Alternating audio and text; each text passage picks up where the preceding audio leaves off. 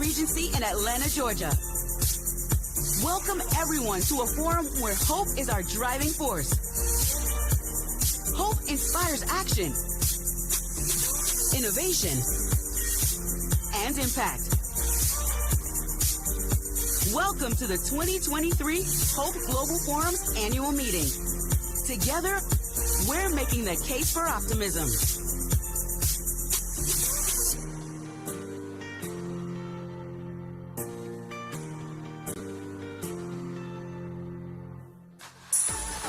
Please welcome Operation Hope's President of Operations, Mr. Lance Triggs. Y'all can do better than that. You're not tired already, are you? All right. Well, good morning, everybody. Day three. How are we doing so far? Everybody having a good time? All right. Well, we plan on closing extremely strong today. And again, I just want to welcome all of you to, again, the 2023 Hope Global Forum, making the case for optimism, and hopefully you're feeling optimistic after the past couple of days. So we have a great show for you this morning. What I want to do is acknowledge our sponsors, as always, because, you know, if it wasn't for them, we wouldn't have a Hope Global Forum. And so I wanted to make sure we acknowledge Huntington Bank. Let's give them a round of applause. Again, they're part of our 1 Million Black Business Initiative and $26 million in loans to black businesses through the 1MBB. And then I also want to give MasterCard a round of applause. We're doing great things with MasterCard tied to our 700 credit score program and changing credit scores, improving credit scores, and helping people to improve their financial well-being. And then I want to acknowledge Truist, because I know Truist is in now. It's not too early for Truist. And so we're very proud of not only them being a great sponsor, but again, being a great partner with 50 locations, supporting 1,000 bank branches across the United States. I think that deserves a round of applause. So we are, thanks to Truist, in many communities across the United States. And so thank you, Truist. And then last but not least, want to acknowledge Wells Fargo. I see Wells Fargo over there. Absolutely. And Wells Fargo is also going to be joining us at 50 locations in the next couple of years. We're already at 20, and we're going to increase that by 30 more. So thank you. And, you know, all these types of commitments and supports really allows Operation Hope to really be in all communities that need financial wellness and financial inclusion. And then I do want to acknowledge First Horizon Bank. First Horizon Bank, Keith and Beth and Melissa, they're one of our sponsors, but they were one of the first financial institutions that stepped up in a big way with 30 locations at the very beginning. So thank you, Beth. Thank you, Keith. Thank you, Melissa, for your long-term and long-time support. So we're going to kick things off with some special presentations because we believe that recognition is important. And so we're going to get started. And we're going to get started by introducing one of our great partners, U.S. Bank, who we have. Yeah, well, U.S. Bank. That's right. That's right. Yeah, we're in 9 or 10 locations with U.S. Bank and in new markets that Operation Hope has never been to. So thank you, U.S. Bank. So we would like to introduce you to the head of branch banking and Mr. Sekou Kailun. Come on up, Sekou, who's going to give some remarks. So let's give Sekou Kailun a great round of applause. All right, man. What's up, man? Good. Had a little stage right back there. Good morning, that in the late night. How are you doing? It's great to be here. All right. Well, I'm Sekou Kailun. As I said, I lead retail banking and small business at U.S. Bank, and I'm delighted to be back here. I was here with another institution years ago, and I'm glad to see that U.S. Bank continues to proudly support Operation Hope. And so one thing we said we did, and I can't take credit for this because they were already diligently working to figure out how we deepen the partnership. But last year, U.S. Bank said, we are going to double the number of coaches. I'm proud to stand before you and say that we are now in 11 states. So we continue our commitment. And one thing that we did as well, as you think about what happened in Minneapolis with George Floyd's murder. So it was the epicenter of civil unrest. We rebuilt one of our branches and really dedicated a space for Operation Hope to truly reflect the opportunity and promise that is in the community. And this is an area where we welcome everyone to lean in. No bank needs to be a monopoly on supporting the community. And we've seen Wells Fargo and others also add coaches in Minneapolis. I think when we walk together, this is how we'll truly make a difference. The commitment and dedication of everyone in this room, the staff, means that we are on the cusp of continuing to transform and create greater opportunity. And the last thing I want to talk about is our Operation Hope 1865 project that we're supporting with Operation Hope around financial health. And the reason that's important is we've talked about this, have been phenomenal sessions, right? But to impart that insight and for us to do it at scale means that we're providing opportunities for communities with the necessary insights so that they can grow their businesses, that they can grow as individuals. And so we're delighted, and we're going to announce now, I'll only give you a little bit of information on it, but we want to expand our partnership. So we are going to create for 2024 Operation Hope certified coaches within the U.S. Bank. And so we want to leverage Operation Hope to really, again, empower us at scale to deliver to the community. So thank you. It's been a phenomenal conference. Great to be back. Great to see so many faces in the audience. And my time is up. All right.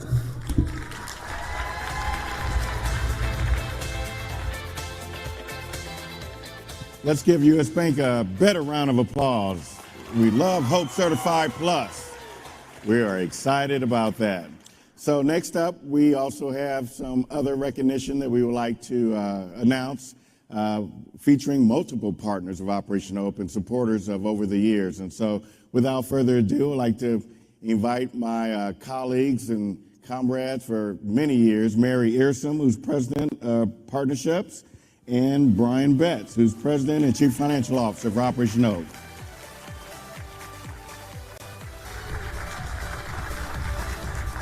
Good morning. Good. I hope you all had a wonderful night last night, and thank you all. Welcome to day 2.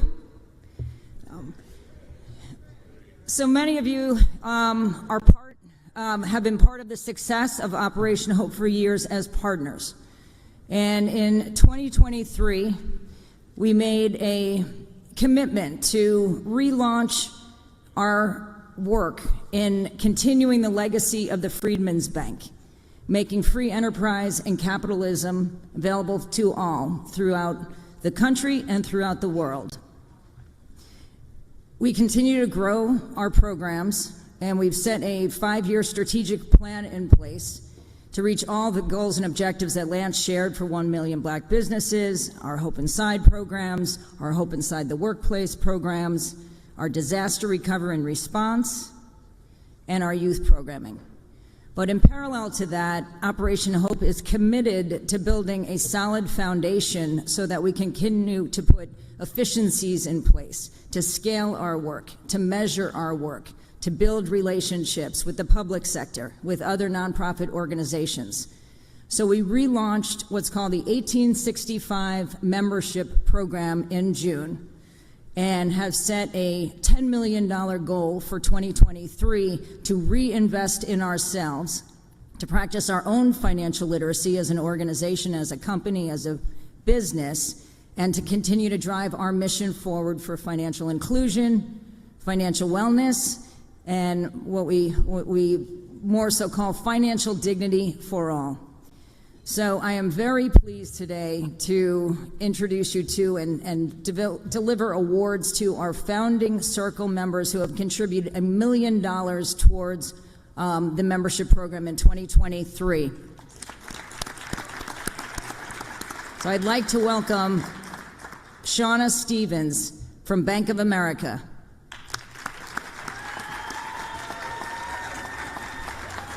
Yolande Matthews from Truist.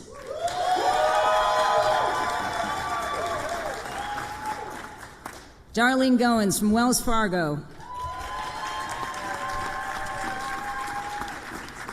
And Tom Hart from U.S. Bank. We also, Brad Smith, former CEO of Intuit and founder of his own personal foundation, Wing to Wing Foundation, is also a $1 Million Founder Circle member. And also a company that you all know well, McDonald's. So we have raised $9.6 million towards our $10 million goal in 2023. And for all those who have not joined as 1865 members, I invite you to join. You can sign up outside at the membership desk or get in touch with any of us and help us reach our goal of $10 million by New Year's Eve. So thank you, everyone.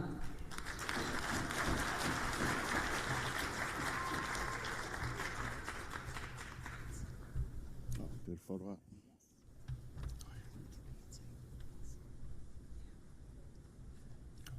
I want to welcome PNC as well on the board. Crystal Williams.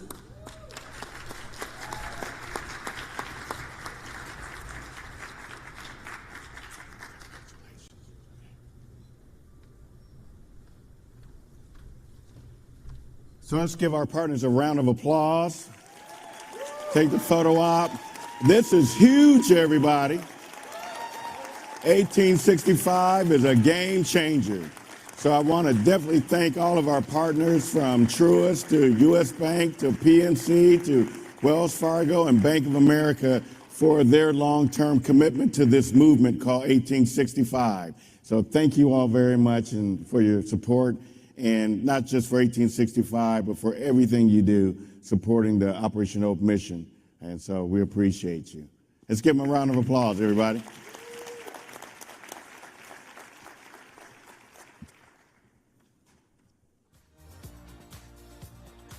Please welcome award-winning journalist and host of Lawmakers on Georgia Public Television, Donna Lowry.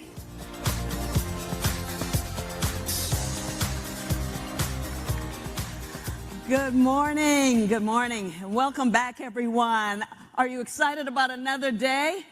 I am, because there is so much going on. So I hope you're ready for an amazing, amazing time today. And we're going to make sure you don't miss a single minute of it. Stay right here. If you're at home and want to listen in, go to the iHeart app and you can listen to Hope Global Forums. Do that. You don't want to miss it. So let's get going. We're going to start with a very, very special guest.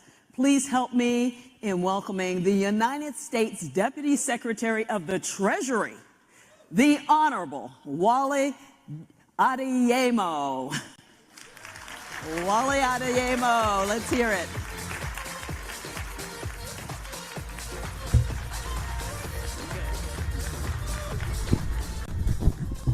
Thank you for that introduction, and it is so great to be here with all of you. And before I start with my remarks, I wanted to say a special word of thanks to John Hope Bryant. Would you join me in giving him a round of applause? So in addition to starting this amazing organization that has transformed lives and helped communities, John and I met more than a decade ago when he came to the Treasury Department and told then Secretary Lew and myself the story of the Freedmen's Bank, of its failure, but also about the ways in which we could use that failure as an opportunity to teach important lessons about the promise that America still had to make to those that deserved more and were given less. And with his help and with your former mayor's help, we renamed the Freedmen's Forum building in Washington, D.C. at his urging, and created a forum at the Treasury Department that happens on an annual basis in which we have an opportunity to remember the legacy of the Freedmen's Bank, but also to think about the ways in which we can invest in hope, invest in communities, and help us grow an economy that works for all Americans. So I'm happy to be here today with you because, like all of you, I believe there truly is a case for optimism in America because of the American people, because of the work that you do, because of the importance the important things that we are doing to make sure that we grow an American economy that works for everyone.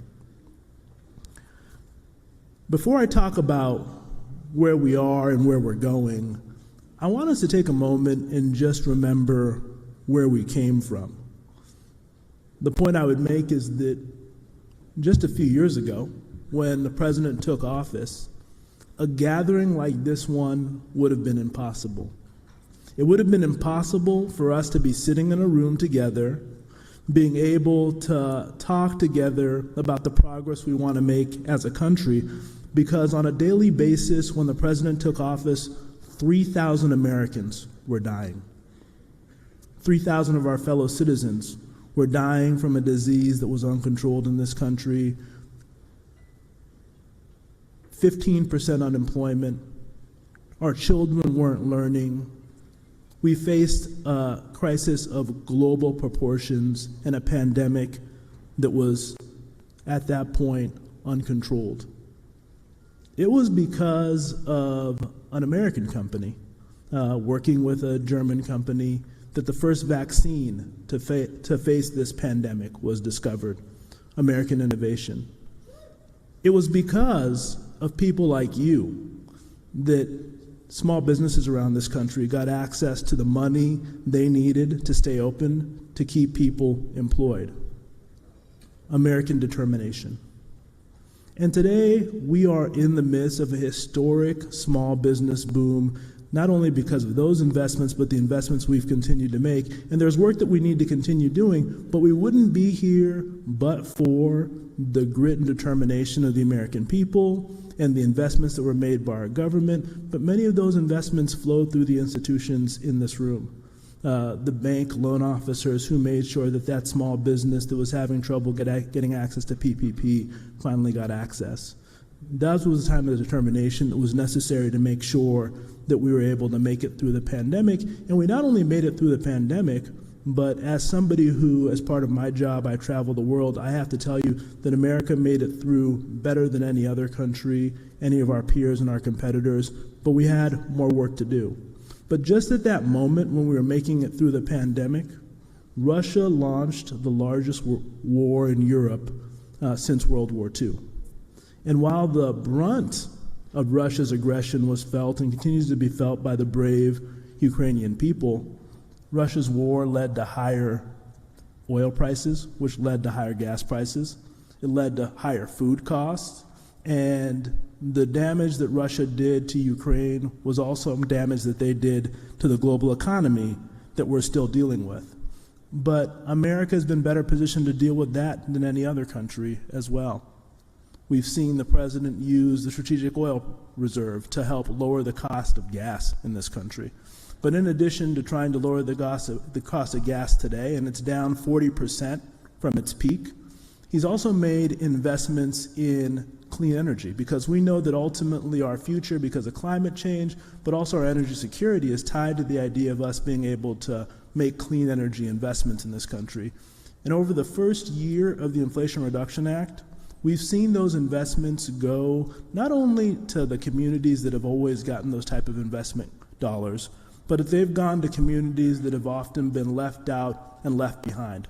For example, just here in Georgia, 91% of the Inflation Reduction Act dollars, the money that's gone towards building manufacturing facilities and hiring new workers, have gone to communities with below medium hourly wages. 86% of those dollars have gone to communities where the average college graduation rate is below the national average. This money is going into communities where it's needed to help unlock potential and create opportunity, not just for rural and urban communities, but for all Americans to help grow our economy. And as part of this, our goal is to make sure that each one of those Americans who are given these opportunities to get jobs that pay well, to help grow their economy, also have access to the type of financial education and financial opportunity that is critical to being able to create opportunities and economic success for their families. We have a lot of work to do here in America, but we're starting from a strong place because of the grit and determination of the American people, because of the work of people like you, and what the president is focused on, as he says so well, is giving the American people a hand up, not a handout, to help us make sure that we're building the type of economy that works for everyone. That's why we're making investments like the bipartisan infrastructure law that's going to allow us to make sure that every American has access to high-speed internet. I like to repeat the fact that 1 in 5 rural households today doesn't have access to high-speed internet. Rural America is in need of investments, and that's exactly what we're doing through the bipartisan infrastructure law, where we're making investments in making sure that high-speed internet not only gets to urban communities that have been left out, but also to rural communities that have been left out. The Inflation Reduction Act, the money there, again, is money that's going to be used to make sure that we transform the economy into a clean energy economy, but we're not going to do it in a way that leaves people out, but rather brings people in, including in communities that have been traditional energy communities, as well as in urban and rural communities as well. And then finally, the CHIPS and Science Act, which is going to allow us to build semiconductors here at home, is going to lead to manufacturing jobs here in America as well. I'm optimistic about America, not only because of these investments, but because of the American people, who have proven to be innovative and to be determined despite the challenges we face. And I know that we are going to be in many ways driven by the important work that you do to make sure that those American people have access to the information they need to build financial futures. And that's why I'm here today, to both celebrate the progress we've made, but to talk to you about the ways that we can work together to make sure that America does what we've done for generation after generation after generation, which is build innovative, successful companies here at home that create jobs for Americans, and to do it in a way that brings more people in. So I want to thank you today for the hard work that you're doing, for the opportunity to be here, for the way that you are optimistically helping to lead this country forward, and I look forward to being your partner in that. Thank you for having me.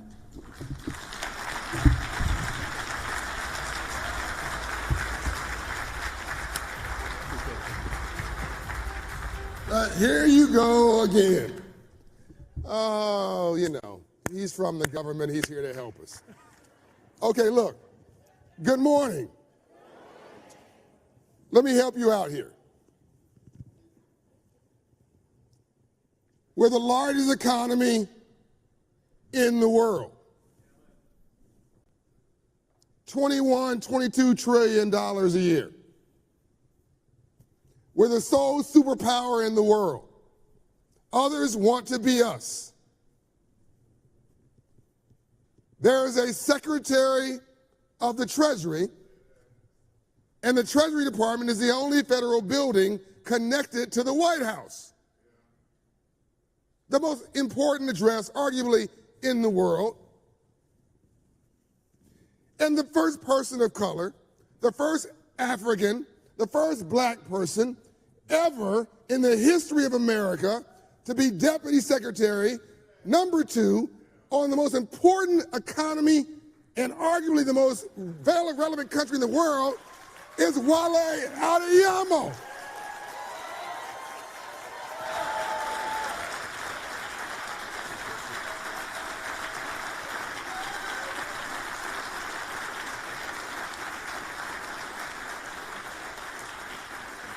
And it gets better. So you wake up in the morning and you say, I don't like what Putin is doing. I don't like what these terrorists are doing. I don't like what our country is not doing to fight back. What you don't know is in the building that is called the Freedmen's Bank building, which I'm giving credit for, by the way, to get the government to rename through Secretary Jack Lew.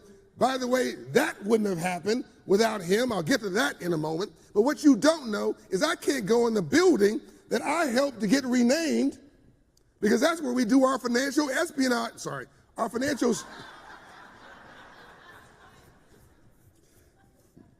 that's where our financial security is managed through. I can't go in the building. It's a completely secure building. It used to be called a Treasury Annex building. That's where they do all of the sanctions for Putin, all of the sanctions for these rogue dictators. All of that is done in that former Treasury Annex building, now called the Freedmen's Bank building, and the man in charge of that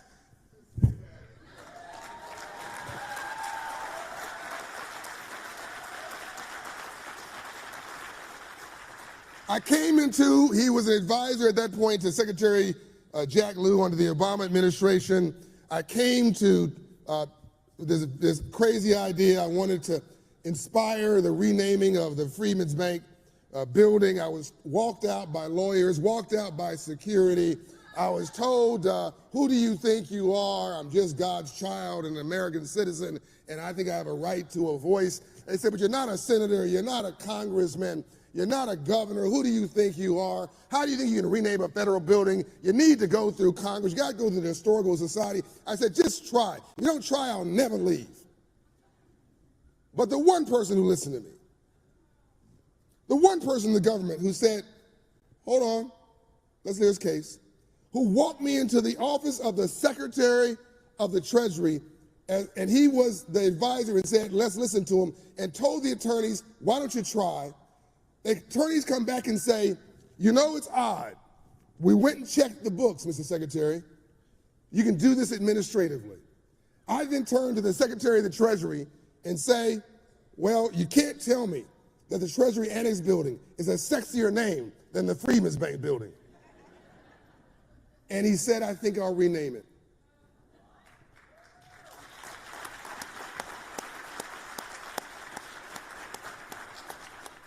None of that would have happened. It was 2015 and 2016.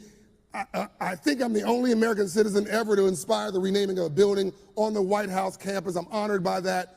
But without this man, none of it would have happened. He walks around humbly. He doesn't bring attention to himself. He's going to walk on the stage and you would not have had a clue. I'm telling you, he's one of the most powerful people in the world. When he walks in a room anywhere in the world, people tremble. Bad people around the world know that their money's going to get cut off. They tremble. They're not concerned about the Secretary of Defense. They're concerned about the Deputy Secretary of the Treasury. I am giving him the Hope Award because he's a bad brother. I love you. I love you, Doug.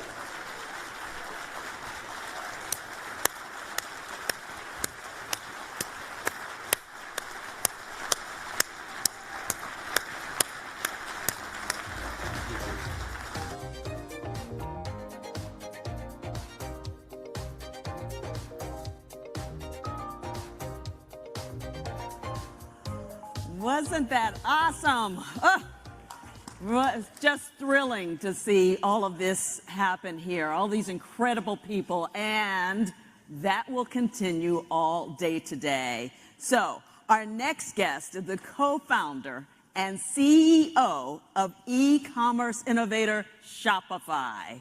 Please welcome Mr. Toby Lutke.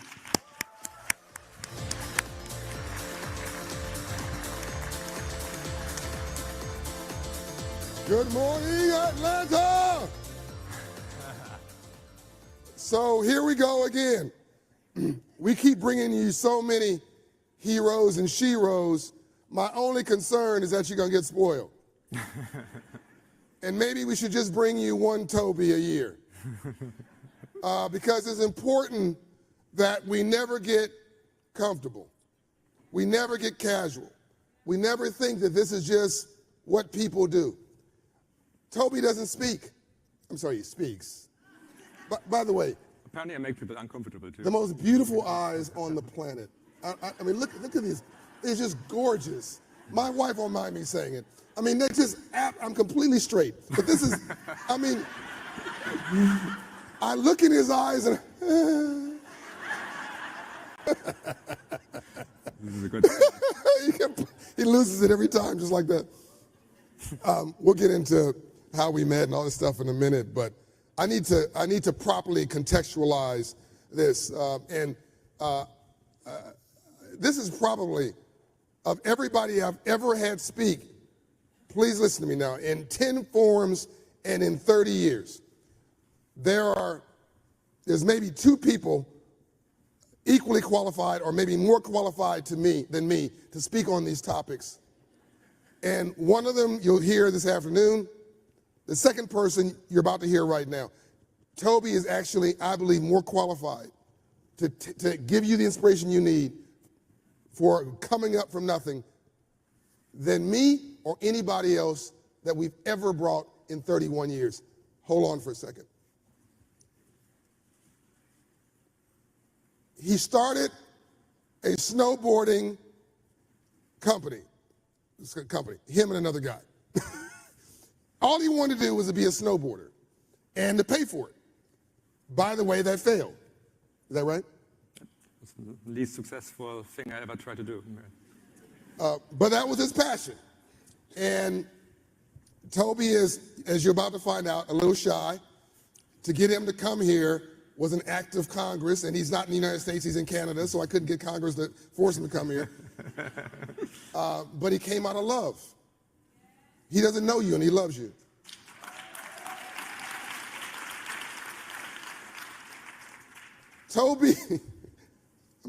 Toby built this company with help from others, and in time, my friend Toby Y, who may be in the audience, I'm not sure. He's got a Santa Claus beard. I'm not sure he's here, but it was originally just Toby and this dream. Today, this dream, I want you to be so inspired by this. He is doing right now, this year, he's on track to do over $400 billion in revenue. GMV. No. Let me, it's too many zeros to process. Let me do it in reverse. He's not the government. Nobody gave him anything. It's almost $500 billion a year in revenue. During Black Friday, and he was just so, he wasn't not bragging about himself, he's bragging about, during Black Friday, there was a new sale for a new business once every 19 seconds. Every 19 seconds on Black Friday, a new entrepreneur somewhere rang the bell on new revenue for their dream. Every 19 seconds. This is what we celebrate. New business formation, new entrepreneurship, people reaching for independence. It's like, it's our, the amazing entrepreneurs on Shopify who have this success. It's like with 400 billion, it's such a crazy number of sales and starting new businesses. There's millions of businesses on the platform, which I'm incredibly proud of. And it is it's a winding path to get there. It's as you say, it's like, it started trying to solve a problem for myself in 2004, selling snowboards. And what I kept hearing from people who were following the journey of doing this, back then it was still new to start a business on the internet. You know, people brought businesses onto the internet, but people didn't start, especially retail businesses there.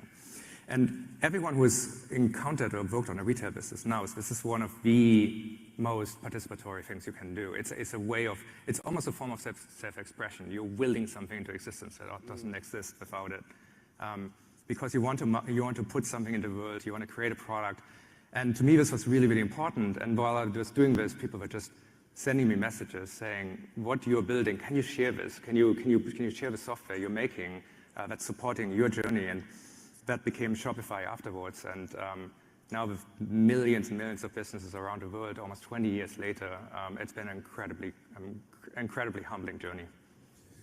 And you're still a very humble guy, and thank God for your wife, because she gives you personality and energy and warmth, and You know, I sort of hug you through your wife. Our wives are not getting the credit that they do. It's a team production to build something like this. It is. She's fantastic. Absolutely. And Chaitra and your wife have become good friends. And as we sort of roll this back, Toby, just for a second, we know Jeff Bezos, a great guy, and of course brilliant, but I'm upset with Jeff at the moment. I'm upset with him because if it wasn't for Jeff Bezos, he'd be the star of e-commerce in the world. Because the only company larger than him for creating small businesses in the world is Amazon. Maybe that now gives you some context for who's in front of you. The only company, the only person who's done more for small business and entrepreneurship, lighting a lighthouse in the entire world since he founded this in 2004, is my friend Toby I.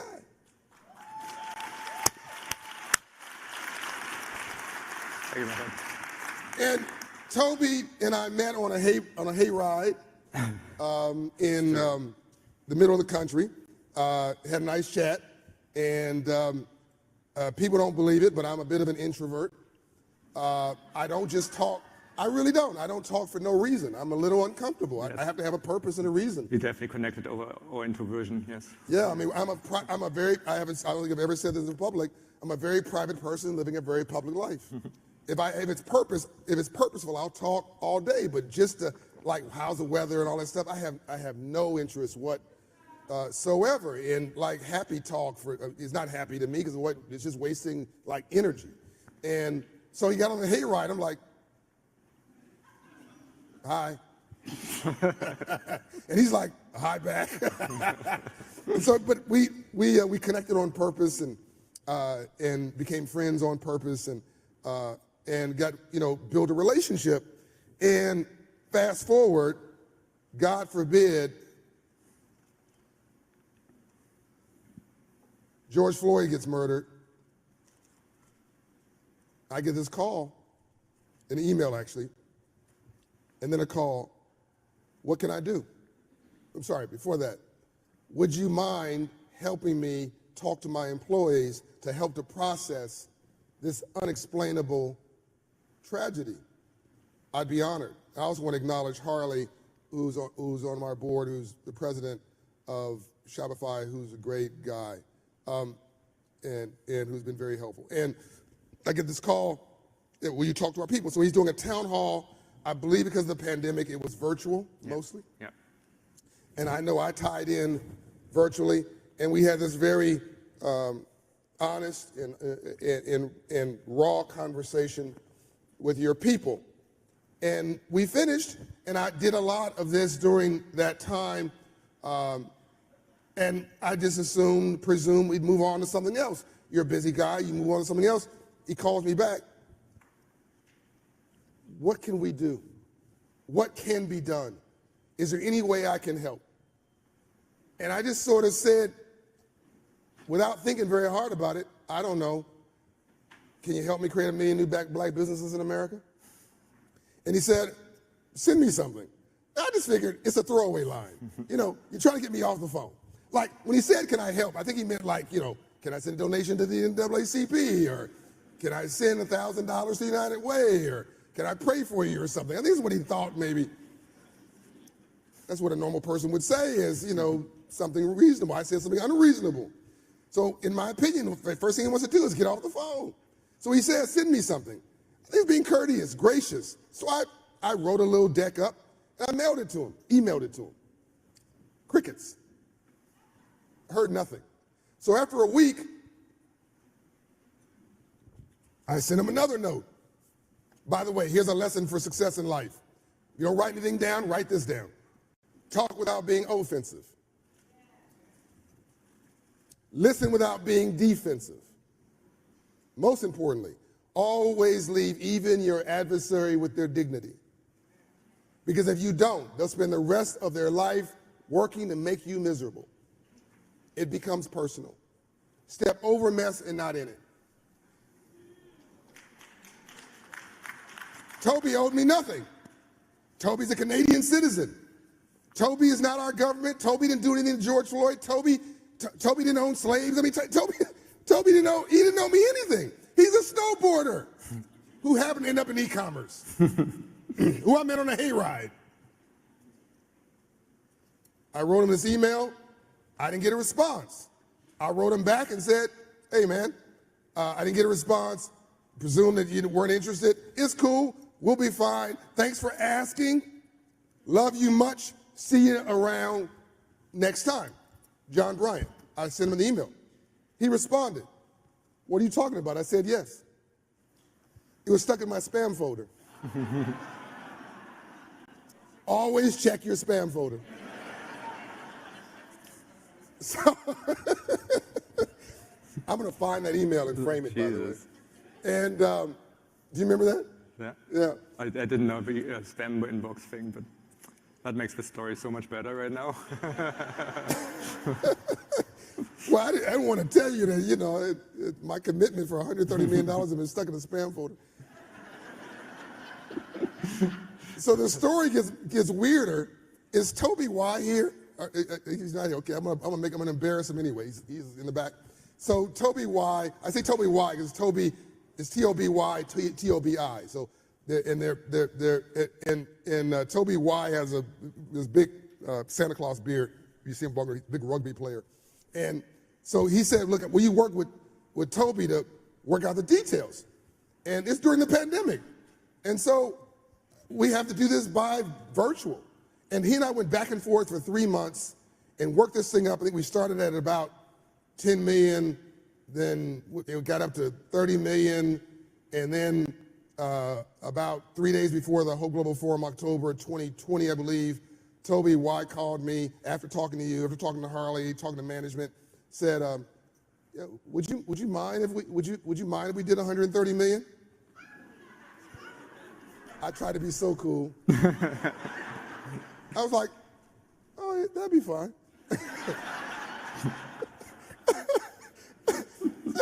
Meanwhile, I'm like,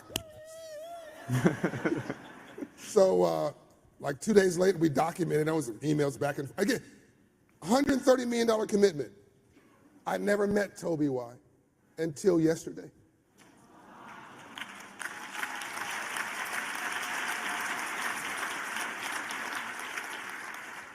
And yes, I kissed him on the forehead. Gave him, I tried to hug him, but he's like this big. Great guy. And thank you for making that happen. And the commitment was made. And most people make these commitments and they're press releases and they go away. You embedded this into the ether of Shopify. You got your management teams on it. When one team didn't work out, you got another team. You asked me, were things working? They weren't really working very well because you had a tech company and a community organization, and we were doing this and doing this. People meant well, but your people had KPIs, key performance indicators. My people had KPIs. They were different, and it was a lot of well-intentioned, we're missing each other completely, and you said to your team, knock it off. I said to my team, knock it off, and we kept doing that until it became a working machine. Yes. We never gave up. I remember at one time we met and you said, how are we doing? I said, I think we need a little bit of this, a little bit of that. You said, well, I'll write a personal check to help with that and let me go. And you probably went back into the huddle 3 or 4 times to make sure that people were keeping their commitment. And Lance Triggs told me right before I came out here that after 2.5 years, I guess this would be actually technically 3 years of a 10-year commitment to create 1 million new black businesses, which now partners with major banks in this country, now partners with the U.S. Small Business Administration, has become a beacon in the world. You type in your computer 1MBB, and this commitment just comes up. You type in 1 million black business, both of our names, company names come up. You type in Shopify, within the first page, 1MB shows up. You've not buried this, you've profiled this, you've led this, you've featured this, you put elbows in this, you see it as business development and philanthropy, bringing new black people and brown people on your platform. All that said, in 3 years, a commitment for 1 million new black businesses, we are at 400,000 black businesses created, inspired, nurtured. Join me. I can't wait. Give this man the Hope Award right now. Thank you so much.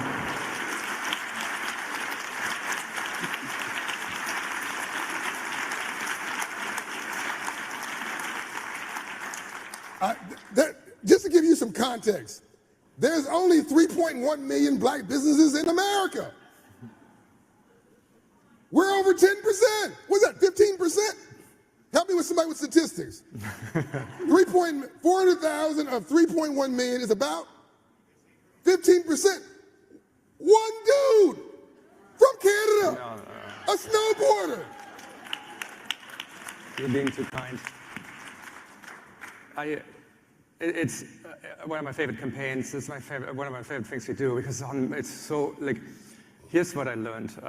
Other than you need often a couple of runs to get something really off the ground. It's hard to build a momentum, but it's also hard to stop a momentum and a movement once you have it.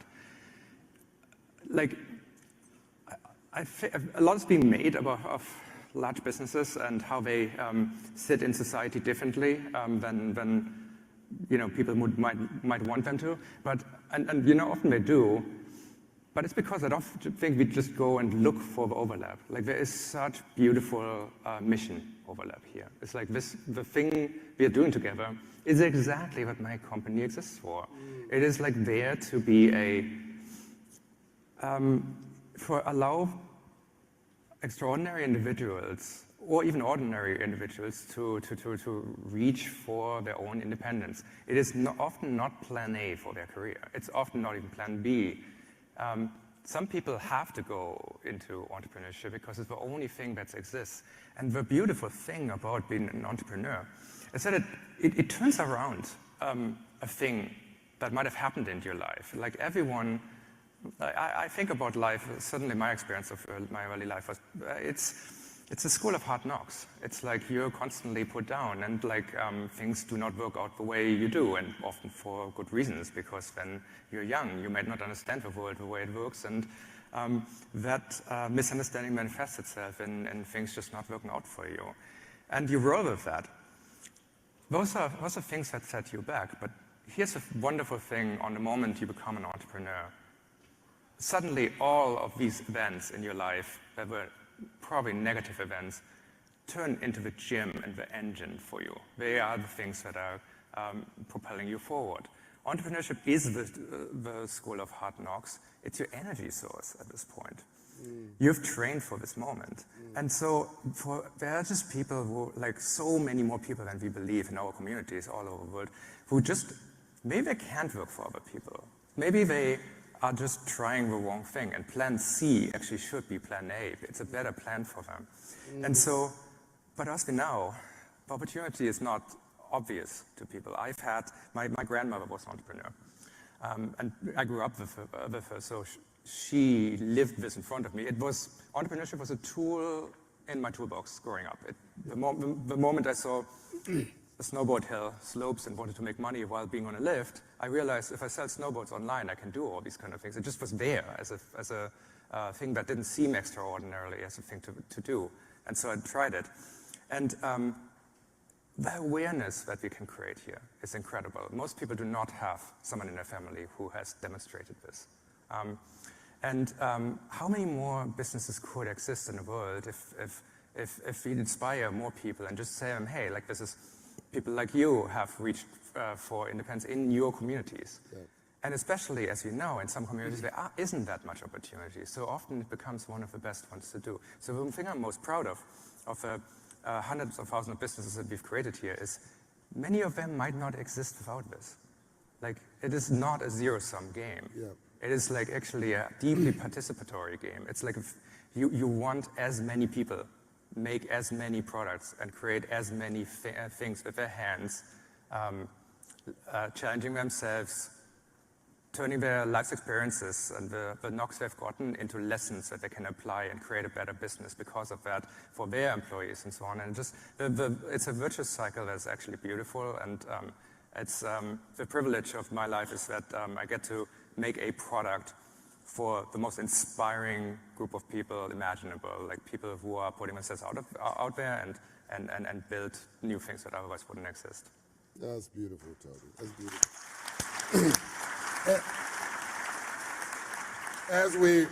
I'm watching the time because they keep cheating me on time. I look down and I have 6 minutes, and I look down and it's got 0. And it's like, I'm good at math. Like, that just can't be right. But can I have a few more minutes with Toby?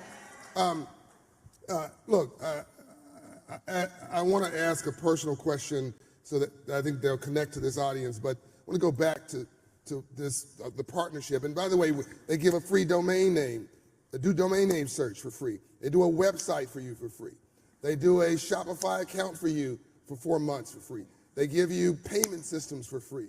They help you with delivery systems. They consult with you on online business. You have an existing restaurant, they'll give you an e-commerce restaurant as a partner. If you have an existing barbershop, you have an e-commerce barbershop as a partner. It doesn't have to be a new business. It can be an existing business that is now connected to the future of future of technology and AI and robotics and everything else, because they're going to give you an e-commerce sister or parent or partner with that existing business. So it's a new business or expanding an existing business. And then we put banks and credit lines. And by the way, you make a sale, they'll give you a credit line against your next sale. I'm gonna repeat that. I started about money and said, say it again. You're on Shopify and you make a sale. They're not gonna check your credit. They're not gonna run a credit check. They're not gonna do a FICO score check. They're not gonna underwrite you. They're not gonna charge you some crazy interest rate. There's none of that. You make a sale and you qualify with the next sale for financing. They'll finance your growth. Did I get this right?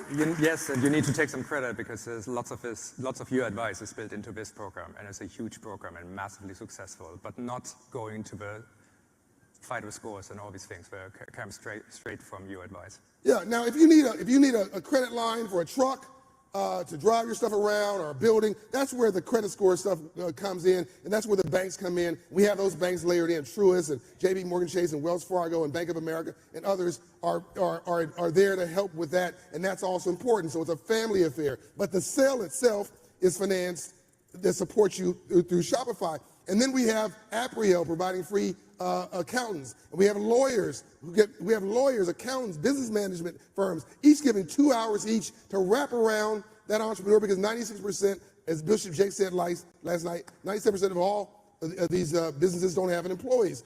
So which means it makes you a self-employment project, not a business. So we got to turn you into a real business, and all of that is worth about $25,000 per business.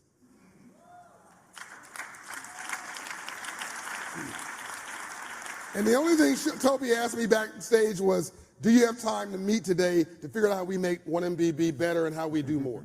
That's what he said to me backstage.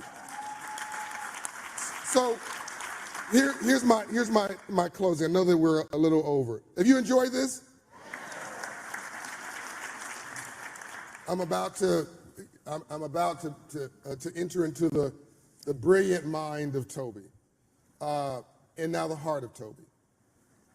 I've never asked you this, but everybody, have $1 trillion in revenue, up from nothing. My last book, the stock is doing great. You're doing great. You're celebrated, one of the wealthiest men in the world. At one point, you're the wealthiest man in Canada, et cetera, et cetera, et cetera. Other people coming in for advice and counsel, but people don't realize it's very lonely sitting there.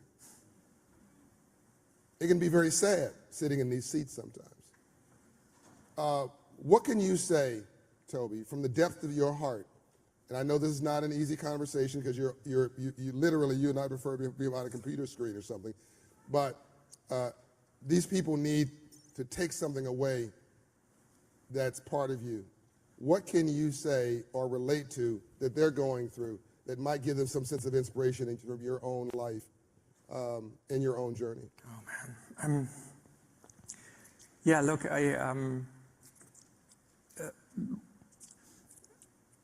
like I said, for going from snowboards to this was not the plan A for me either. Look,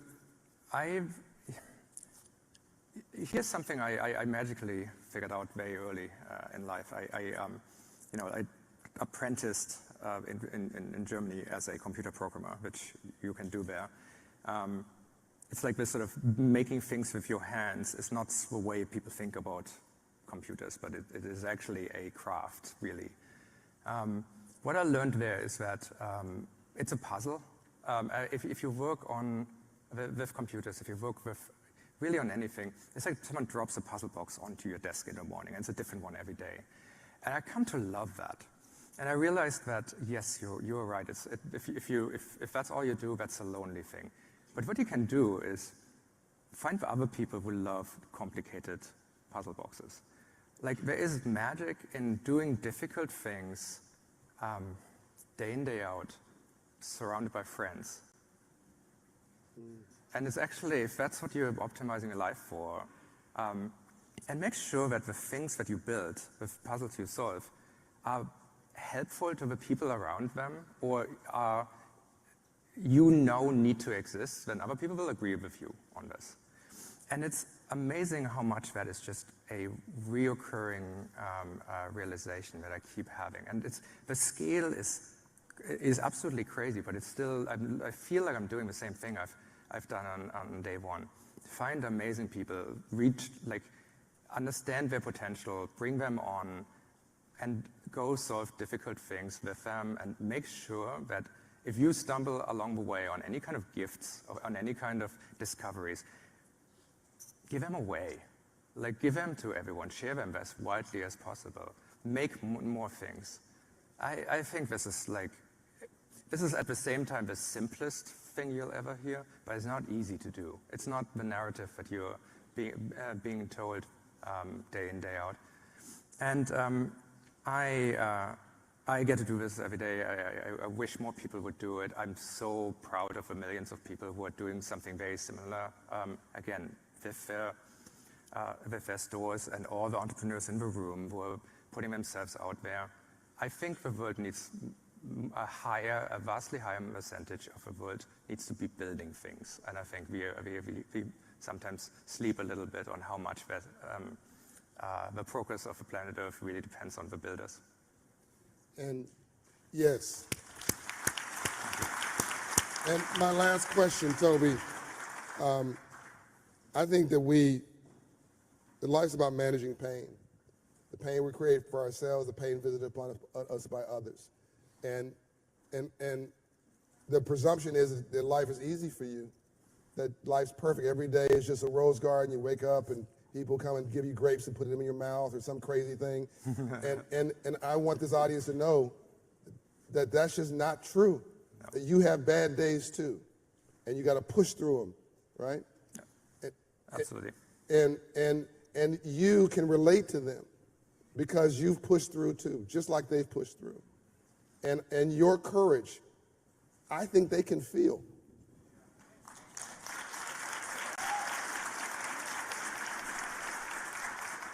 And there's something else they can feel, your humanity. We love you, Reggie. Thank you, man. Thank you so much. Toby Lukey, everybody. Thank you.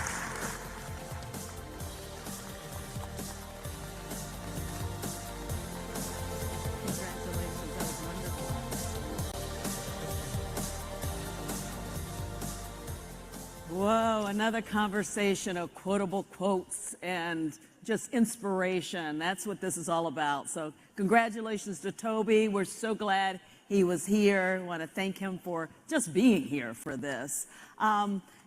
He has this wonderful commitment to small business owners everywhere, and we need to celebrate that. And it was great to just see him there.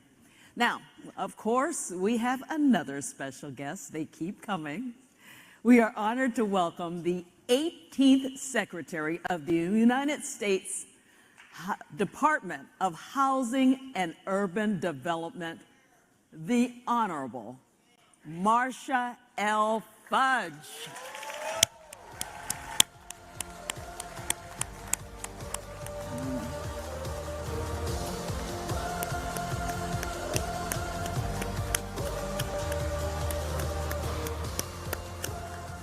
Yeah, you did it right.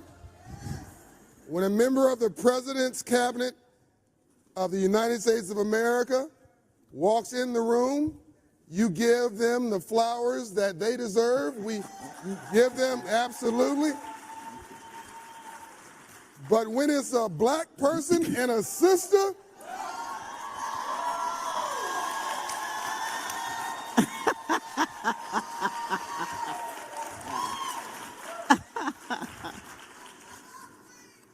You are so insane. pretty much, you can't do this sane. You cannot. You cannot build something like this from ground up.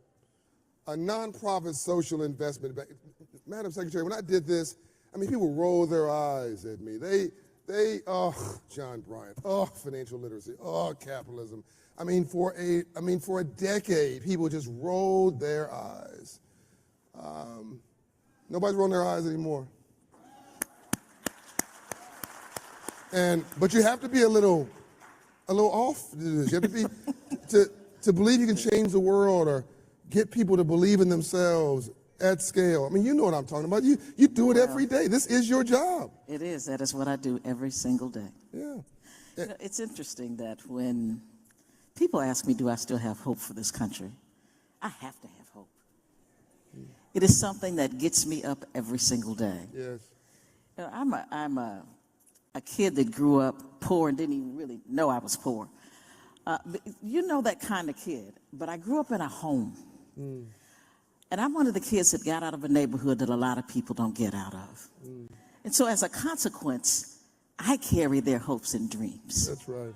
So failure is not an option. That's it. It just isn't an option.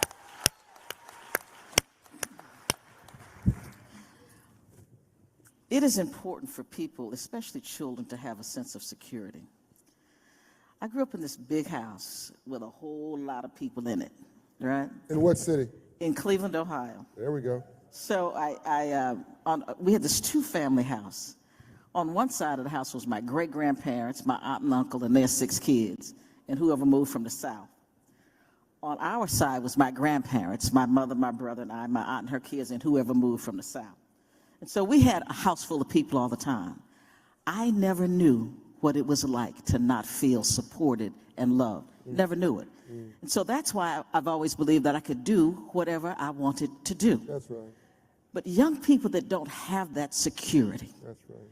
parents who don't know where their children will sleep at night, parents who can't say to their kids, you know what, little Johnny or little Mary, I need you to just go to school and not worry about anything else. But when children take on those burdens that they see in their parents' struggle, it makes their lives so difficult. So I want every child to grow up like I did. It didn't make any difference that I was poor. I had everything I needed. And I need every child in this country to do that. And that is my mission. That is my mission.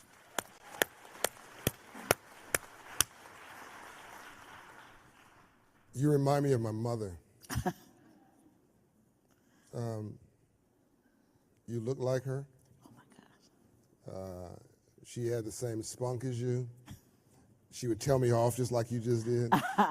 And all in love and encouragement, she'd hold me accountable as you held people accountable. She was a big dreamer, and she passed on 2 months ago. She was on the stage last year. Sorry. But I sort of feel her channeling energy through you. Thank you. And as you were talking, it reminded me of a quote that was partly inspired by her, because she told me she loved me every day of my life. She said, there's a difference between being broke and being poor. Being broke is economic, but being poor is a disabling frame of mind and a depressed condition of our spirit. And we must vow never, ever, ever to be poor again. You know, you were broke, but you weren't poor. that is exactly right. You were told you were loved, you believed Every day. every day, and now you're pouring that institutionally, structurally into, you try to figure out, my sense is, you correct me, you try to figure out where is the place where I can take my gifts and my intelligence and my self-love and have the biggest impact in a short period of time on my people and on all people who struggle and who don't believe at scale. Did I get that right? You got it absolutely right. But the one thing that I realized over my career is that we are not a problem people. We are people with problems. Woo!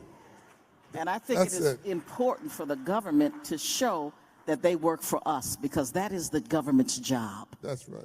And so if we can't convince people that we can make your life better, I have no business here, John. Yes. You know, I really believe very strongly that I am just one of God's chosen people. I believe that. I live every day like that. And so I am put in places to make change. Yes. And if I have to tear it up, then I will tear it up. Because sometimes that's what you have to do. I mean, institutional racism is real. Redlining is real. Discrimination and bias in housing is real. So if you don't come and call it out and fight it and bring the people around you who can make it happen, then I have no business here. I might as well just go home, because I'm old enough to retire. I can go sit home. That's right.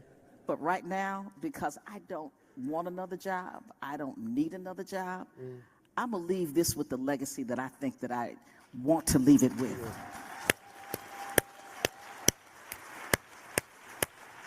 Well, there are not many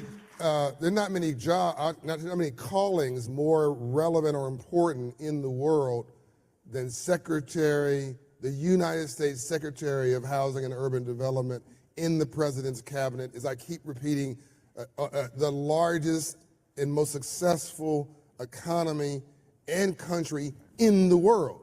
You know, some of my friends will complain about America. And I say, look, democracy and capitalism are horrible systems, except for every other system. That's right. And I say, you don't like this, you don't like that. I get it, I'm with you. Here's a plane ticket.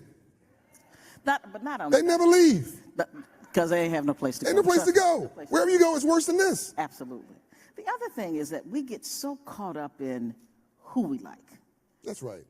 How somebody says something. Let's finally take the time to support people who support our communities, who support our children, That's right. support our jobs. But no, we gotta like somebody. They're not coming to your house for dinner. I don't care if you don't like them.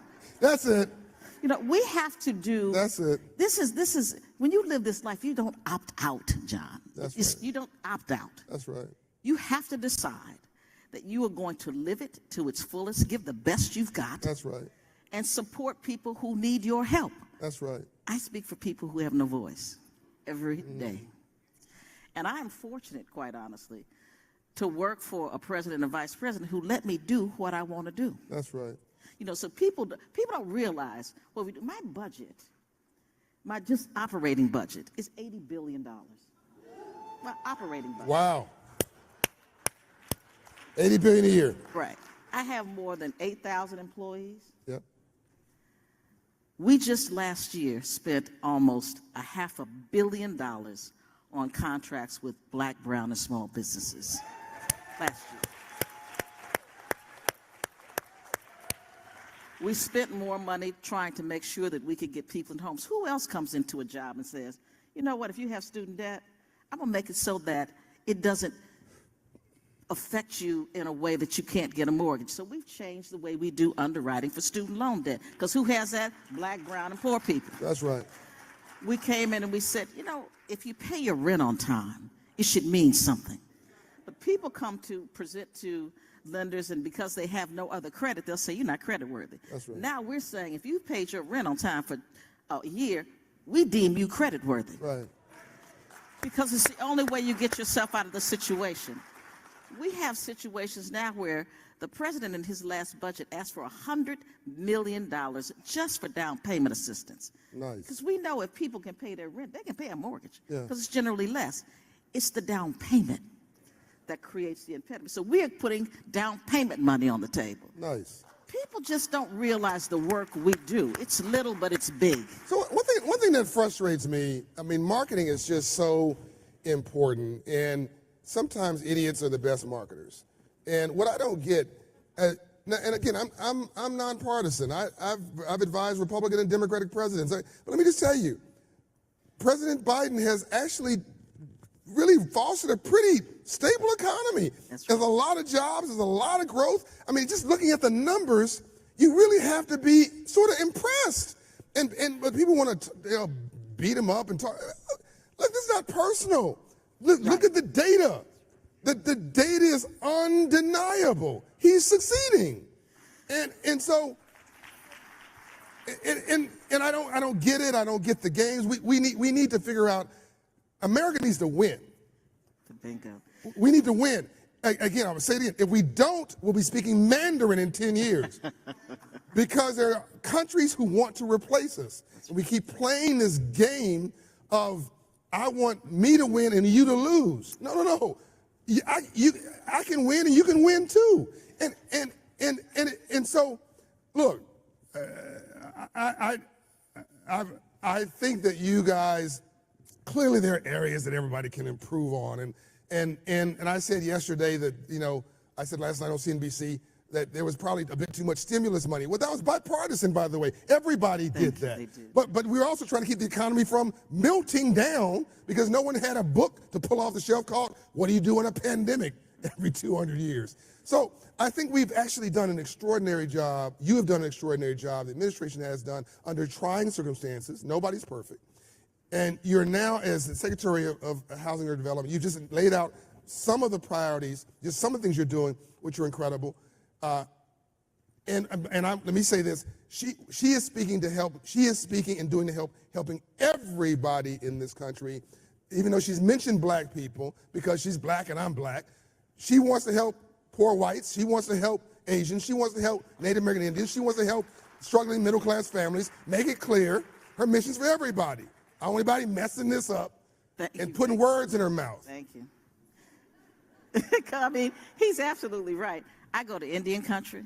I go to Appalachia. I go everywhere in the country because anybody that needs us, I need to be there. That's right. I don't care who they are. That's right. Let me, Madam Secretary, let me jump on a pet peeve of mine.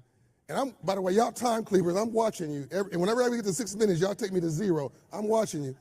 I need all this time with her. Madam Secretary, one of my pet peeves is that black people are at 41 to 43% home ownership. And the number one way you build wealth in America is home ownership. Am I right about that? Absolutely right. And my mainstream counterparts are at 75%, give or take, home ownership rate. That 30% delta, the difference between that, is why we don't have a net worth. And we keep, was one of the primary reasons, that and what Toby just left, small business creation. You and him really are the anchors for the solution. And what Bishop Jakes is doing, you were with him yesterday, are the anchors for the solution for the revitalization of all of us. But we got to stop talking and start doing, because if black people keep doing what we're doing, statistics say that by 2052, black people net worth will be 0. 0. And a lot of that is we don't own home ownership, real estate. Real estate is the biggest business in the world. Stocks. What are you doing to try to bridge that gap of home ownership for African Americans, but all other people as well, poor whites, et cetera, et cetera? We put tens of millions of dollars into housing counseling, which of course you know because we use you as well. We're honored to be one of your housing counselors. Right. So what we do is we try to prepare people to get ready for housing so that when the time comes, they won't have to get ready, they'll be ready. We need for people to understand what the process is and believe that they can do it, because we can help them do it. But the biggest problem that we have in this country, John, is that we just don't build enough houses. So we don't build enough houses. So just basic supply and demand says it's not enough. Then we go to communities and we say, we need to build multifamily units. They will, not in my backyard, you're not going to build it. So then we've got zoning issues where they say that you can only build a certain kind of house, and that raises the price about 30%. So we have to break through all of that first off. Yes. So I meet with the housing people, I meet with mayors, I meet with governors to say, you have a problem. I can help you fix it, but I cannot fix it by myself. And so you have resources that you have never had before.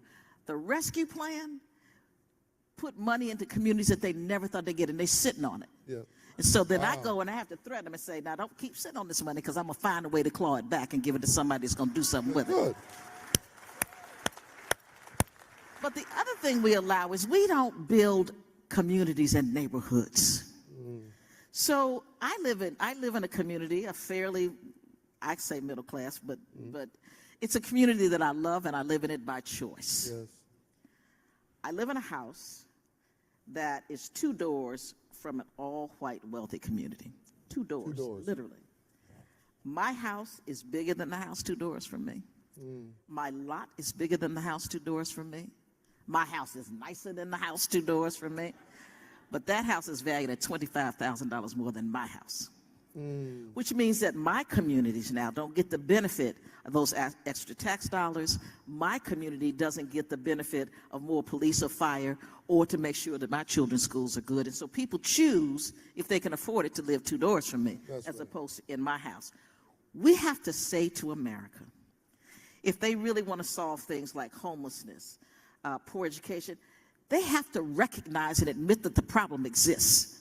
And once we do that, which we have at HUD, we are putting so much money into assisting with multifamily housing, talking about senior housing. Do you know the fastest group of people sleeping on the streets today are black women my age? Wow, really? My age. Because we have created an environment where they can't afford to live anymore. They can't afford their apartments. They're on Social Security, which is not enough. And they first off start sleeping at relatives' homes, and then they find themselves sleeping in their cars. RVs and things like that, yes. I cannot tolerate it. Yes. And so what I'm doing is putting our money where it ought to go to help people. You just don't know how much money we put in the market. But you don't know because people never ask. Yes. You know, people don't come to government and say, what can you do for me? They call when they have a specific problem. They never see the big picture, Jim. Yes. They never see it. Yes. So, but when I sit down with home builders and I say to them, you have to build this many homes to just get us where we need to be. We are 1.5 million homes short of where we need to be today. Today. 1.5. So there's an opportunity to do infill development. Listen now, entrepreneurs now. Listen, what she said was, she didn't say it, she inferred, if you have a gap of 1.5 million homes, you can go and find a lot. You don't need acres and acres and acres. Find a lot, buy it, build it, use minority and women vendors if you can to build it, rent it or sell it to somebody who might be underserved, and get the benefits, use the programs at HUD to empower you with the right mortgages and the right down payment assistance, and then you create a tax base in that city, you create a taxpayer in that city, you create a homeowner in that city, you create equity in that city, you create asset accumulation, generational wealth, and you're creating jobs and opportunity. Did I get that right? You got it absolutely right. But we want everything easy. Just tell me where to go to get the money. This is what we want. Yeah, it don't work that way. It doesn't. The federal government is flush with resources to help entrepreneurs. You just have to know where to go.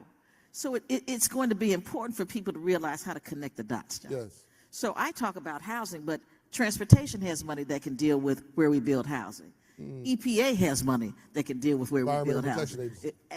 Right. USDA has resources to build rural housing. People are we're linear thinkers because we don't realize what's available to us. So everywhere I go, I tell them, now you need to call this person. I met with black developers in New York a couple of weeks ago to tell them about the things we could do. But in the meantime, I said, you build an infrastructure. We passed an infrastructure bill. You're talking about environmentals. We do have money in EPA. So I go through this whole thing because I want everybody to know what I know.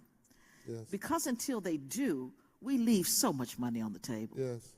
And the other thing I think that is just important for what you do in talking about financial literacy, et cetera, if we don't start figuring out what things cost and what they mean to us, yes, and how to get them, yes, we're going to be forever people listening to people who say, oh, you don't need to buy a house. You know, and I know you've heard it. People say, you know, today's young people, they don't want to be tethered to that. You know, they like the life of living in the the apartments and stuff, but they leave with nothing. That's right. So it's all good to think about that, but one thing that I knew as a child is a home was important. Land is important. Even when I went south, it's like we own this land. That's right. Because they knew what today we forget. Yes. Is that if you don't own anything, Yes. where does your life go from there? Yes. You can't leave anything to help your children. The reason why there's a big gap between black and brown home ownership and white home ownership is because white people take the value out of their homes and help their children. That's right. We don't have the value to give. That's right. So the more we buy and the more we are able to leave something for the generations that follow, the better we become as a country. Because when people, all people, have a place to live, it becomes a foundation upon which they can do anything. They can be anything. But every single person in this country deserves. I believe housing is a right. That's just my personal opinion. Absolutely. John, we deserve it. And we have the resource. We need to make the government work for us. That's right. And if we don't, it's our fault. Because we can. Now, I'm not going to be up here talking about elections, et cetera, but what I do know is that if we don't make our voices heard, nothing will happen for us. That's right. So you can sit back if you want to. I'm not. No, you definitely not. You're no wilting lily. No. Are you guys enjoying this? Is she real or what? And if ever you get confused listening, going, oh, she just sounds so real. She sounds like she's a lady down the street. Or just look at the Secret Service protection or on both sides. It will remind you real quick. So a couple things before, and thank you so much for coming to be with us. We're so honored. Happy to be here. Honored to have the premier leader, the voice for housing for the United States of America. You could be anywhere in the world. You came to Atlanta to be with us and give us this time. We're so honored. You were here with us yesterday. You spent the night with us. I really appreciate it. You sat down with my friend Bishop Jakes, and I'm sure he appreciated that. This is full circle in many ways. Redlining in this country did not come from banks. Redlining in this country came from the government. That's exactly right. It was the FHA, which reports to her. Right? That's true. Full circle. In the early 1900s, Secretary, you tell me if I'm wrong here. In the early 1900s in this country, the FHA, Federal Housing Authority, had basically said, look, some neighborhoods are more risky or more dangerous, whatever they wanted to say. But we're uncomfortable with those neighborhoods. We don't want to do insurance. We don't want to insure mortgages in those neighborhoods from banks. So we're going to put a little map. With the areas that are sort of sketchy, we'll make them yellow. Areas that we like, we'll make them green. And areas that we're concerned at, we're going to make them red on a map. That's right. And where do you look, capitalism, money is lazy. Money is a coward. Money doesn't go where it's risky. Money goes where it's safe. This is not personal. It's just money. Right. So where do you think the money went? It went to the green areas. Who do you think lived in the green areas? White, wealthy, comfortable, already successful people. Where did the mortgage companies and banks not want to write a mortgage because it was not insured? The red areas. That red lining triggered banks not investing in those areas. They might have loved you. They might have thought, I love black people. I don't want to lose my money. I don't want to write a mortgage that's not insured. I'm going over here. So the capital went over here, and guess what happened to the values? Values went up over in the green areas. They went down in the red areas, and that's what she was talking about her house is basically 2 doors down from an area that historically was viewed as green, and it takes generations to get that rebound. That's why you can go to an appraiser, and an appraiser gives you some crazy appraisal a mile from someplace else that is a different hue of a neighborhood. This stuff gets baked into the way in which we do business, but because she's now Secretary of the Department of Housing and Urban Development, everybody's got to report to her. That's exactly right. Listen, listen. I hate to say it this way, but there's a new sheriff in town. So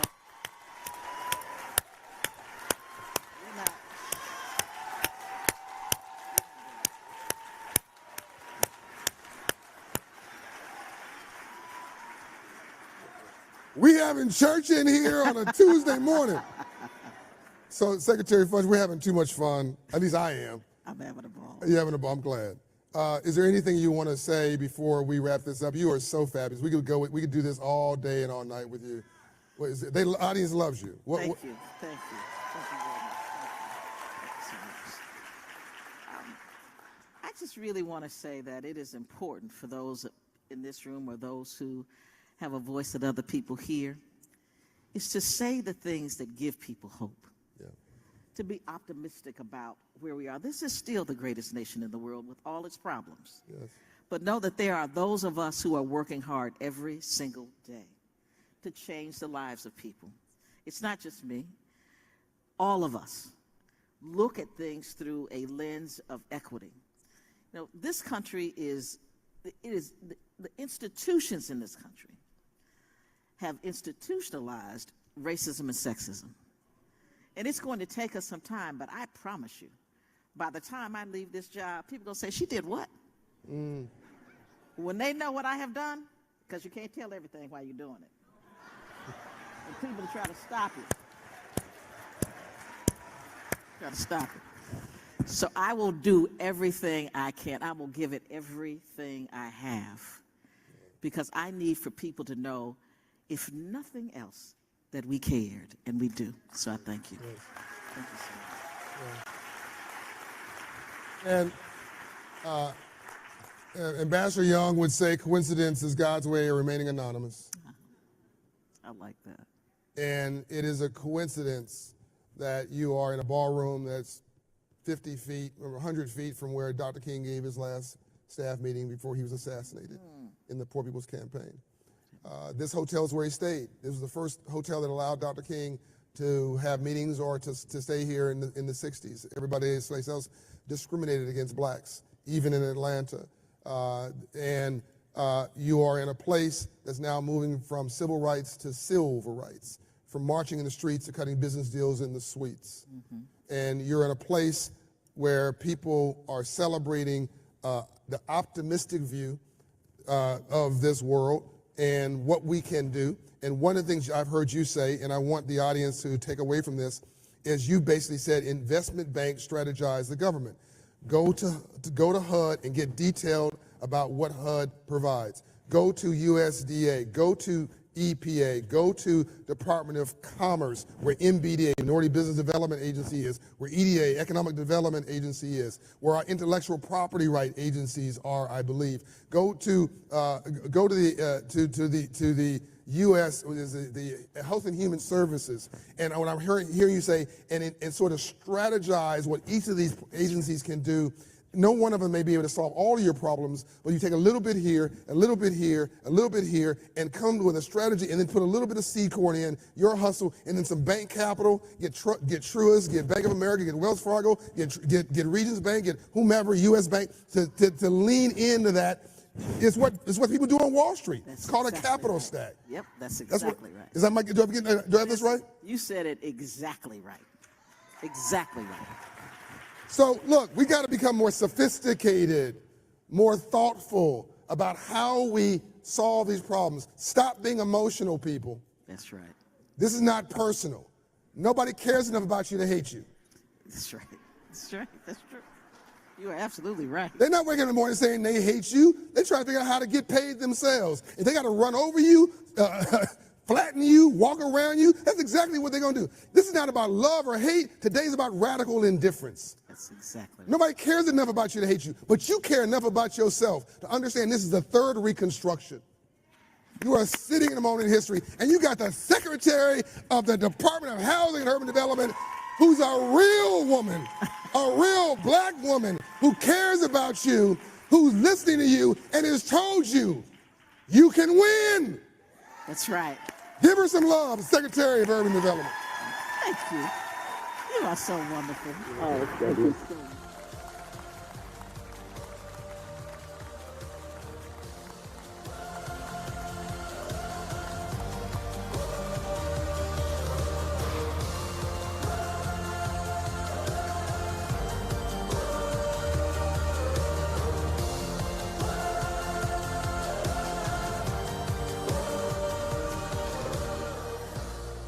hear it again for Secretary Fudge. Whoa.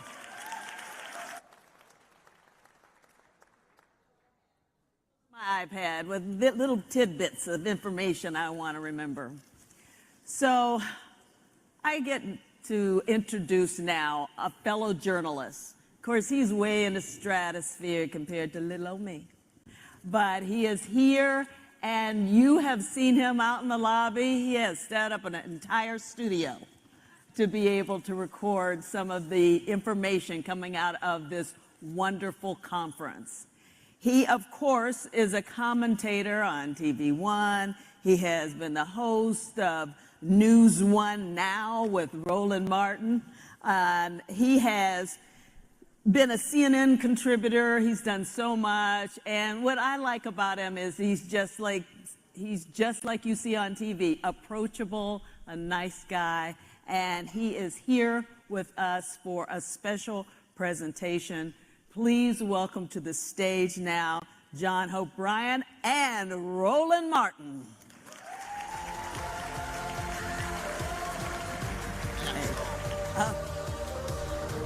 So how we doing? So John's supposed to walk out with me, but he ran to go take a photo. And then he said, hey, can they stall? I was like, dude, I get paid to talk for a living. I got this. So we'll wait for John to come back here. But let me say, first of all, it's great to see everybody here. But also, let all of your friends know that this event is being live streamed, broadcast, so the folks who are not here can actually be gaining a lot of this information as well. On all of the Operation Hope platforms, we've been live streaming it on my Black Star Network platform as well, because Kathy Hughes coined a phrase, information is power. And one of the greatest things I believe, one of our greatest failures is that we have a lack of information. I was talking to longtime Congresswoman, now Secretary Marcia Fudge, and we talk about the housing crisis in this country. I was doing hand-to-hand combat on Instagram this morning where somebody was complaining about housing prices in this country going up. And I discussed it on the show last week, and I had to explain to the person, and you heard Secretary Fudge say it, about the housing stock in this country. A lot of people just don't know, and when they spread ignored me?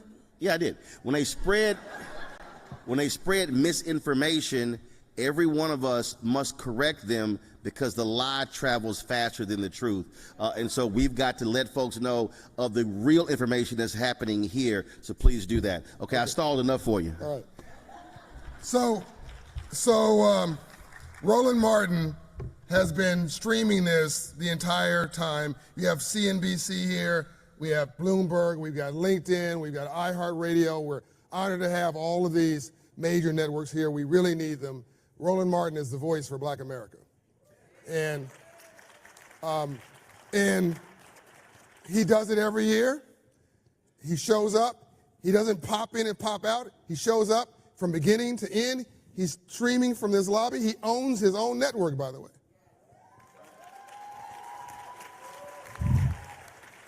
And about 10 years ago, 2012? About 10 years ago, Roland calls me. And anybody knows Roland, they know this is normal what I'm about to say. He calls me, and he doesn't say hello. He doesn't give you a greeting. He just starts cursing. What? I can't tell you. What the heck are you doing, John? Just, hello, Roland. Just stop it. Like, you're doing stupid stuff over here. And what he was saying, I was on Twitter. John, get off Twitter and go on Facebook. Do a video. Well, nobody's on that stuff anymore. You got to do a video. Roland, I don't know if I can do that. I'm not asking you what you do. I'm telling you what to do. I'm telling you it works. It goes in so, okay. So then I start doing these videos. And back then, I was on Periscope. And so anyway, I had like, I don't know, 30,000 followers or something. Anyway, a large reason of why I have 3 million followers on social now and about 250 million video views, and it's like going like a rocket, and one video alone was 4 million views last week. It's because I listened to Roland Martin all those years ago, and every week Roland calls me with some unsolicited advice. I'm not asking him any, I'm actually not asking him for advice. He doesn't care, and he doesn't call you at a decent hour. He calls you at 2 in the morning. And he just starts talking. It's like in mid-sentence. Well, did you see this? No, I didn't see anything, Roland. I'm asleep. Wake up. He's passionately cares about you. And he is a technocrat. He's all the charisma, but he loves the he knows the lighting, and he knows the best audio, and he knows when your setup's not right. And he's got his own studio that he's built now in Washington D.C. and he owns all of his own cameras and his own equipment and his own platform. And people told him, don't do this, Roland. Go get a job somewhere. He was on CNN. He's on his stuff. He said, I've done all that. I've checked all those boxes. But now everybody wants to come to him and get a job. And let me say one last thing. Roland owns his own portfolio of publishing. No different than Michael Jackson owned publishing or Prince or your famous artist. Everything he records, he owns. So when somebody needs historical archives 10, 20, 30 years ago, they have to come to him to pull the tape up, and he can give them a licensing fee, and that licensing contract will be generational wealth for his children. And he's also raising kids not his own in his house. They drive him crazy, but he does it anyway. There's so much that we can say about Roland, but as we've instituted a new Media Leaders Award because you cannot have a movement without the media. You just cannot. Dr. King would never have had a movement without having the media and celebrity by his side. And so it's really important that our community has share a voice. And oftentimes when I'm often blessed that a lot of people will come and listen to me ramble, but there are many people who, without Roland Martin, there would be no voice. Can you please join me in saying thank you as I present this Chairman's Award to Roland Martin. Okay, baby. There we go.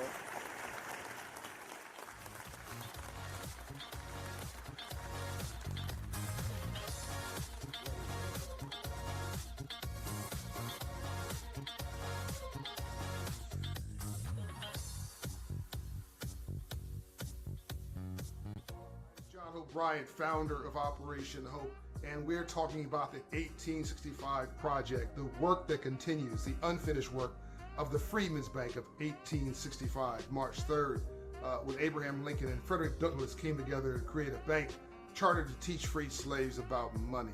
Unfortunately, Lincoln was assassinated soon after that, but the work today continues. And how you can help is to join as a member of the 1865 project, support our work on the ground, from the streets to the suites, from civil rights to civil rights. The second thing you can do is make a hope commitment in your community, where you live, where you work, where you operate, where you love.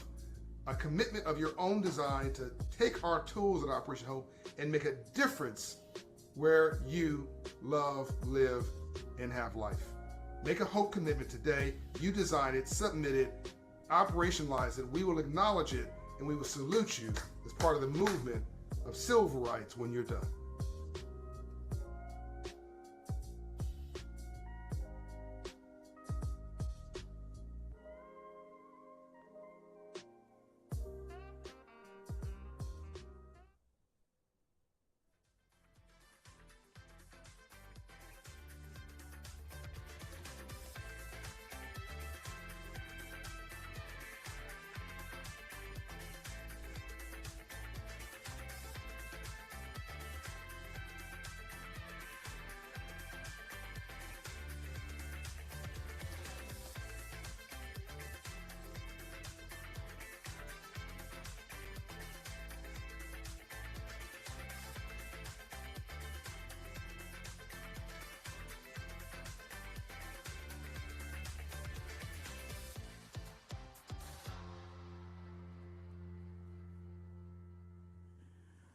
Right.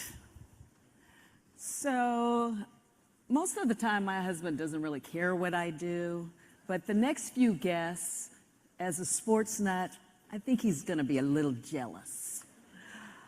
As I thought about the guests that we're going to bring on first in the sports world, last night I was thinking about him as I watched my husband flip between not one, but two NFL games at the same time. They were playing concurrently, right? So, you know that the Packers and the Giants were on at the same time as the Titans and the Dolphins. So he was living his best life. Can I just say that? He was living his best life.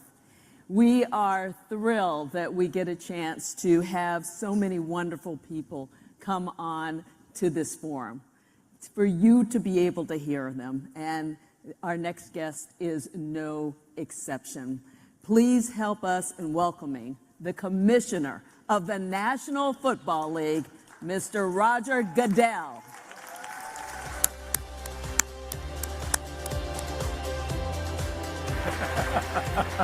Which side? This side? The great Roger Goodell. Again, I'm gonna start like picketing you guys. I'm just gonna do it because we've given you too much. We've spoiled you. You've got all these leaders and luminaries. If Roger Goodell showed up anywhere for anything, that alone would be reasons to stop the city. And he comes out here, and you guys are like, yeah, that's cool. The commissioner for the National Football League came to Atlanta just for this, flew in just for this, flying back out.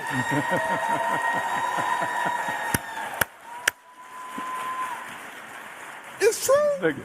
It's true. I called you, and your team said that understandably, you weren't available. You had to be in another city. And then you called me.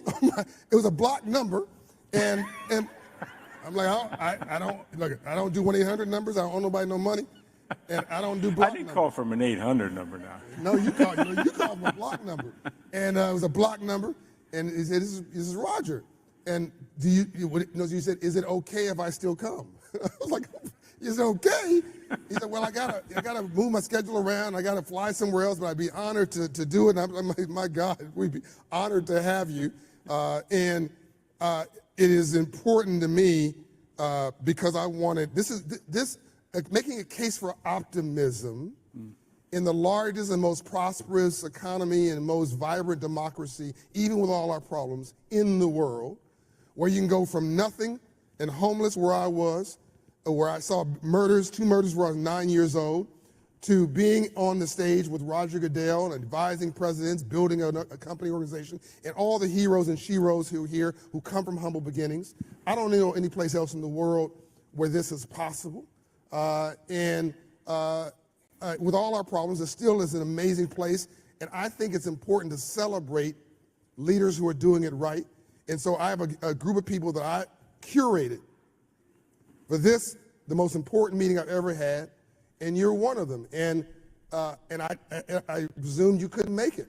And you didn't, not realizing how important to me, made a way out of no way, because that's how you roll. And I get upset and frustrated when people want to pick at you and criticize you and find some reason to have a problem with you. And I don't get it because I think you're doing a great job. And I see what you're doing behind the scenes, empowering women, empowering minorities, standing up for the underserved. You brought us into the NFL with, I want you to talk about the program, and made sure we were resourced, us and other nonprofits, gave us a stage, put us into the Super Bowl. I mean, gave us equity, then gave us access to the teams. All this stuff that nobody sees, I call social justice through an economic lens. And when I came to you to sit with you in New York, trying to figure out why or how this happens, because it didn't make any sense to me, and you and I bonded immediately when we met. It made sense when I understood your father. Your father was a United States Senator. Roger, tell him a little bit about your dad and what he did in the 60s, et cetera. Well, you have to get to that, but first off, thank you for having me. I'm thrilled to be here and honored to be here. My dad was a U.S. congressman in the 60s, and then in 68, when Robert Kennedy was assassinated, he was appointed U.S. Senator from New York. Slow down. By Governor Rockefeller. When Bobby Kennedy was assassinated, your dad took his place? That's correct. He was appointed by Governor Rockefeller in '68. And I'm one of 5 boys. 5 boys in 7 years, by the way. So, and we were still, for the most part, under 10 years of age. And I remember my father collecting all of us in a room with my mom and said, I'm going to speak out for civil rights and against the Vietnam War. And I am certain that like Dr. King. I will not win the election in 1970 because there was only 2 years on Bobby Kennedy's term. And true to form, President Nixon at the time and Vice President Agnew came after him, and he lost the election. And the lesson I took from that was have the courage to do what you believe is right, regardless of the consequences. And that's what my father taught me. So that's just something I've lived with, and my brothers are fortunate to have that lesson given to us, and it served me well through my time. That's how I look at it. Do the right thing and have the courage to do it. And to be clear, Dr. King said, we're here to redeem the soul of America from the triple evils of war, racism, and poverty. And your dad and your mom were against racism. They were against the war, and they were also trying to empower people with opportunity. They were for civil rights. And so in many ways, they were freedom fighters of the same lineage as the civil rights leaders like Andrew Young, Dr. King, Dorothy Height, and others. And in this position as a congressman and now as a senator, white, privileged, successful in New York, you could have just hid. He could have just hid. He could have just gone along. He could have gone along with the party line. But he knew in advance that if he took this position, that he wouldn't win re-election. Right. And did it anyway. How much in advance did he know? Well, this was soon after he became senator, so I would say as soon as he had decided that he was going to speak out on these 2 issues, he knew what the president would do, because he was a liberal Republican, as they called them in those days. I don't know what they call them today, but in '68, and he... A liberal Republican today would be a rational person.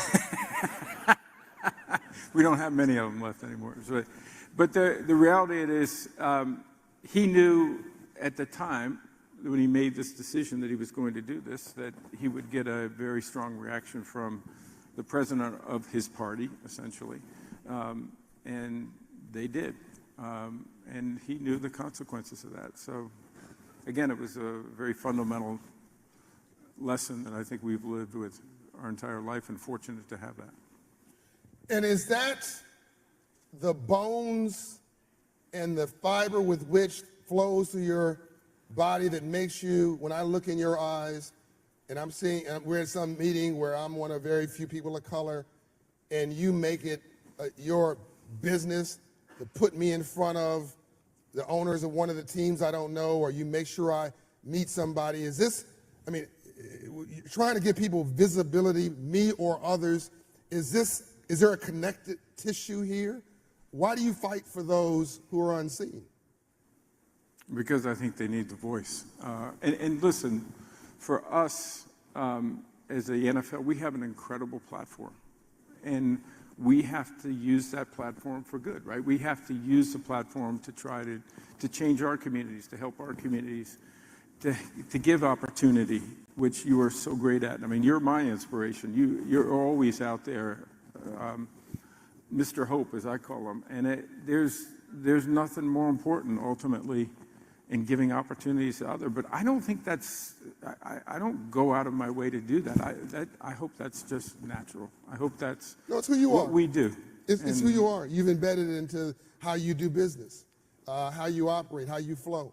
Tell us a little bit about what the NFL is doing that the public may not be aware of to try to push social justice through an economic lens, through through the prism of the shield of the NFL.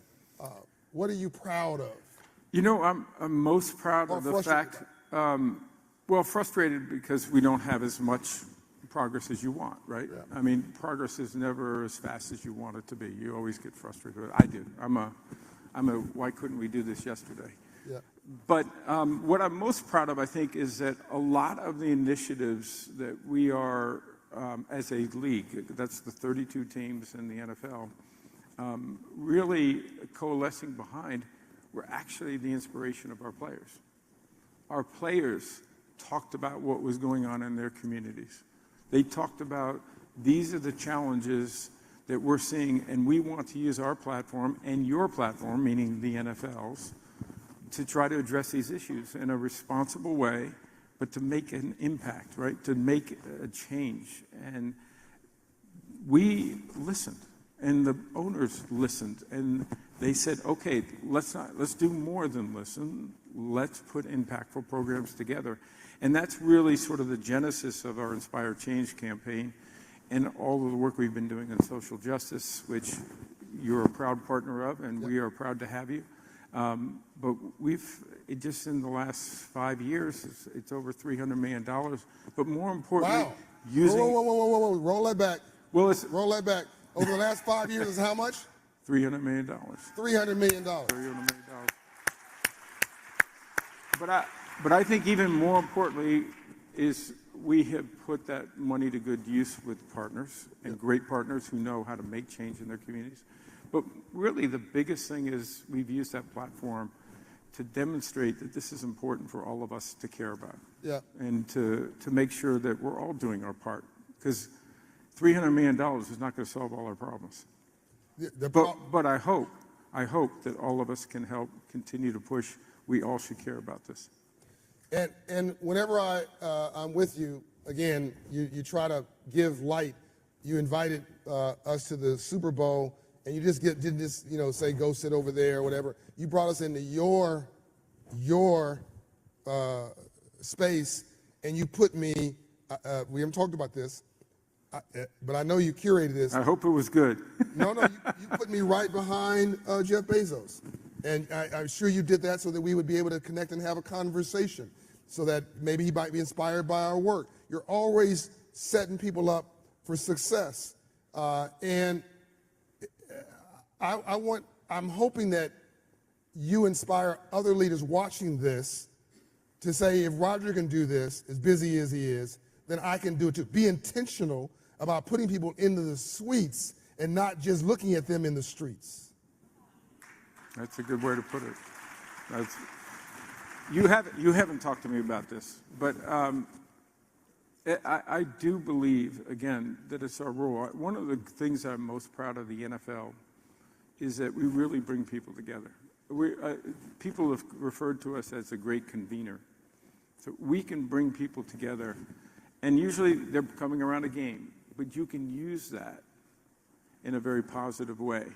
Very simply, as you just pointed out about how you do that. That's right. So, but you also can use it in very important ways as far as to our teams, right? Our teams, and the Atlanta Falcons are a big part of this community. Arthur Blank goes out of his way with his entire organization to bring the community into the Falcons and make it feel like that's their franchise, as well as the franchise he owns.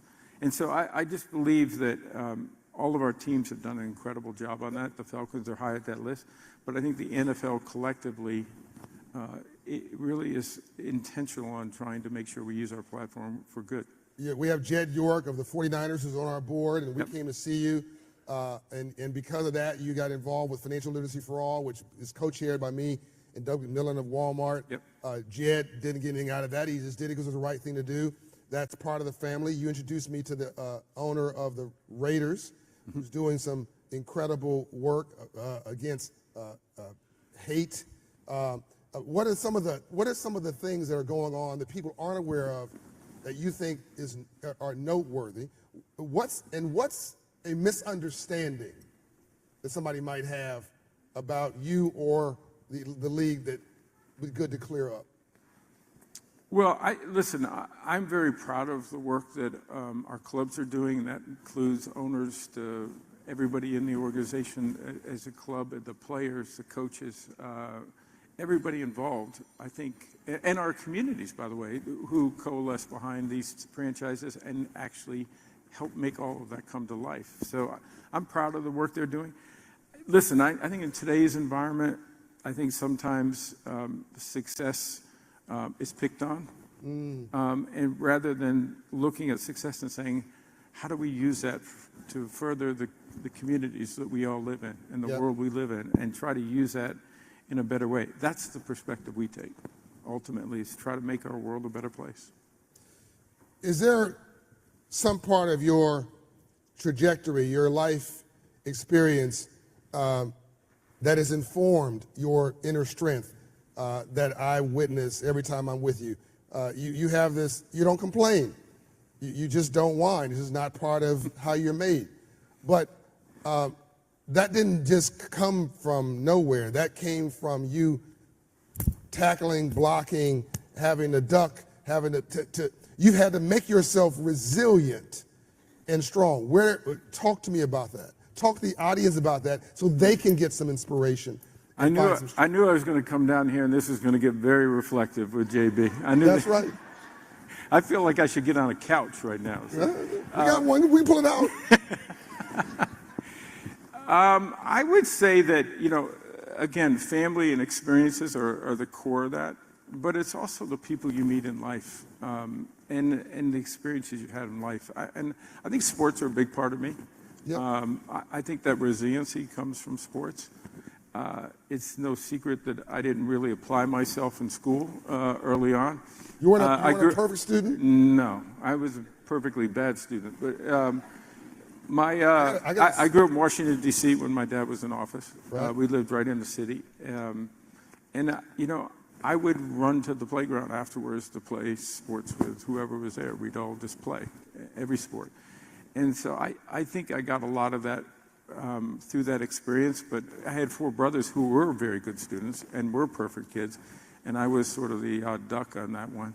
And my parents always looked at me and said, what's wrong with this kid? What did we do wrong? And I get it. And I finally realized when I was a senior in high school that I had to straighten up. When I went to college, I worked my tail off, and I came home with a 4.0 in my first semester. And wow. Yeah, I'm proud of that, but you'll get a kick out of my brother's reaction was, well, this isn't really a college.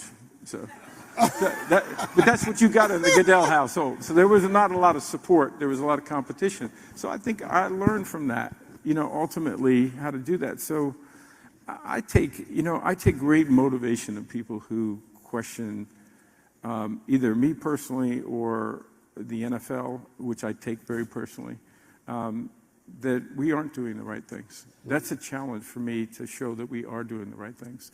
And it's not always easy in this world. But I believe it's really important to do, and I believe in what the NFL is doing. I believe in the impact. And as you've said to me many times, and I'm a follower, you believe in people, it makes a difference. Yes, I do. It makes a big difference. I do. You're stuck in this. You're stuck in this matrix. We're about to do something very special here in a minute, by the way. The commissioner is about to do something very special here in a minute. We're stuck in this matrix. Sorry, you're stuck in this matrix between one of the most popular games in the world is now being exported to other parts of the world. It's the one place where everybody comes together, the football, and don't argue. Well, they argue over the teams, but racism, it appears, gets suspended. A lot of our political drama gets suspended. Right. A lot of our social drama gets suspended. It's the one place where every race, every place, every religion, every creed comes into one place and has church, little c. They're cheering for each other or for their team, and we're one for a moment. But to get them there, it's extraordinarily painful. You have these critics over here that can't be pleased, it appears. And then you have all these owners over here that must be like herding cats, herding billionaire cats. How do you deal with the twin dynamics? And you're in the middle trying to keep it all together. This, what is this? Is it a treadmill or is it a grinder? I don't know what it is, but I will tell you it's the most exhilarating, challenging thing I've ever done in my life. And I love that. I can wake up every morning and it's a different challenge. It's something, my schedule can say X, Y, and Z, but I'm going to be doing A, B, and C. And I love that challenge of coming in and sort of having to deal with that. I think the secret to it, like anything, is respect. I'm a big believer in that. Respect other people's opinions. Respect and understand where they're coming from, even if you disagree. And if you believe so strongly in it, it should be easier for you to be able to sit back and listen and say, what is it that is different about the way I'm thinking about this issue? And I call it, in some extent, is that you may have solution A, and I may have a solution B. Quite frequently, if we put our heads together and understand one another, we'll come up with solution C, which is the best solution. And so when people don't understand this about the NFL, one of the ways it operates in most of the big issues is we have 32 clubs. Each one gets a vote. And we have to get 24 of the 32 clubs to approve something. So if we do a labor deal or media deal or any big policy, and the way I look at that is if we can get 32 clubs to agree on something, it's probably a really good solution. But it teaches you a lot about making sure you put the issue out there, you do the homework, you have discussions about that, you allow people to speak about it, and frankly, they usually come to the right conclusion if you make sure you keep that North Star there, which is do the right thing, ultimately. And I think the NFL has done that consistently, even in difficult issues. And, you add the players and the players' associations, the coaches, the fans, who we get a lot of feedback and a lot of input that really has driven where the NFL has gone. Because ultimately, if you don't meet the fans where they are, you're probably going to be without a product. And you talk about global. We played 5 games overseas this year, 3 in London and 2 in Germany. We sold over 300,000 tickets. To Germany alone, which had 2 games, we could have sold 4.5 million tickets. Wow. So there is a demand for our sport. 4.5 million tickets just in Germany? Just in Germany for 2 games.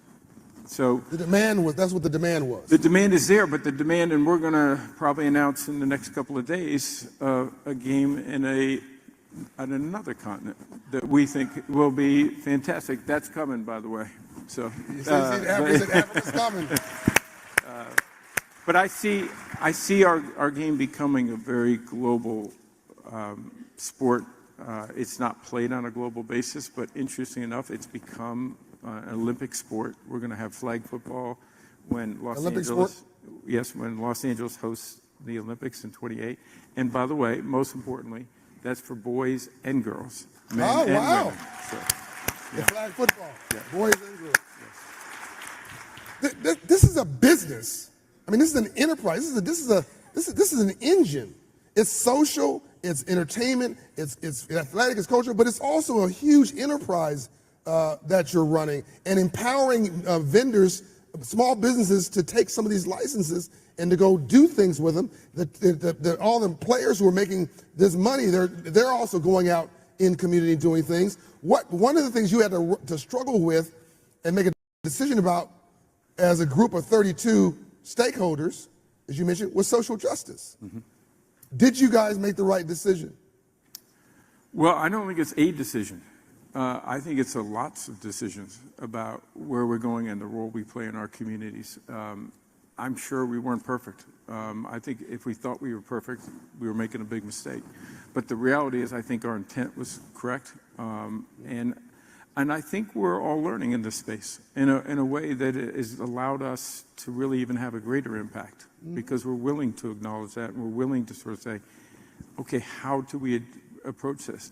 The second thing that's made the NFL incredibly successful is great partners.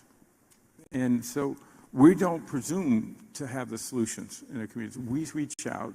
Our Inspire Change partners are tens of hundreds of partners that are doing incredible work, some in local communities, some on a national level, some on an international level.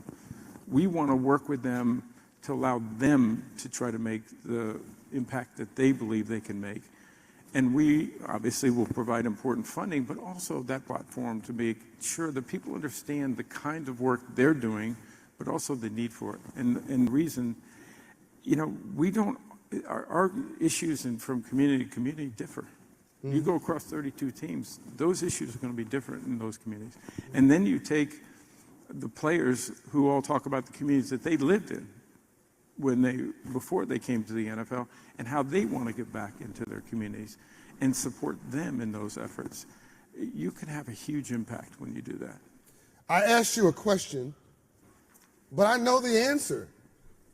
I asked you a question about social justice. You're just too dang on humble. I'm telling you, the only reason I'm here with you is because you selected Operation Hope and a range of other nonprofit organizations under your direction, and you created NFL Inspire Change. You gave it a budget, you gave it staffing, you gave it resources, you rammed it down some people's throat that didn't like it and made it their idea. You allowed it to be their idea. You then introduced us to all these people. You put me in your box at the NFL. You put other people in your box at the NFL. You took Sweet Alice Harris from South Central LA. You put her on the field at the NFL, at the Super Bowl. She had never been to a game before in her life. You've done all this stuff. Because of you, Jed York and the 49ers featured our work. We have Hope Inside at the 49ers. Because you're just too dang on humble. I'm telling you right now, I'm in the game. Yes. Because of you. Take it, Roger. I think we're in the game because of you. Because you make the difference for us. You're doing important work every day. And for us to be able to support you in that one is awesome to me. That's why I'm here. Because you deserve that support, ultimately. Well, I thank you, brother. And one of the reasons that we're here, and the only reason we do this stuff, and I was talking to Ed Bastian one day, I said, how you doing? He said, what does it matter? I said, what do you mean? He said, look, I run a publicly traded company. I'm the CEO. Nobody cares about my feelings. He said, but John, do you or I want to give up that seat? Because we get to make decisions in that seat to make the world better for other people. When we leave that seat, we can figure out what we feel about whatever. But in the meantime, no good deed shall go unpunished, but we have the chance to make decisions. You have had a chance to make decisions. I've watched you make decisions. I endorse Roger Goodell. And you came here not just to have this conversation. You came here to use your platform to do something special. What is it? Is there something around here somewhere? Well, we like to make a difference in the world. And so, but it starts with people, individuals, right? Individuals that are doing their hard work and make a difference every day. And so we asked your organization, is there somebody special within Operation Hope that is going the extra mile every day, doing the hard work and making the impact? And you happen to pick Linda. Are you here? Linda Madrell. Can you come out? Linda Madrell. She has no idea what's going on. So right Linda here? doesn't know. Hi, Linda. I'm Roger. So Linda happens to be from Las Vegas, I think Henderson, Nevada, is that right? Yes. Right outside of Las Vegas? A little bit outside. So I don't know what you're doing in February, but we have a game there at Super Bowl.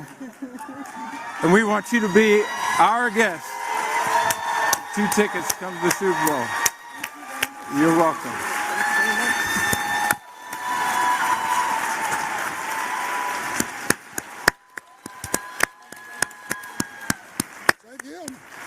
No, you're welcome. And this is why we do what we do. That's what you do with power. You collect power to give it away. And now I get to give something away. The Chairman's Hope Award presented to Roger Goodell in recognition for your role in quarterbacking diversity, equity, and inclusion, and inspiring change in the NFL and across America, December 10th through 12th, the Hope Global Forum. You gave to her, now we give to you. Thank you. Thank you, bro. Thank you, bro. Love you, man. Thank you. Thank you, man. You're the best.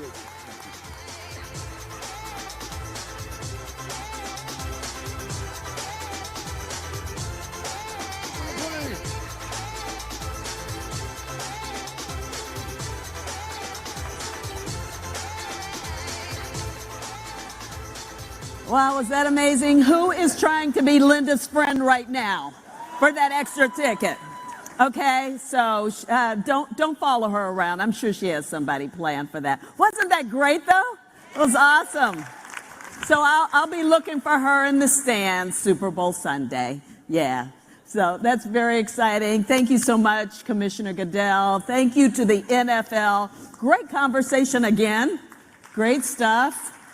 So thanks so much for what the NFL is doing for Operation Hope. We're excited about this. So we're going to continue with this theme that's going to make my husband jealous about the collective community of sports. We are incredibly, incredibly fortunate to have with us a true baseball legend. I know my husband has baseball cards with him. Yes, I know he does. So he is a 14-time All-Star, a 5-time World Series champion, a 2-time World Series MVP. He was inducted into the Major League Baseball Hall of Fame in 1993. There is so much more I could say, but I'm going to just say welcome, a big welcome to Mr. October himself, Reggie Jackson.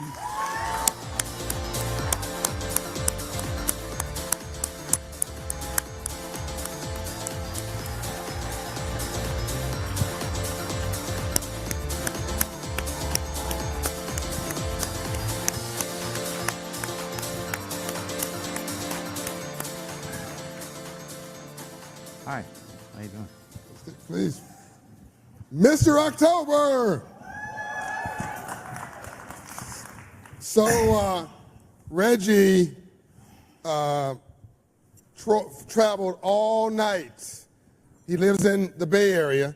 He traveled, is somebody calling to cut a deal, Reggie? That's you. Is it me? You just called me. Reggie, I did call you. Reggie traveled all night to be with you this morning from San Francisco. It's what he does with everything that he cares about. He goes the extra mile. My only frustration here is that we don't have enough time. Each of these conversations could last 2 or 3 hours. Don't you agree? This guy is revolutionary. He's as important as Muhammad Ali.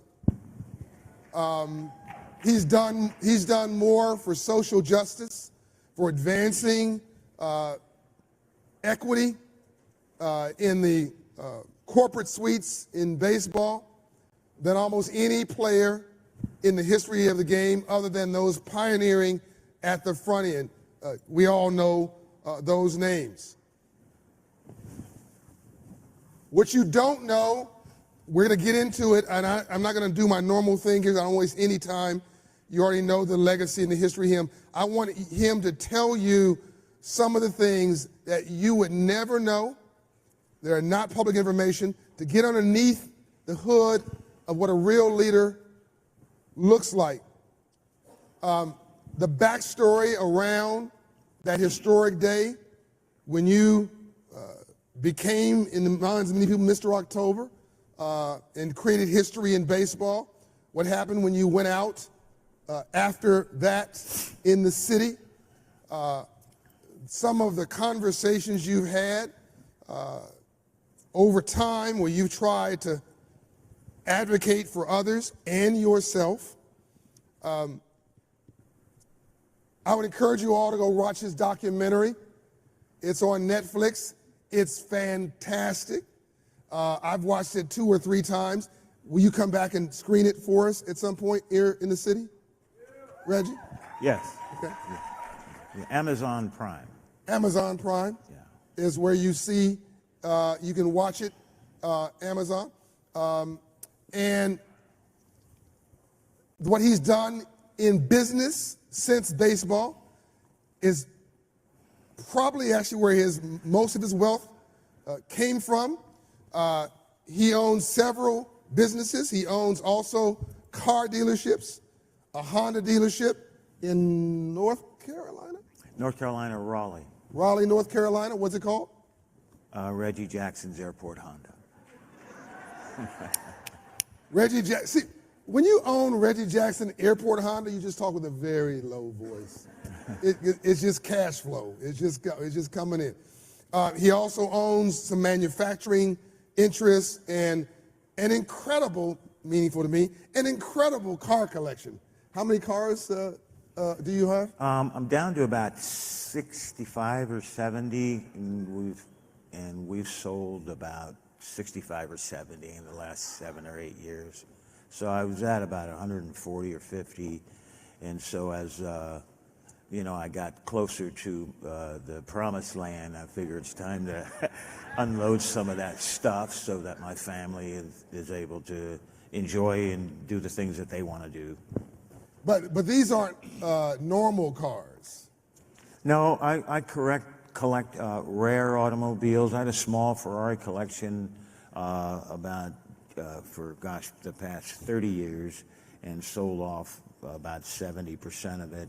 I was a small Ferrari collector with about 10 or 12, and so I sold those off. I've got 4 left, and I'll sell most of those and turn it into revenue so the family can do what they want to do, because I did what I wanted to do. So you created generational wealth, and now you're trying to provide some transition for members of your family, is what I'm hearing you say. For sure, yes. Yeah. And you have a beautiful daughter who I have met. She's in Southern California. She lives in Tennessee. We're working on getting there. Yes, you met her there. We're working on getting her back with her 2 grandsons. I think the one boy is I think he's left-handed, and so kind of hoping, he'll be able to hit. You can guarantee that. Is the only grandfather who describes his child, whether he's left-handed or not. Did you guys get that? Okay, this is just. I'm a fanboy. I love Reggie. And by the way, how did Reggie and I meet? How humble he is. Do you remember how we met? Yes, I do remember how I met you. You want to tell him, or you want me to tell him? Well, it's interesting because I've met a lot of people, and the stories usually are different.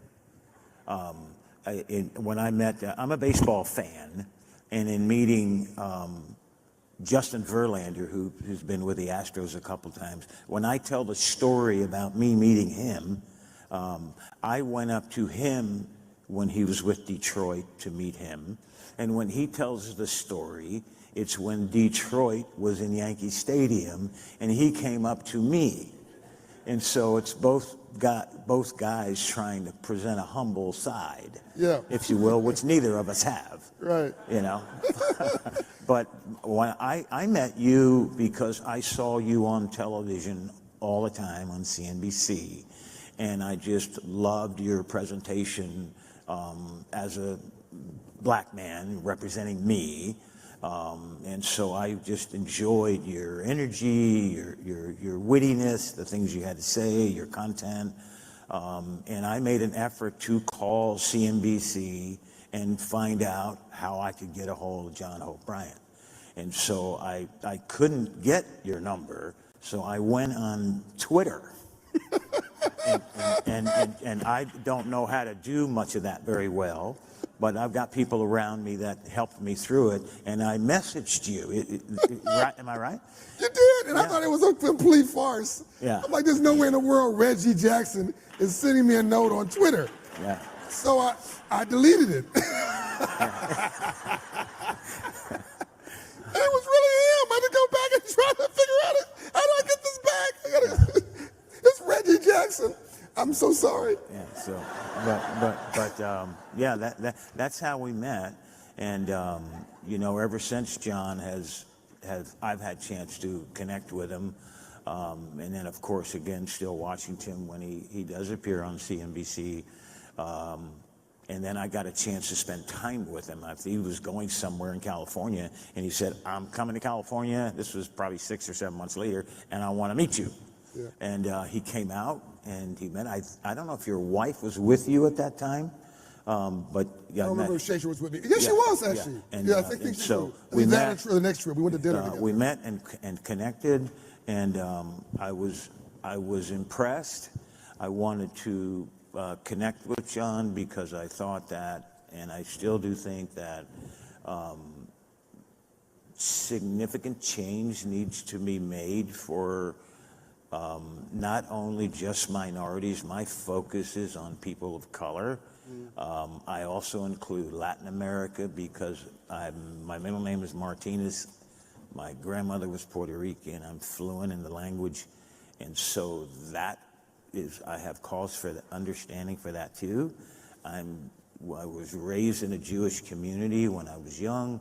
My father's best friends were Jewish. He spoke kind of half-ass Yiddish from time to time, so I've connected with people from places and communities and lifestyles that, for me, have passion.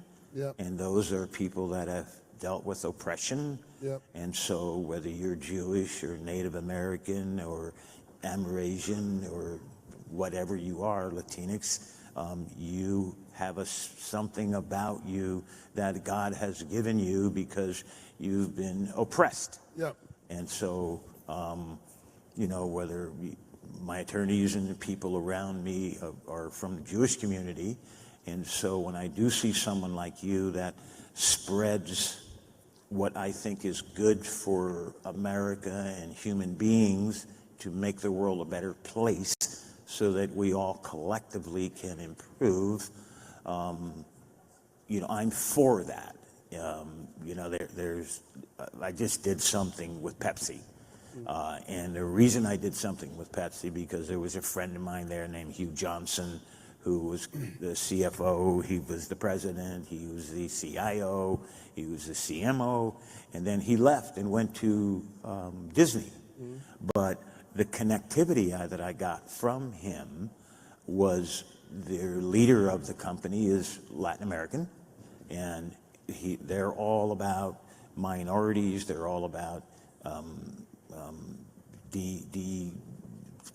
help me. Underserved? No, they're all about, what is it, with the DEI? Oh, diversity and inclusion, et cetera. And so I got to the point to where some of the friends that I work with at Nike and some of the friends I work with at Ralph Lauren and these names, et cetera, that are powerful, they're concerned about building relationships with people that are concerned about making the world a better place and having a focus on DEI. So that was you to me. You're the person that explains it the best, has the riddles that make sense, if you will, and the analysis of how important it is.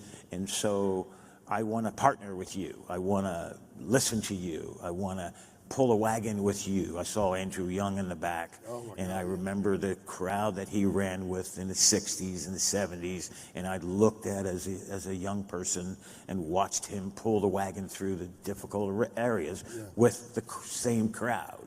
And so I believe that you have done something where you've amassed people here that want to make a difference. And so what I want to be able to say here today is I said to Roger Goodell, I did not know he was on board with trying to make this kind of difference that you are, because it makes the world a better place. I have a STEM foundation that teaches kids STEM education, which gives you a skilled job, which gives you a starting salary of in the mid-60s. That's well above the $35,000 poverty line. Right. So for me, I want to say, John, what you've put together here is each and every one of you that are extremely successful, bring someone else next year that is like kind in your thought process. That's right. And we'll continue to spread the seeds. That's right. And thank you for that, Reg. It's really uncomfortable having this living legend say anything kind about me. I'm gonna tell you, I really didn't have a lot of business in San Francisco. I just came to see you. I can tell. I got on the plane, and I'm sure I created some meetings, but I'm like, it's Reggie Jackson. I'm going to see him. And I traveled all across the country and try not to drool in front of you because it's Reggie Jackson. I have a great story that one of my friends with the Astros and one of his partners there, we were watching a game in Atlanta during the World Series, which we lost. This is not where I was with you. We're in the suite. Oh, geez. And so John comes in the suite and he said, Reggie, I got to get a souvenir. I got to get something, I just got to get something. And to go take back to my kids, whatever. And I said, okay. So I've had on an Astro hat. And so the guy there, that was one of Jim Cramer's buddies, is in the oil business. Jim Cramer owns the Astros. Yeah, and so he says, I'll buy that hat that you're wearing, Reggie, for $25,000 and give the money to your foundation.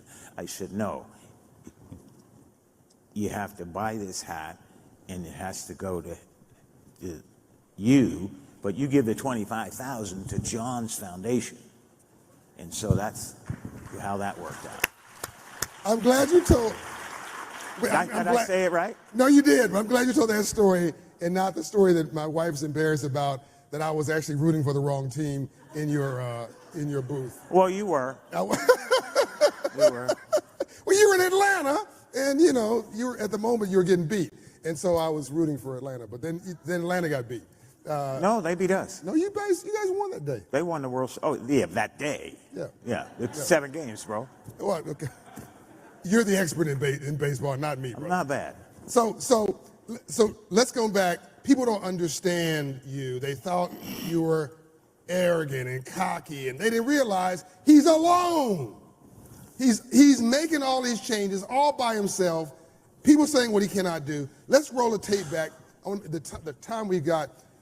You guys enjoying this? I want to do this. I want to cover.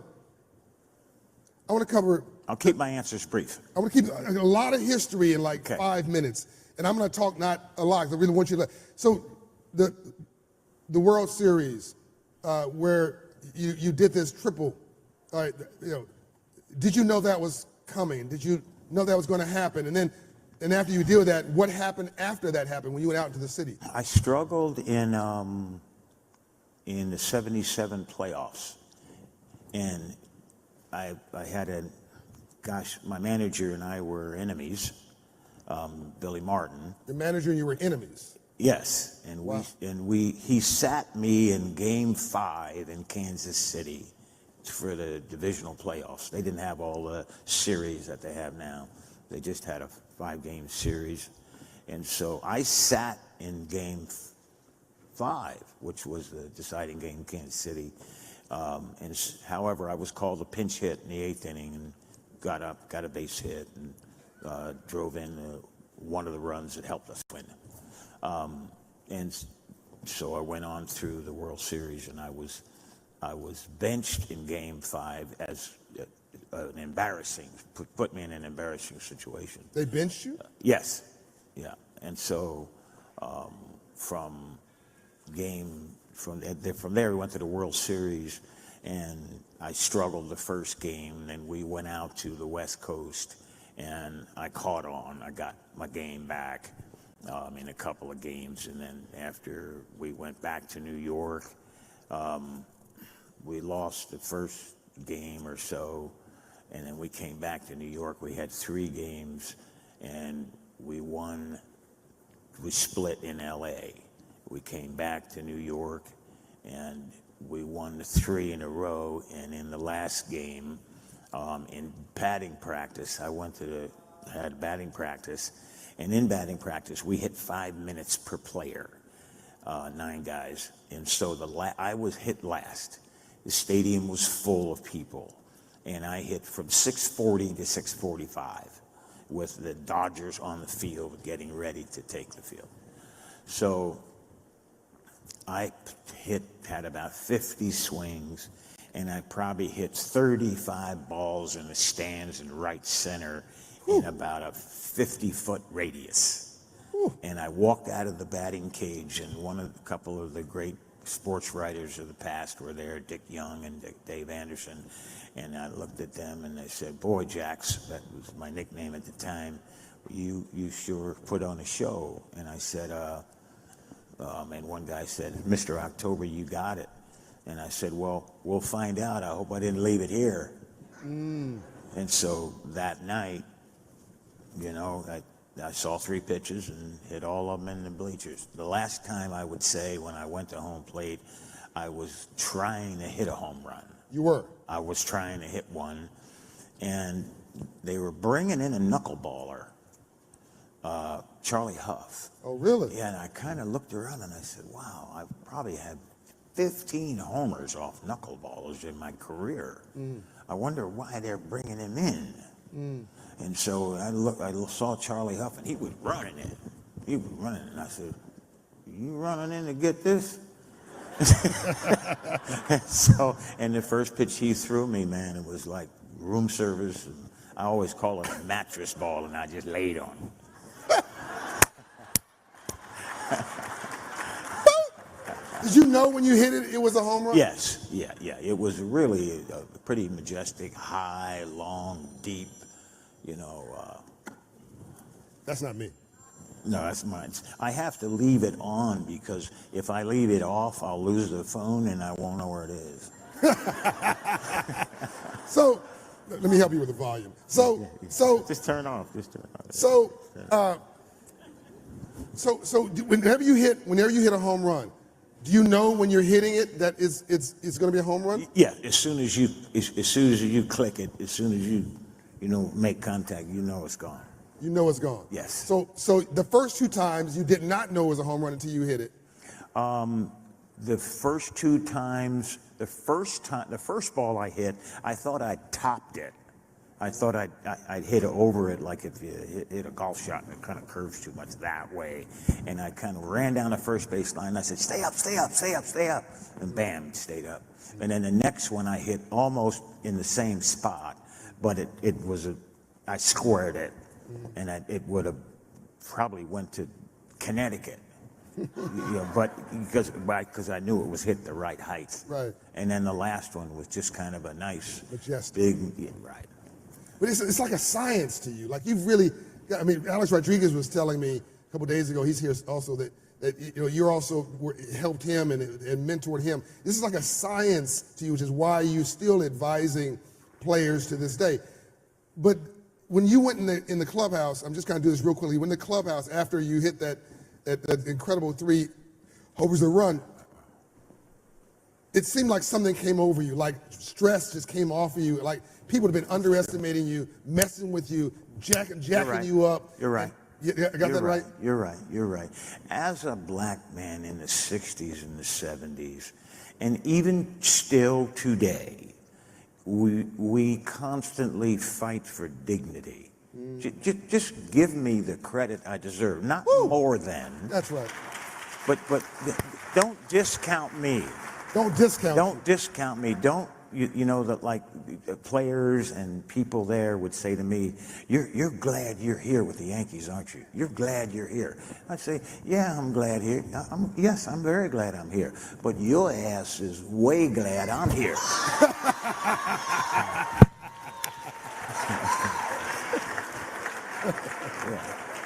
By the way, he just gave me that killer Reggie Jackson look.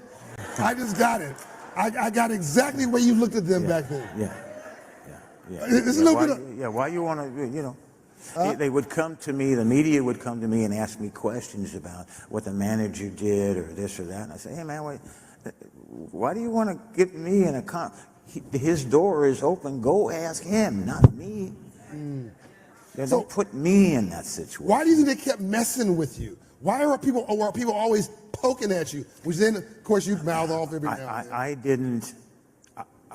I didn't act like you were doing me a favor by having me here. I'm part of the team. I'm like your best player. I'm a pretty good player. Just give me my due. I don't want more than that. That's right. Like, really?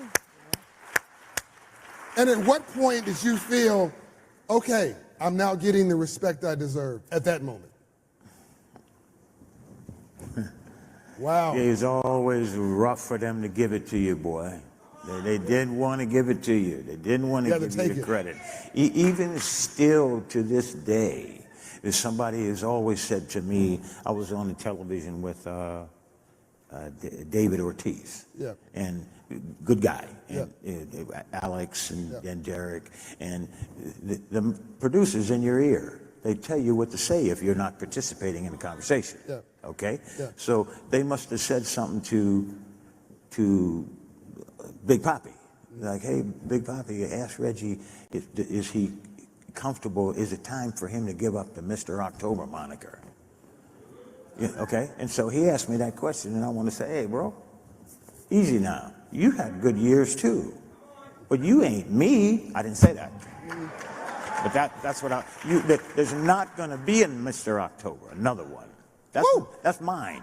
That's it. Yeah, you make yours. That's it. So he had said to me, one of my favorite players, you know, when I worked with the Yankees, I got to watch my favorite player every day and got paid, Derek Jeter. Got to watch Alex Rodriguez. Got to watch Mariano. When I went to the Astros, I got to watch my favorite player, Altuve. Okay. He said, isn't it time to give up the moniker Mr. October to Jose Altuve? I said, you're right. I enjoy the fact that when someone comes up and has a great October, they say Mr. October is you know, he's having a Mr. October moment. You remember how they said that, David? I didn't say this. He's having a Mr. October moment. That's me. So every time someone does that, I'm thrilled. I get my name mentioned. Right. But it's, you know, I could have checked him, but it's not necessary. So, did you guys catch that? I could have checked him, but it wasn't necessary. Yeah, not necessary. When you got the power, you don't need to use it. Don't use it. So all things have not been a bed of roses. You left this big game. You're in your Rolls Royce, I believe it was. You were so about, I think it was a Rolls Royce. You go out into the city. I'm trying to do this real quick. What happens? Well, that night, you're not quite correct. I got held up and had my car at gunpoint taken from me. That's where you're going. That's right. Right? That's right. That was in season. Okay. That night, for the year, I drove a Volkswagen. Mm-hmm. And I drove down this 3rd Avenue to a place called Jim McMullen's where I always would eat. The streets were packed with people. Yeah. I parked my Volkswagen, it was navy blue, Yankee blue, on the sidewalk. Okay. And my girlfriend and I went in and ate dinner. But the thing you're talking about where I was held up at gunpoint, I had a guy, I was driving a Rolls Royce, a kid stuck a pistol to my neck right here and said, give me your keys. And so I pushed my girlfriend out of the car, got out of the car, and the kid looked like he was 16 or 17 years old. I tried to thwart him from doing anything. I lunged at him. He picked the gun up. He pointed the gun at me and put it down. Wow. I ran away. He tried to get in the car, and in the Rolls Royce, it's a touch movement. Yeah. And he was yanking on it and couldn't get it in gear. Right. And got out and ran. Right. Yeah. But your life flashed in front of you. In a moment, yes. And you're at your zenith. I mean, you're the man. That's true. It can happen to anybody. Yes, it can. And so you're trying to fight for the rights of the underserved, whatever, and you're about to have your lights taken out, turned off. That's true. But that didn't stop you from fighting for those anyway. No. no. Because you realize he you didn't have a job. You have to do the right things for a community. It's what God wants you to do. It's only right, you know. And I'm thrilled with the people I've seen here today. I think either founder or head of Shopify is here. Someone said Mike Milken is here. Yeah, he's here. The people that impact the world financially are super smart and super understanding of what needs to be done.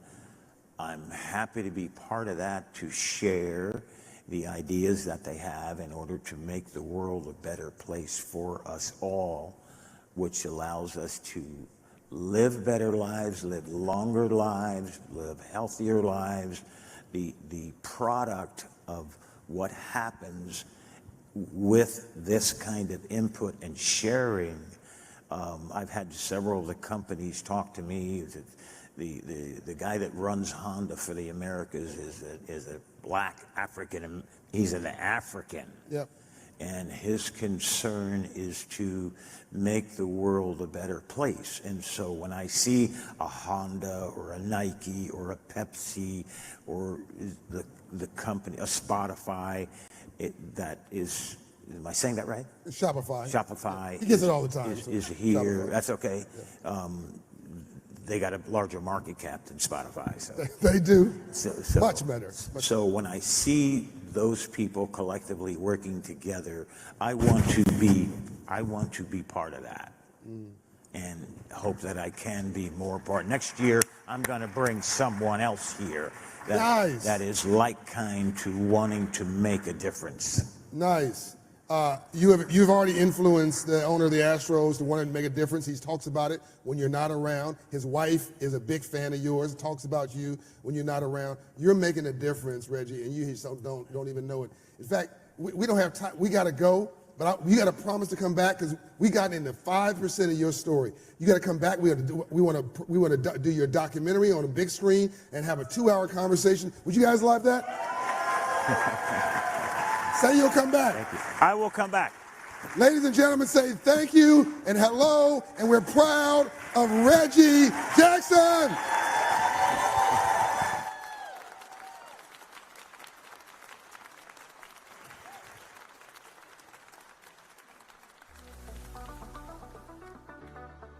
Hi, my name's Teresa Tumber. I am a financial wellness coach, specializing in credit and money management and small business with Operation Hope, and my partner is Fulton Bank in Virginia Beach, Virginia.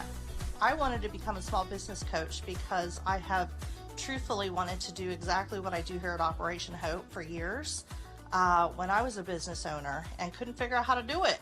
But now I am able to do it, and I don't have to create the wheel. And so I've always wanted to help those in the communities in which we serve. Never been able to do that on my own, and so now I'm able to do my passion and pay it forward. That's really where I am in life. I'm 53 and I'm heading towards retirement, so I figure why not start paying it forward and helping those that are still trying to climb the ladder and make a success of their life. Working with Aquina was just an amazing thing. She is somebody that is a stellar student. She really engages in the class. She asks lots of questions. She wants to know, and she realizes the opportunity that she has with Operation Hope and my knowledge in being able to help her as a previous small business owner myself, and being very successful at that. So she took heed to everything that I said and has just really, really grown with not only personally but professionally.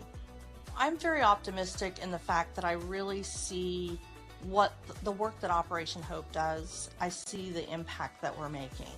I, every day, work with clients that feel like they can't move forward. They feel stuck. And my working with them and my belief is that, how you lead in a coaching conversation is you lead them to believe in them until they catch up. And I truly believe that if we all continue to do what we're doing here at Operation Hope, and thankfully to our partnerships, allowing us to be able to do what we do. I think we're going to change the world, and especially in every aspect of their life, because this is something that gives them positivity and hope, as our Operation Hope name is.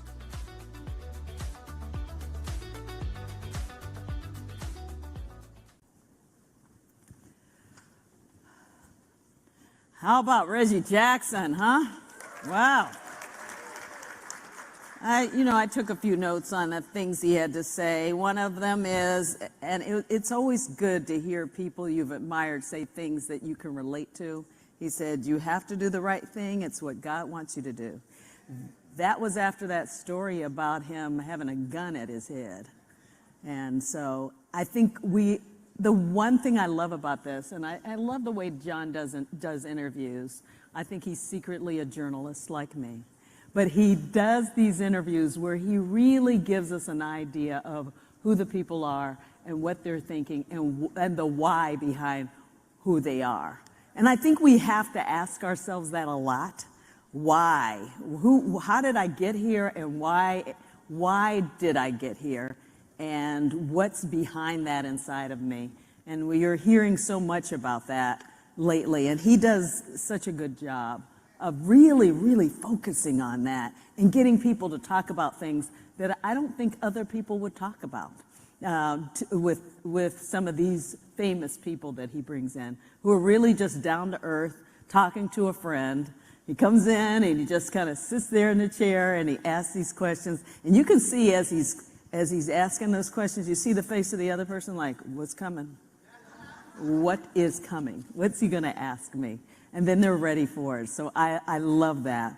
So we're going to take a break from sports a little bit and change and get into something a little bit different. We're going to talk about wellness, the future of longevity, which is something as I get older, I'm thinking about a lot. What does that mean? Where am I in that big picture? My whole family, the whole bit. Thriving in a rapidly changing world. Thriving, just thinking about that word and what that means. So for years it's been just trying to make it day to day to day, and now it's how to thrive and be in a day-to-day world. So we're going to talk about that a little bit coming up. And then, of course, we have another panel that's coming on to talk a little bit about what we're going to do in terms of redefining the rules, the entrepreneurial journey. We have the CEO of Airbnb with us. So that'll be a fabulous conversation to get into his head about a few things. And of course, we have another baseball legend coming. Chairman and CEO of A-Rod Corporation, Mr. Alex Rodriguez, is going to be with us too. So we have a wonderful lineup, and I believe we're going to wrap things up with Mr. Michael Milken, who is going to talk about reimagining prosperity, advancing the American dream with Michael Milken. But first, let's get into talking about thriving and our longevity. Please welcome back to the stage John Hope Bryant, and he will be speaking with the CEO of Pfizer, Dr. Albert Bourla.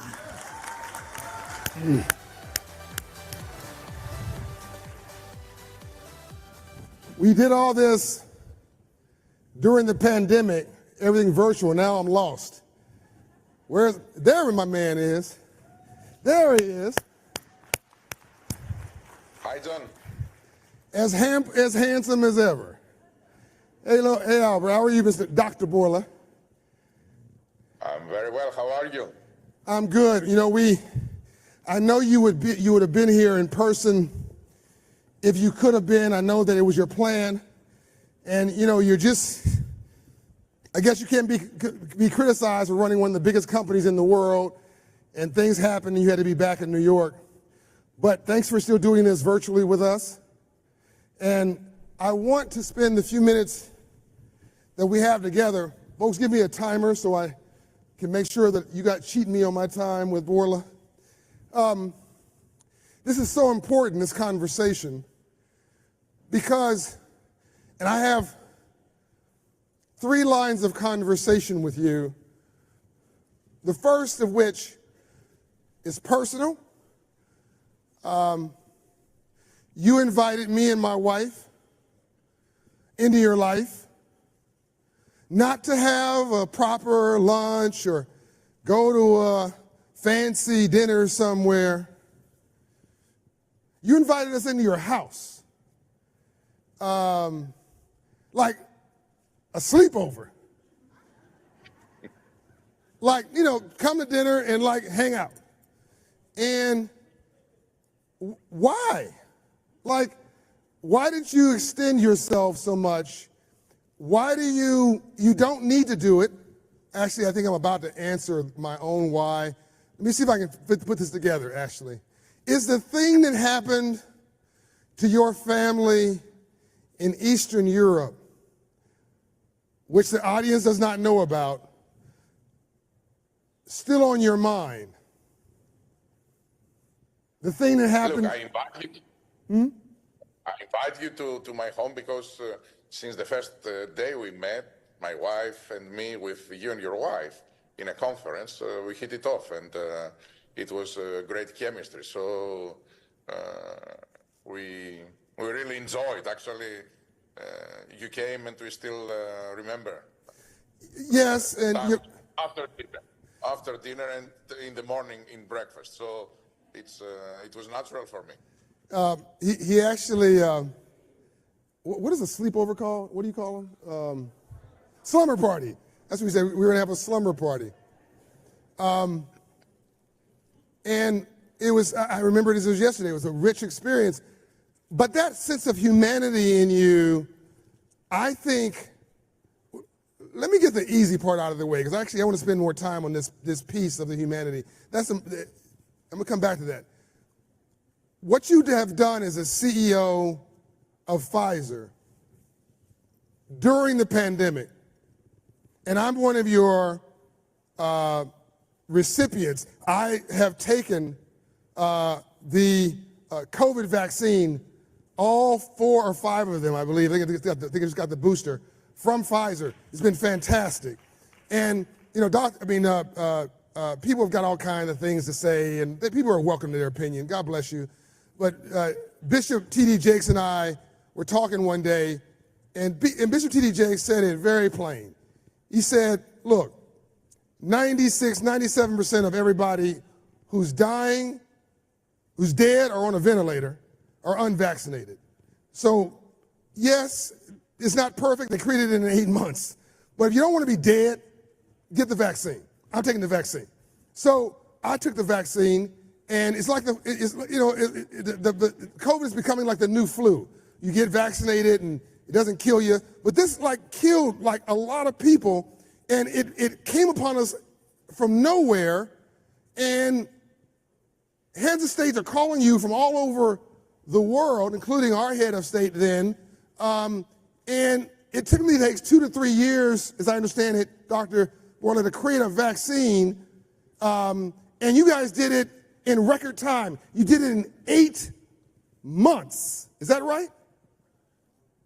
It takes 8 to 10 years, and we did it in 8 months, and we got it approval in 9 altogether. Yeah. And I think that you deserve the Nobel Peace Prize. I just do.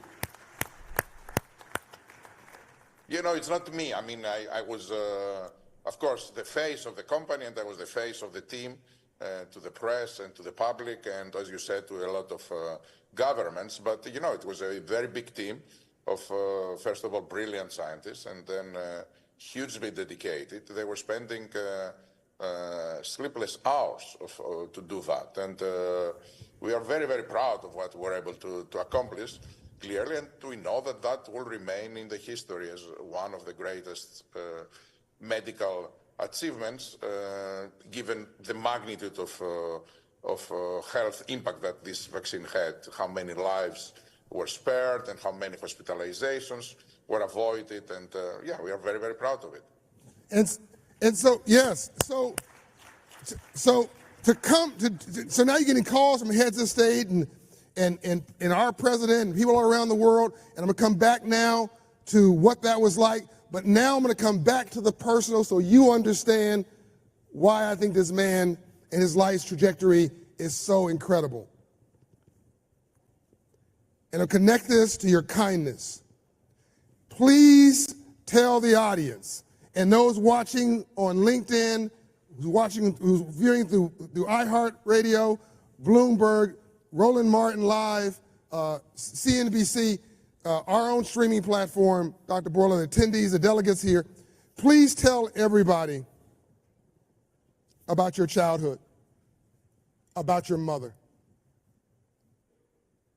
My mom. Look, I mean, I had a happy childhood. I was born in a middle-class family. We didn't have affluence, but nothing was missing from home. My father and mother were very happily married together. They love each other. It was very obvious to all of us. I'm sure you are referring to the fact that both of them survived the Holocaust, and particularly my mom was the one that was in hiding because we are Jewish. And she was eventually arrested, and then a Christian relative of ours paid bribes to the Nazis to make sure that they will not execute her, because it was towards the end of the world, so they were not sending any more people to Auschwitz from Greece. And eventually she hardly escaped execution. She was put in front of in a line in front of a wall and behind the wall and in front of a firing squad. And last moment they pulled her out of the line, and as she was going back, she heard the execution of everybody else. So, and you know, she went back to jail. She was not back to freedom, where she had been abused in the jail. She was a teenager. So she had very, very difficult times. And her brothers actually came from Auschwitz. They survived there. So as a family, they were all discussing about these stories home, which is very rare, because usually Holocaust survivors never discuss. Typically, they don't discuss the horrors that they live. They want to forget. It's a very, very unique situation. But, you know, my mother, not my father so, but my mother was talking about those things. And I think...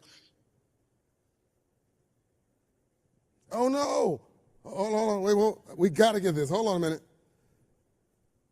Are you back, Albert? He's frozen. Hold on a minute. So while we're trying to get him back, I don't know if you caught all that. Happy childhood, everything's fine.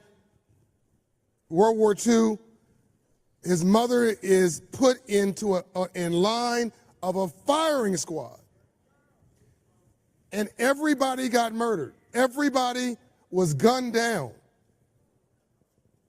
But they pulled his mother out. I mean, unbelievable. And of course, if that hadn't happened, he wouldn't be here.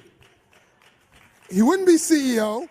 He wouldn't have made the decisions that he made. No other CEO would have made the decisions the way he made them. You wouldn't have a vaccine. I believe tens of millions of lives would be lost, if not more. He cut deals in Africa with African heads of state, along with my friend Shrive Masiyiwa, who was not able to be part of this, the sixth richest man in Africa, a black man in Africa, who cut these negotiated deals on the government side. But Albert Bourla took these extra steps, not just dealing with the UK and dealing with the United States and England and France. He dealt with Africa and African leaders to make sure that people in Africa got these vaccines at no cost. And oh, you're back. Can you hear me? Can you hear me, Albert? I'm sorry for that. No problem. Somebody tripped on a cord or something. But I was just telling them that I was saying that if your mother hadn't been pulled out of the firing squad line at that moment, you wouldn't be here. What was the statistical? You told me a number in this small town of who was executed and who survived. It's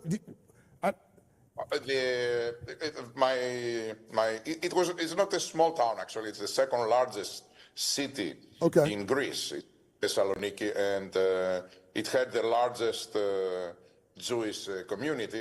The extermination was very high. 96% was exterminated, were killed. So 4% survived. 4% survived.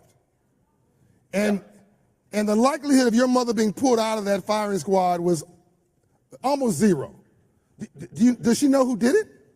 What God did it, huh?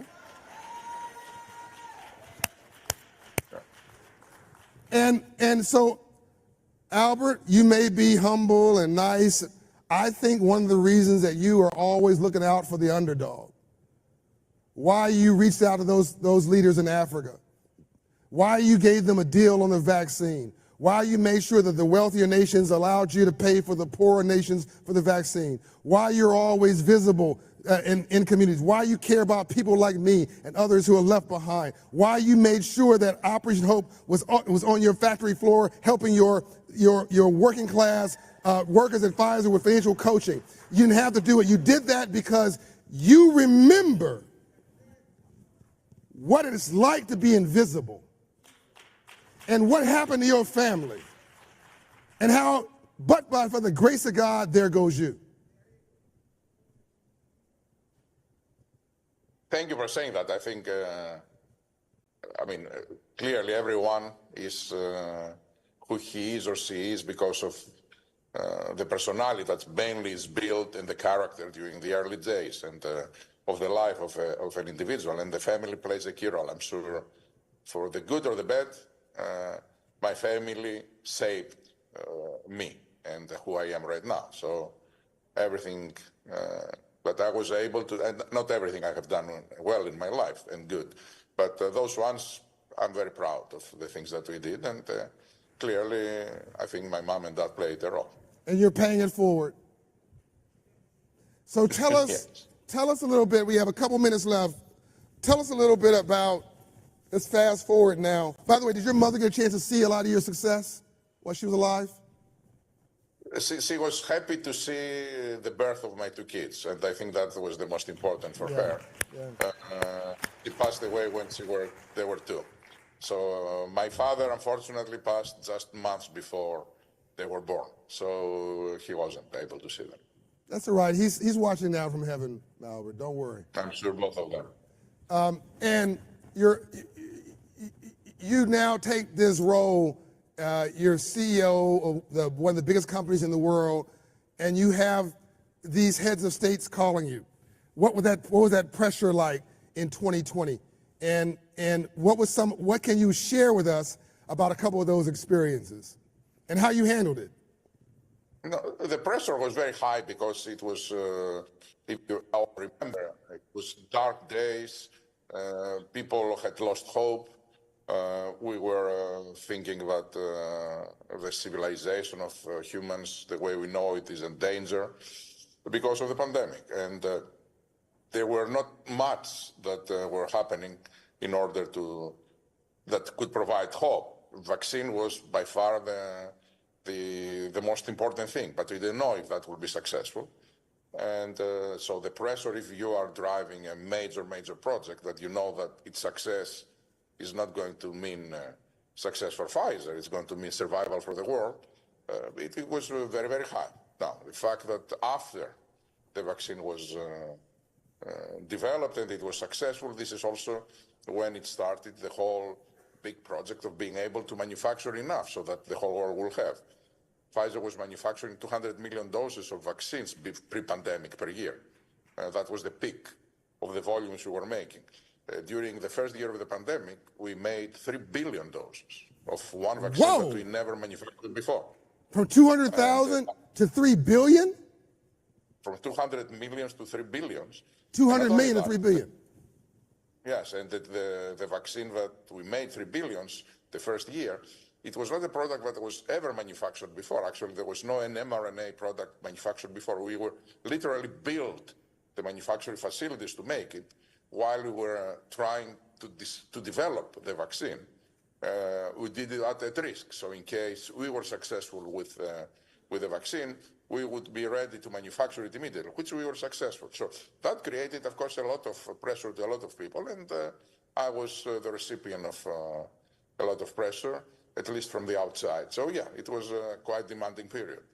So you're getting the President of the United States and the Prime Minister of this country calling you every day, basically? Not every day. Every day someone would call. Not everybody was calling every day. But a lot of people will call, and because they were worried about their people, right? And they had responsibility for the health of their constituents. And they were trying to find out when they can receive vaccines, when the vaccines will be ready, how they receive them. This was the main discussion topic that I was having with them. And meanwhile, your team, this is all a case for optimism, by the way. All this is about choosing to be positive, choosing to see the glasses half full, choosing to be part of the solution, even when the headwinds are coming at you. And everybody tells you this cannot be done. They're telling you that it's impossible. They're criticizing you. He's doing it anyway. So your team's under pressure underneath you. They're under intense pressure. You're getting pressure from the outside. Meanwhile, what did you do to help underserved countries, Africa, Latin America, and other places, to make sure that they had the vaccine? The first thing that we did was to try to make enough for everyone. And as I said, we were able at the end of the first year to have 3 billion doses. The second is we priced it tier pricing. So the high-income countries received the product. It was the cost of a takeaway meal during the pandemic. The middle-income countries, half of that cost, and the low-income countries, we gave it at manufacturing cost. But because we knew it's not going to be enough, because some of the countries, they couldn't even afford to pay for their entire population at once the manufacturing cost. We did an agreement with the Biden administration, and the US government bought a billion doses from us. They bought it at cost. So we didn't make money, we didn't lose money. And then they offered them completely free. So through this agreement that we did with the US government, basically the vast majority of all the low-income countries and a very big part of middle-income countries received offers to get the vaccines completely free, zero cost. And so some people will say, oh, well, this is wrong or that's wrong or whatever. Well, you go try to create a vaccine in 8 months. I mean, I want to, again, I like what you're doing much better than what other folks are not doing. You're an honest broker. You did the very best you can. You saved, I believe, hundreds of millions of lives. And I'm personally honored to have Pfizer in my body, your vaccine. You allow me to travel the world safely. I've been to 100 countries. I've never been sick. In 31 years, I've never been sick. I am not casual about my health. I'm very paranoid about it, and I trust you with my life. Ladies and gentlemen, please thank Albert Bourla.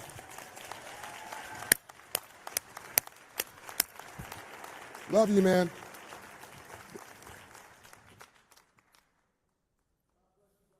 Great, Dad. I know you got to go back to saving the world, and we will catch you in live and in Atlanta next year.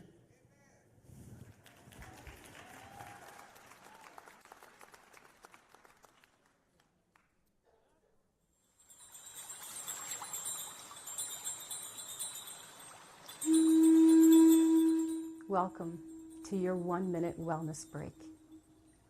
In the next 60 seconds, let's reflect on all the moments before you got here. All the decisions you made to be here. All the experiences you've had to get here. Especially the difficult ones.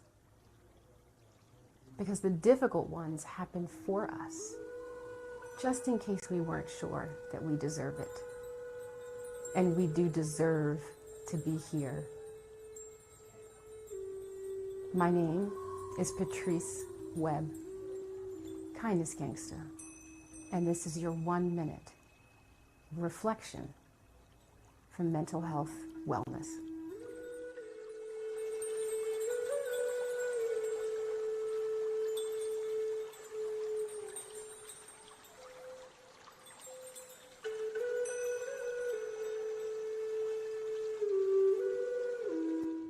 Hi, my name is Tahir Arias, and I'm the co-founder at For Us Nation. I am hopeful for the changes we are making in education. In the United States, education has been the primary lack. The least amount of money has been invested into. At For Us Nation, we provide educational resources as we believe it is the main tool that has been not given at the ground level across racial spectrums. The more of us that have seats at the table, the less we will need to fight on the battlefield. I'm optimistic for that kind of future.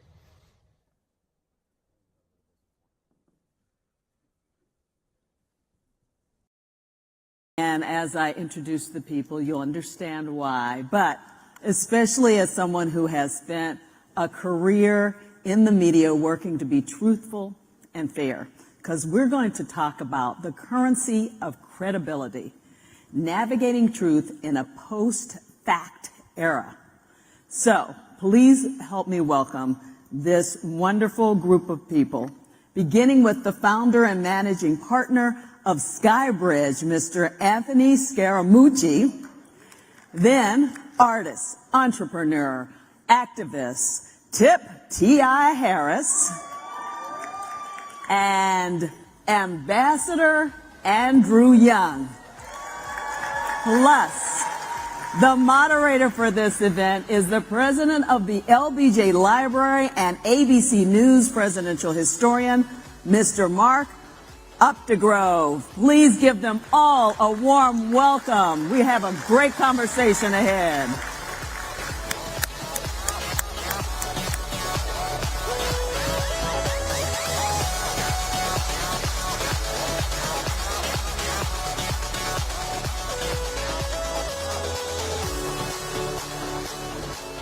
All right. Okay. Morning, everybody. What an honor. What's happening? What an honor it is to be here with these gentlemen to talk about the war on truth. And we couldn't have more qualified people to address that topic. And Mr. Ambassador, we're going to start with you. You have witnessed history. You have made history. How do you explain the war on truth that we're experiencing right now? How do you explain the fact that truth isn't what it might have once been in American culture? Well, you know, I really can't figure that out. I was always taught, well, I was never a Boy Scout, but somebody gave me a Boy Scout handbook. On my honor, I will do my best to do my duty to guard my country, obey the scout law. I mean, there were all kinds of little things that I learned before, well, I was 6, 7.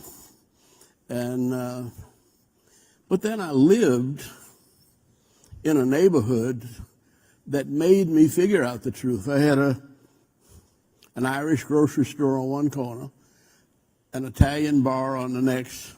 The Nazi Party was on the third corner, and a Chevrolet dealership around the fourth corner. And I lived, me and my brother were the only black kids in the block. They had black folk in the block. This is right downtown New Orleans. So all of the problems that we've been living with for the last 90 years, I was living with when I was 5 and 6. And so it's, most of my daddy was a dentist, and most of his suppliers happened to be Jewish. So when you come to get to his office, he had to pass a swastika that was about 4 feet by 6 feet, hanging on at the Nazi Party headquarters 50 yards from where I was born. So, I had to figure out what race was, and I had to figure out the differences, and I had to learn to get along. And I also had to learn to fight. And my daddy said, if you know how to fight, you don't have to fight. And so he took a great deal of effort to take me to the boxing gym where New Orleans was a great boxing town. So he said, I mean, he had us taking boxing lessons. When he fixed up the fighter's teeth and they couldn't pay, he said, that's all right, just take my sons over there and teach them something. And so it's a life struggle with me. And later on, when I hooked up with Martin Luther King, he used to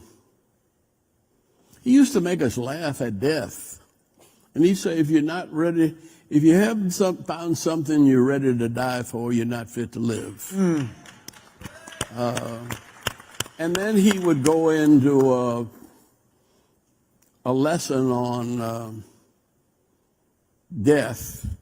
And the way he would do it was pick out somebody, say like, I know Tip is always trying to run up, be in front of, on the camera. And so I figure that one of these days, if somebody comes after me, one of you all will jump in front of the trying to get on the camera, and you take the bullet for me. But then he'd make you laugh, and he'd say, but then my real trouble starts. He said, I got to figure out how to preach you into heaven. And he would start doing a sermon on your life that would not be the Martin Luther King you know, but more like Richard Pryor. Yeah. And he'd think of all of the embarrassing things that he's heard rumors about, and he'd make like he's doing it in church at your funeral and telling the world all of the things that you'd never want said in public. But what the point was, he made you laugh at death. And he said, I don't care how rich you are, I don't care how good looking you are, I don't care how smart you are, you're going to die. That's one thing that we cannot escape. And he said, the only question is, what is it you're willing to give your life for? And that's the question. We found now that there's some people that are willing to give their life just for power and attention. And just to be in the limelight is enough. But then you have real troubles in the world where people have to make really determined decisions and ask the question, is this worth my giving my life for? And you have that in the Ukraine. And it's almost, that's what freedom is all about. The Ukraine citizens made a decision that they wanted to determine their own destiny. I don't think the Russians had a chance to make that decision. They were told by their government that they had to do this. And I think that's the difference between freedom and democracy and totalitarianism. But one of the reasons, Mr. Ambassador, that Russia is able to wage this war is they are sending out disinformation to Russians about the nature of that war. We see it, the problem with truth, not only domestically, but internationally. And Anthony, I want to ask you, you have been in politics and in business. How has our inability to agree on truth devolved our government, and what are the impacts on the business community? Well, I just want to thank Mark for not mentioning the fact that I got fired from the White House after 11 days, so thank you, Mark.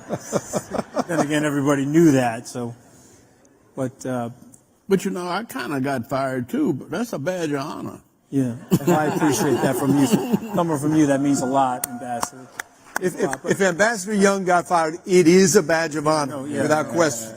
I don't know if mine was a badge of honor or not, but the truth be told, it was a great learning experience, and it's about, after you have something happen to you like that, you got to bounce and stay in the game. That's a big lesson that Reggie was speaking about and others up here. But I just want to apply some context, if it's okay. In 1930, Henry Luce, who was the founder of Time magazine, went to visit Joe Stalin, and he interviewed Stalin.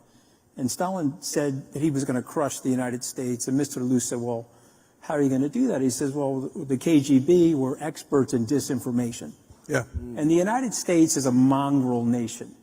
It's multi-racial, it's multi-religious, and it's this big separated entity. He didn't see it as the idea that Lincoln saw it as, or Dr. King. He says, what I'm going to do is I'm going to spread disinformation. I'm going to get the people of the United States to hate each other and to get very, very tribal and to not understand their commonality. But what he got wrong about the United States at that time is that we had more or less a unified media, and our grandparents and our great-grandparents who had immigrant stories, or some of us came here through slavery, they actually still loved the country. They loved the idea of the country, what Lincoln said about this being the last best hope for mankind. And so we were able to hang together, excuse me. But today, Mark, because of social media, because of the fragmentation of the way information is delivered, these very same messengers are doing that to the United States. And whether it's the Russians, the Chinese, the Iranians, they have all these social media bots that are coming in, and they're spreading lies and they're spreading disinformation, and it's very hard to contain. And I don't know how we correct that other than through a rededication to the civic virtues of America and what we all believe in. We have to start to go back to that as sort of a preventative medicine, because you're never in a free speech society going to be able to contain the lies. But Anthony, we're also doing it to ourselves. We are. Because you have this fragmented media landscape that is not just dominated by bots that may be the doing of foreign governments, but you also have media outlets that are purveying misinformation and disinformation to engage an audience. No question. To incite anger and indignation. And Tip, I want to ask you, what role does social media play in this? What role does social media play in propagating misinformation and disinformation and untruths? I mean, I think that it pretty much serves as the community in which propaganda is distributed. I think that the lack of facts and people being in such a rush to punish before they actually find, you know, what the true validity of these things are. Everybody, you know, wants to. The power of punishment has overcome so many people. You know, people wanting to be authoritative, people wanting to serve as a disciplinarian. You know what I mean? But I'm a firm believer in you can't cancel what you didn't create. I don't give validation, I don't give authority, I don't give, I'm not looking for anyone to, I know where my blessings come from. So can't no human being take from me what was God given. Let me ask you, how do you define cancel culture, Tip? That's an amazing question. I think it's ambiguous. It's like, you know, I guess it would be when the masses of society are influenced or feel somewhat pressured to take a stand against someone for something that they heard a bunch of other people said that they said, and you know what I'm saying, or that a bunch of people said that they did, and it really, like, if this, I like to just go back to the Constitution, you know what I'm saying, like, because that seems as though it was supposed to serve as a guide for American people to be able to live and operate within and up under. So if you're in doubt, just go back to the Constitution. Like, the due process is a part of everyone's constitutional right. Yes, sir. Please do. You all need to celebrate. Here's hip hop taking us back to the Constitution. And we can't get the Supreme Court to do that all the time. Yeah, thank you, my brother. Man, thank you. This is my glorious mentor. You know what I mean, Ambassador. But I didn't teach you that. No, not what. But you did. You just don't know it. I think that, man, we just all, if everyone was to, you know, just go with the flow, fall in line. That's what that's what cancel culture creates, the notion for people to do. Just go with the flow. Don't speak truth to power. Don't challenge the perspectives of now. There's no evolution in that. You cannot evolve just going with the flow and doing what you're told and doing as others are doing. You have to have individuality. You have to have freedoms to be able to speak truth. And also, I think everybody has a civic duty to research fact before going into a form of punishment, whether it's individually or collectively. But I mean, at the end of the day, whatever happens, God has given us all that we need to get through it. So I don't really concern myself with any of it, but I'm aware of it. Good for you. Well put, Tip. Anthony, I want to go back to something you alluded to. Anthony has been canceled in his life because of an ill-fated stint at the White House as the White House communications director under Donald Trump. He was in that position for 11 days and for reasons that Anthony might enumerate, was fired from that position and was abruptly canceled by the American public. And you talked about that backstage, Anthony. What was that ordeal like, and how did you get through it? I mean, it sucked. I mean, it was terrible. First of all, talk about why you got fired, and then talk about the. Well, I mean, the public reason I got fired is because of something I said about Steve Bannon, which is probably not appropriate for the stage, but which is really funny. You can look it up on Google. And I mean, he was a terrible guy, but we're not here to talk about him. But the real reason I got fired is I was fighting with the president over certain things where he wasn't thinking about the presidency as the institution of the presidency, and it was all a reaction about himself. And when you're in that job, it's not about you, it's about the American people. That house is the American people's home. And so we were in there fighting. We were in the Oval Office. There was one thing he wanted to disclose, which I don't want to get into, and I fought with him over it. And then I brought in a cabinet member, and he didn't like that, and he yelled at me and said that I was on his team and I'm not part of the deep state and all this sort of nonsense. But it was, for me, I was always looking at it, what is in the interest of the American people, not the right-leaning people or the left-leaning people. That's an office that all of us vote on. Okay, in the Senate, you got to vote on it if you're from that state. The House of Representatives, it's your district. But every one of us votes for the president.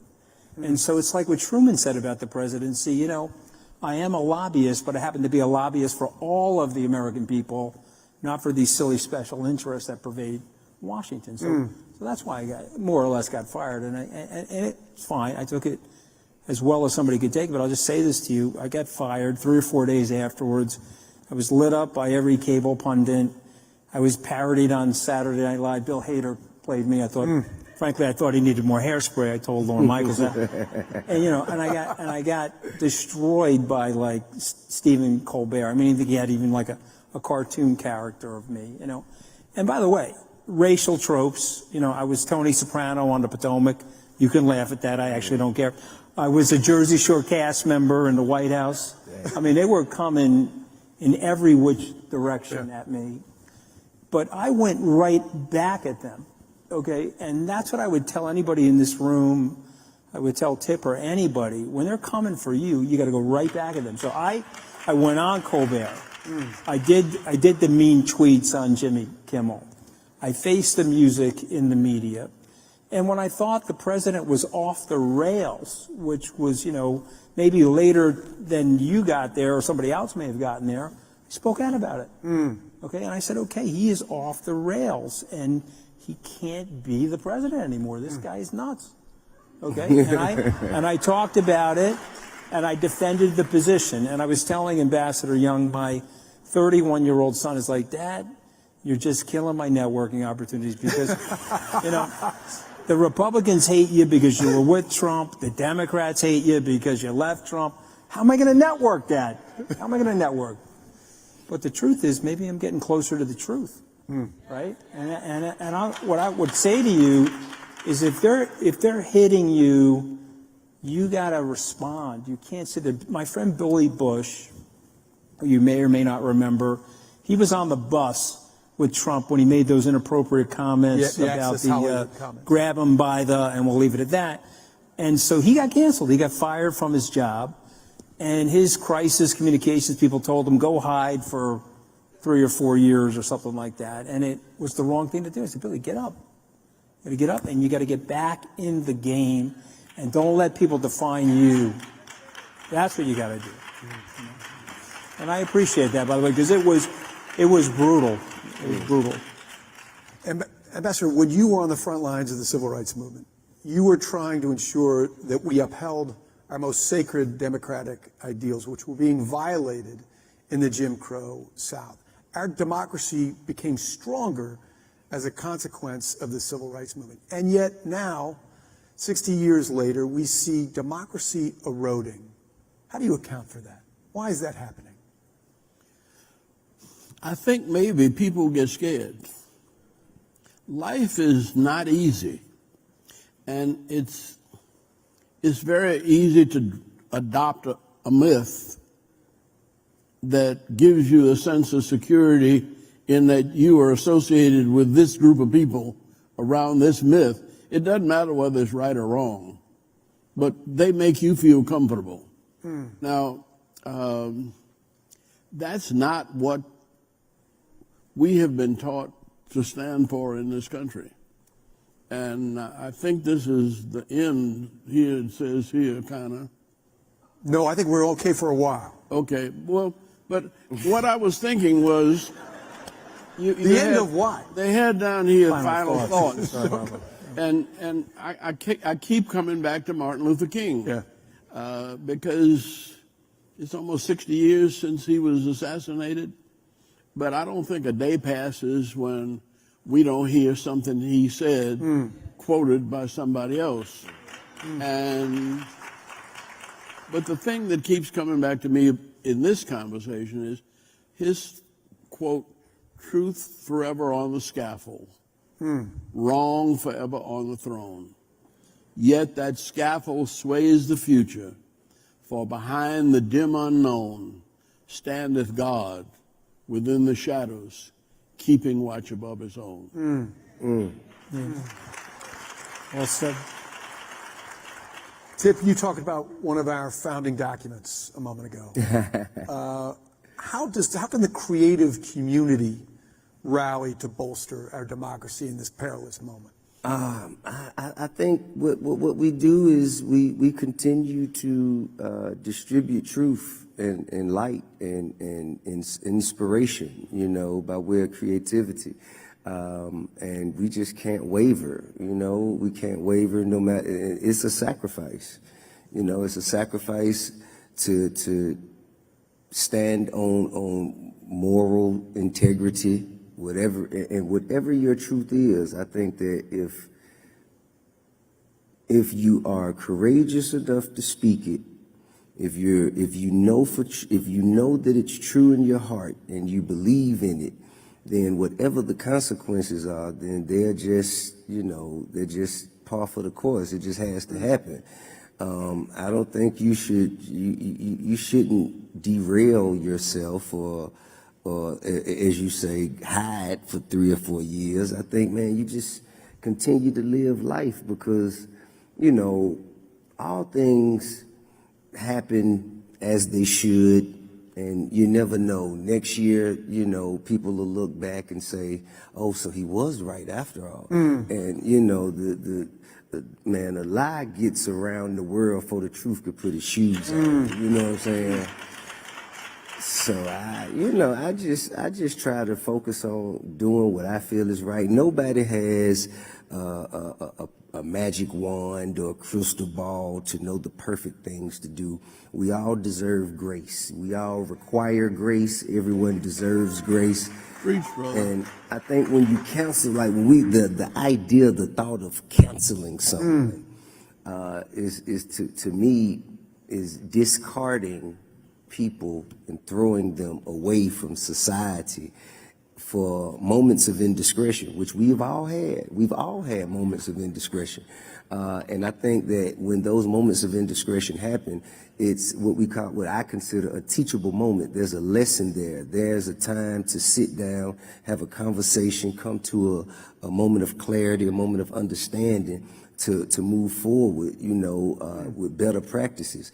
But you can't even welcome that opportunity or that moment if you just decide to discard people and throw them away immediately. It's true. Yeah. Well put. Anthony, I want to go back to your former boss, Donald Trump. The integrity was once the bedrock of the presidency. You look back at the legend about George Washington chopping down the cherry tree and says, "I cannot tell a lie, I chopped down the cherry tree." You look at maybe our greatest president, Abraham Lincoln, and his nickname was Honest Abe. We measured a president by truth, by his integrity. Donald Trump, according to the Washington Post, for whom you have written opinions, told a whopping 30,000 lies during the course of his presidency. To what extent is Donald Trump... They must have missed about 10,000, by the way. They probably weren't counting 100 over. But to what extent is Donald Trump responsible for the attack on truth in our country? Well, I think he's heard it. I think he's also created space for intolerance, and I think that he'll say that he hasn't, but he has, and you can just see the people that are attracted to him. But we're running out of time, and I want to cede my time to Ambassador Young because we want to get some final thoughts from him. But I would just say this: if you have integrity, and you're talking about canceling, if you have integrity, there will always be opportunity for you. You're going to hear from Michael Milken shortly. He's a dear friend of mine. When I got fired, he was one of the first phone calls into my cell phone. What can I do? How can I help you? And I think when you speak with integrity and you act with integrity, there will always be opportunity for you. Don't forget that. But I want to cede my time. Well, I hear you. I think we've got a little more time. I think we have 35 minutes, and we have a little more time than that's indicated. I want to do a lightning round before we give the ambassador the final round and ask you all, and I'll start with you, Anthony, in this very fraught time, in this very challenging but consequential time, where we face so many challenges, including the fact that truth is no longer what it once was. What gives you the greatest hope? Anthony? Look out here. This is it, man. I mean, come on. This is it. This is a society of aspirational people. And this is a society of dreamers and risk takers. And we were told in the 1830s by Tom Malthus that we were going to starve, that the population was going up, and we weren't going to be able to grow the food fast enough. And we innovated. We got more people dying from obesity now than starvation. We were told in the 1980s that we were going to run out of oil. It was peak oil theory. And then we developed fracking and GPS. We were told that the healthcare was going to be 30% of the GDP when it was at 20. It's gone to 14 because of biotechnology and innovation. You can never bet against the people that are in this room. And you know that the people in this room want to do what's right. We just have to force our leaders to stop thinking left and right.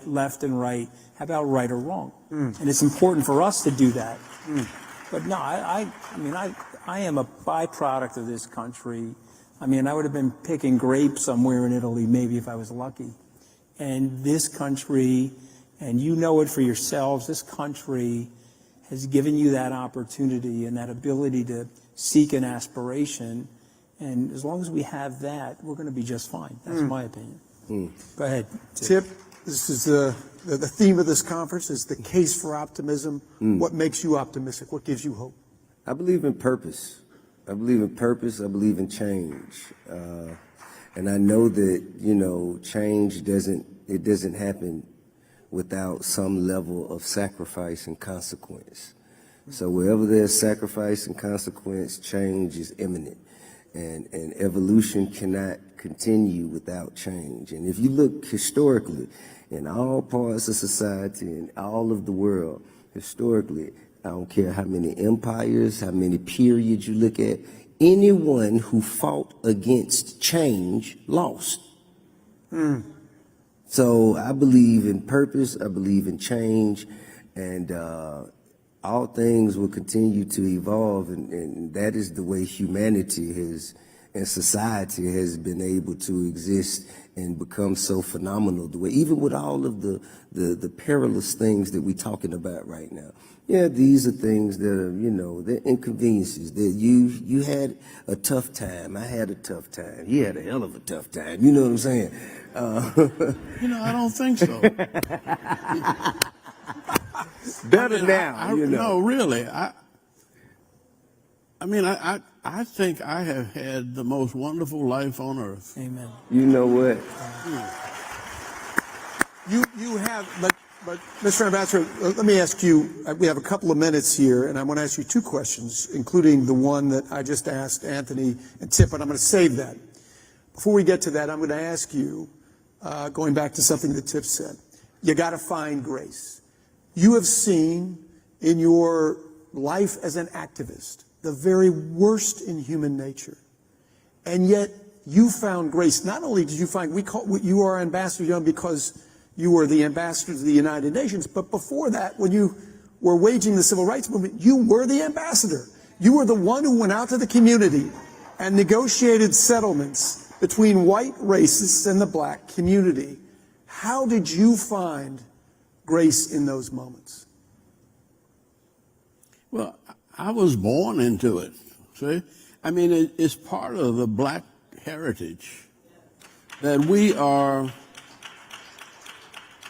we tend not to be judgmental.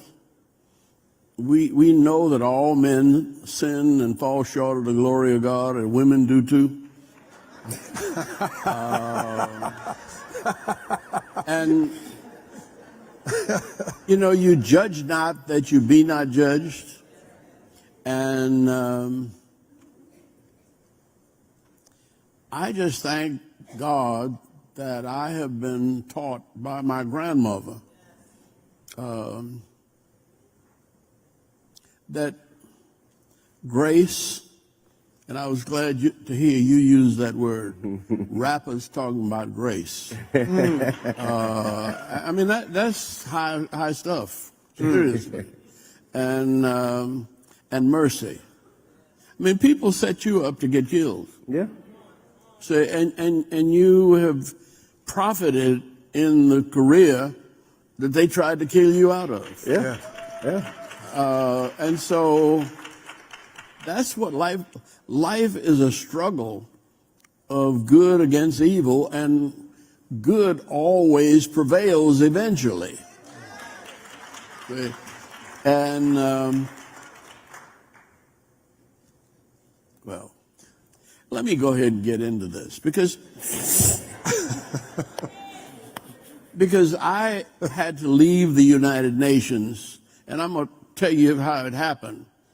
Because Harry Belafonte invited me over to his house to meet with the former Prime Minister of Israel. As a result of that 4-hour conversation, he was trying to get me to bring the Palestinians to the table because he said, we're getting old and we know Arafat and them, and we would do better settling this issue if we settle it in our lifetime. And we think that President Carter is the kind of spirit that could get both sides together and we could put this thing to rest. I think if we'd had another term, that would have happened. But then after that, Moshe Dayan had me to lunch on Fifth Avenue in a restaurant where we were all being seen by everybody that passed by. And everybody knew who I was, and they knew who he was. What are we doing talking together? So, and then I go to the State Department and tell them what's going on. And it was made them uneasy.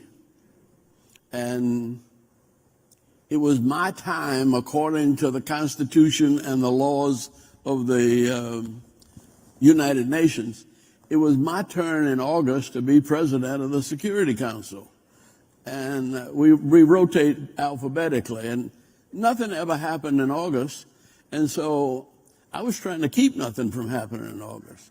So the Palestinians decided they wanted to come to the table with the Israelis. See? Now, what we're talking about now and what we're seeing on television every day has been struggling to find reality in my time since Ralph Bunche in 1948. And Ralph Bunche won the Nobel Peace Prize for trying to work this out. This is nothing new. It didn't happen on October 7th. It's been happening all of our lifetime, and we haven't been able to rise to the occasion and make it make sense. But everybody knows, and it's not being anti-Muslim or anti-Semitic, it's being for life and for the preservation of humanity and for peace on earth and goodwill toward all men, women, and right now it's especially children. That's what hurts us, to see children dying every day. And there ought to be another way.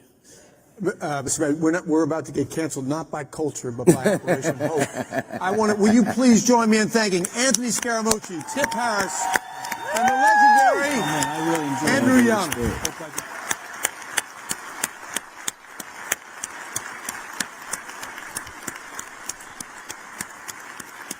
Let's hear it for this amazing group.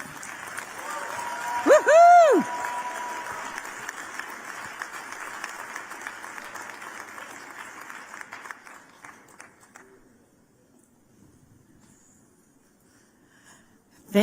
Thank you all so much. I love it. 90, are you 92, sir? 93. 91 and a half. Let's count that half. We are so glad. We'll take it. We'll take it. We're going to have a little change up here, and then we got still some big stuff coming, some big names, so you want to stick around. I believe we're going to right now have a video, but that may not be true. I'm not sure. All I can tell you is okay. That was a no.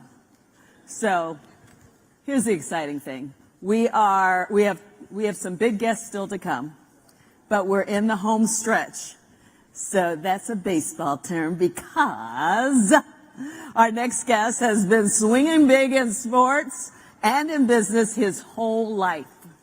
He is a 14-time All-Star, 3-time MVP, and a 2009 World Series champion.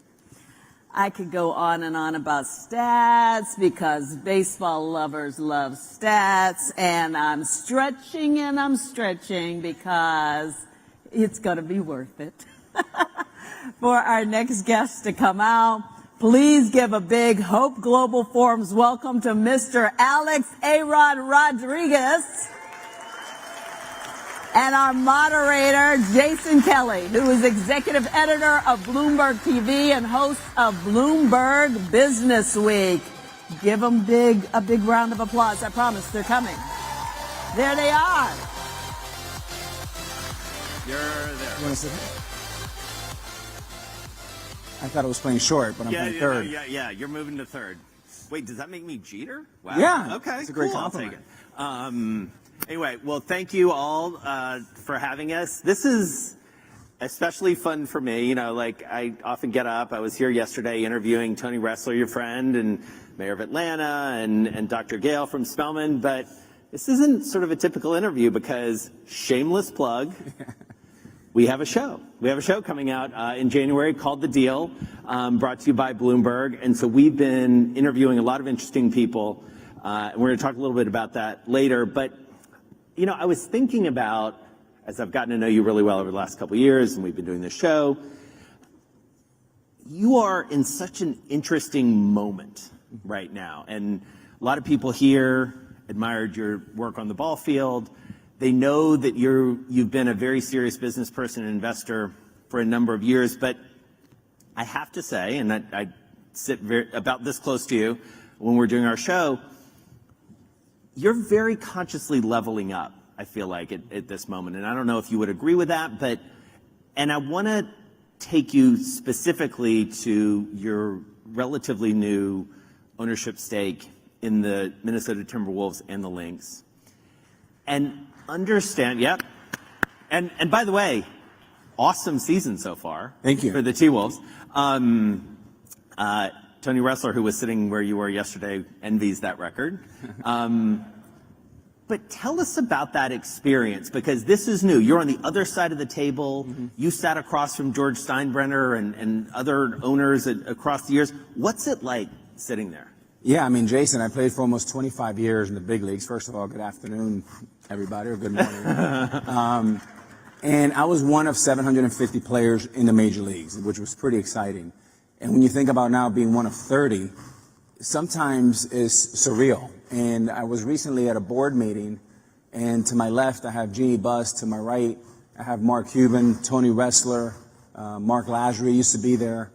And these are the families that I've grown up watching, admiring, and I'm one of 30 in the room. I think I'm the only man of color in the room, which is, you know, a huge responsibility for me.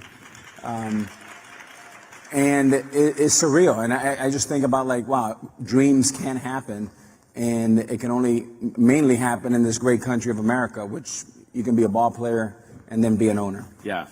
All right. So I want to stick on something that you just said, because you being a man of color at that table is historic. You and Michael Jordan, I believe, were the only, and now he is obviously exited to a new ownership group, or a new ownership group coming in Charlotte. Talk to us, tell this audience about that experience and sort of the mindset that you go in knowing that you got a lot that you're carrying into that room. Well, it's definitely a lot of responsibilities, and something I take very seriously. And my great friend and mentor, Magic Johnson, when I sat with him almost 30 years ago today, it was because of him that I am here today. Because, yes, I grew up watching a lot of successful people and unsuccessful people. But when I saw Magic, I said, here's a guy that plays like me. He looks like me.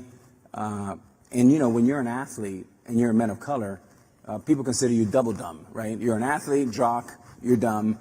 And you're a man of color, you're probably not very smart. So you kind of come in with this negative bias, which I've always used it as a competitive advantage. I know Magic has as well. And then as our job, how do we bridge communities, right? How do we bridge this community to that community? And I find myself as an owner talking to our players. 10 of our 15 players are under the age of 25.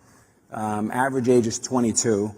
And these contracts are just getting wilder and bigger and bigger. I mean, you saw Ohtani just signed for $700 million, and the number's only going to get bigger. So when I meet with my players, we talk about wisdom is prevention, right? And the more wisdom you have, it helps you eliminate all the white noise and all these negative temptations. So it's kind of weird. Sometimes I forget that I play baseball, and I'm just a businessman now. And so that relationship with your players, I mean, one of the hallmarks of your career, and, you know, I've talked to people that you played for and played around. You know, we had an amazing interview, I dare say, that's going to come out with Derek Jeter about sort of your experiences together, you know, in the hot house of New York.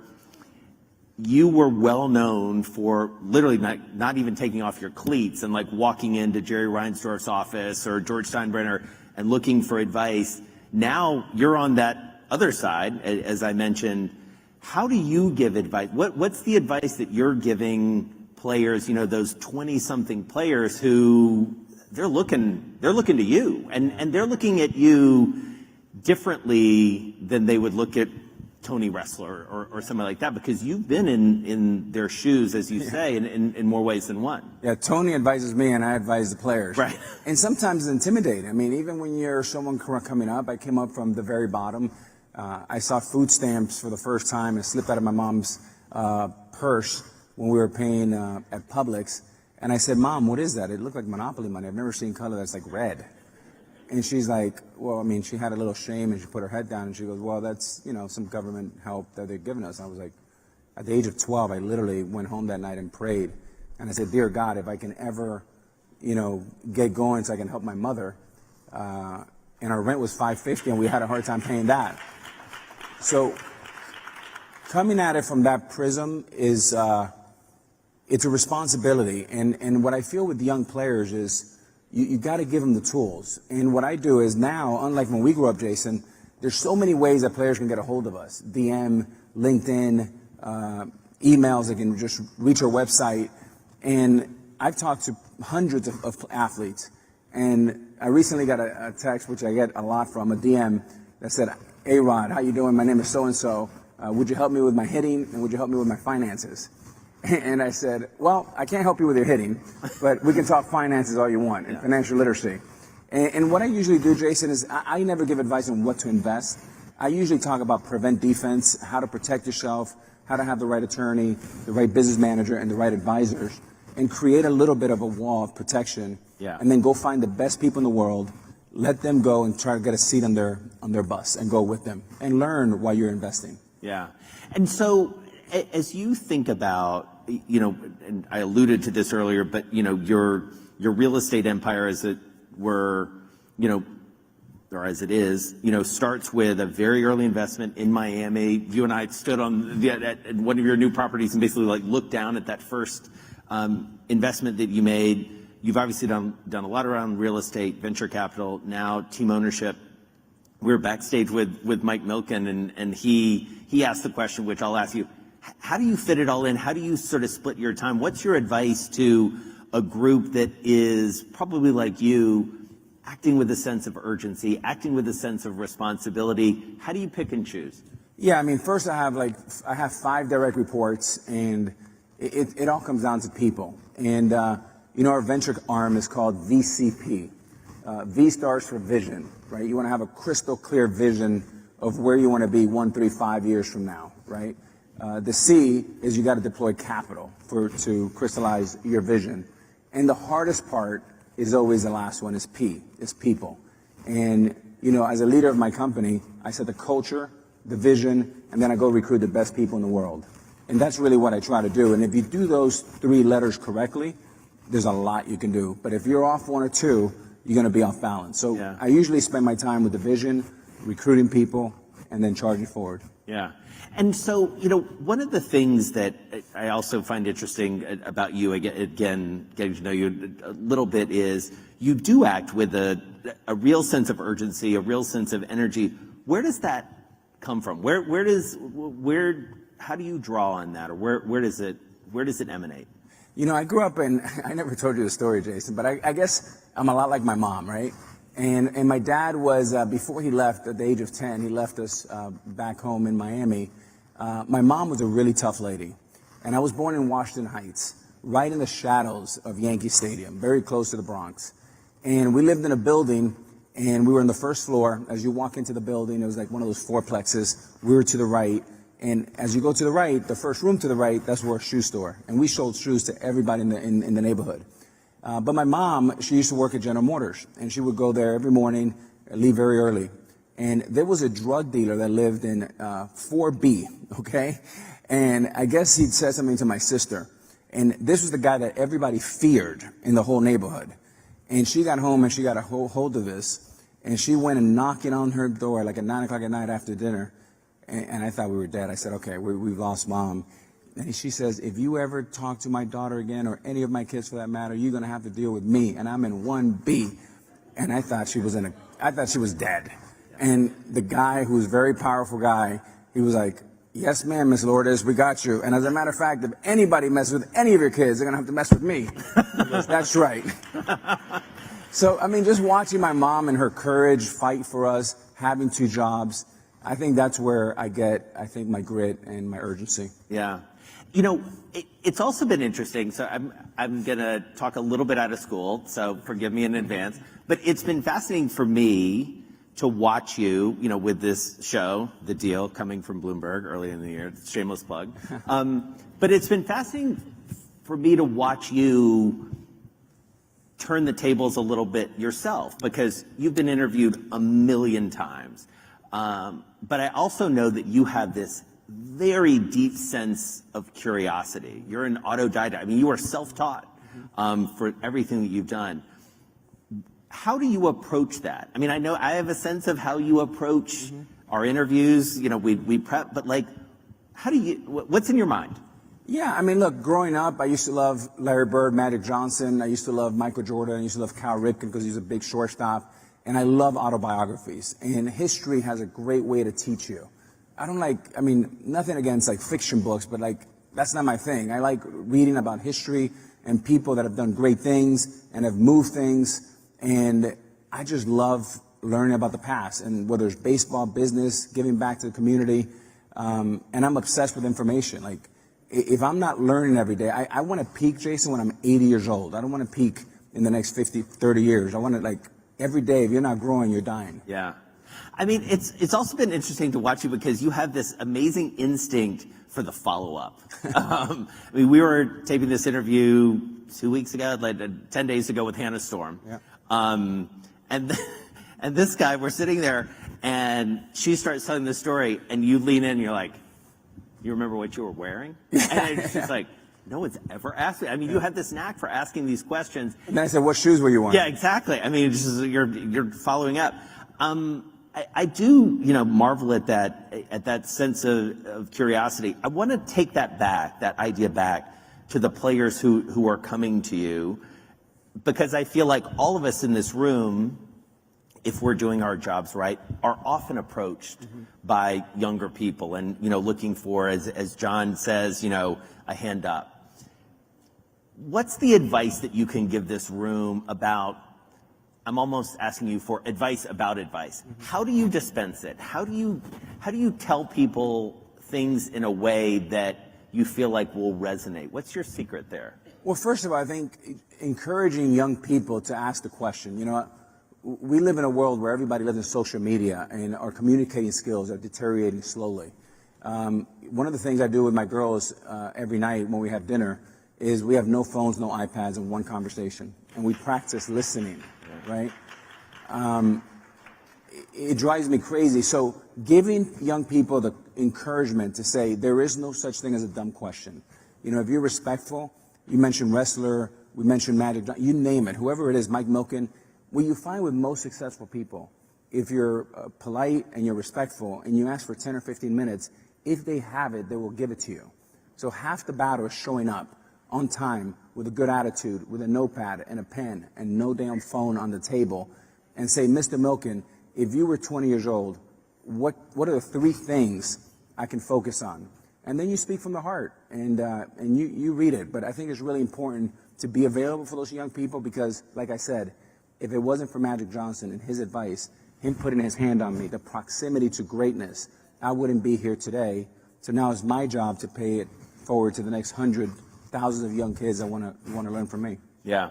And, one of the interesting things I've also observed about you, additionally to the work we're doing together, is the work you've done around baseball. It's fun to watch you and Jeter and Big Papi sort of get up there and break it down. How do you approach something like that? Again, because I feel like one of the things that we've heard over the last couple of days is, pushing yourself into things you might not be as comfortable in, to have new experiences. Broadcasting is a pretty well-trod path, but it's not for everyone, and candidly, not everyone's good at it. It feels like you've worked hard to be good at it.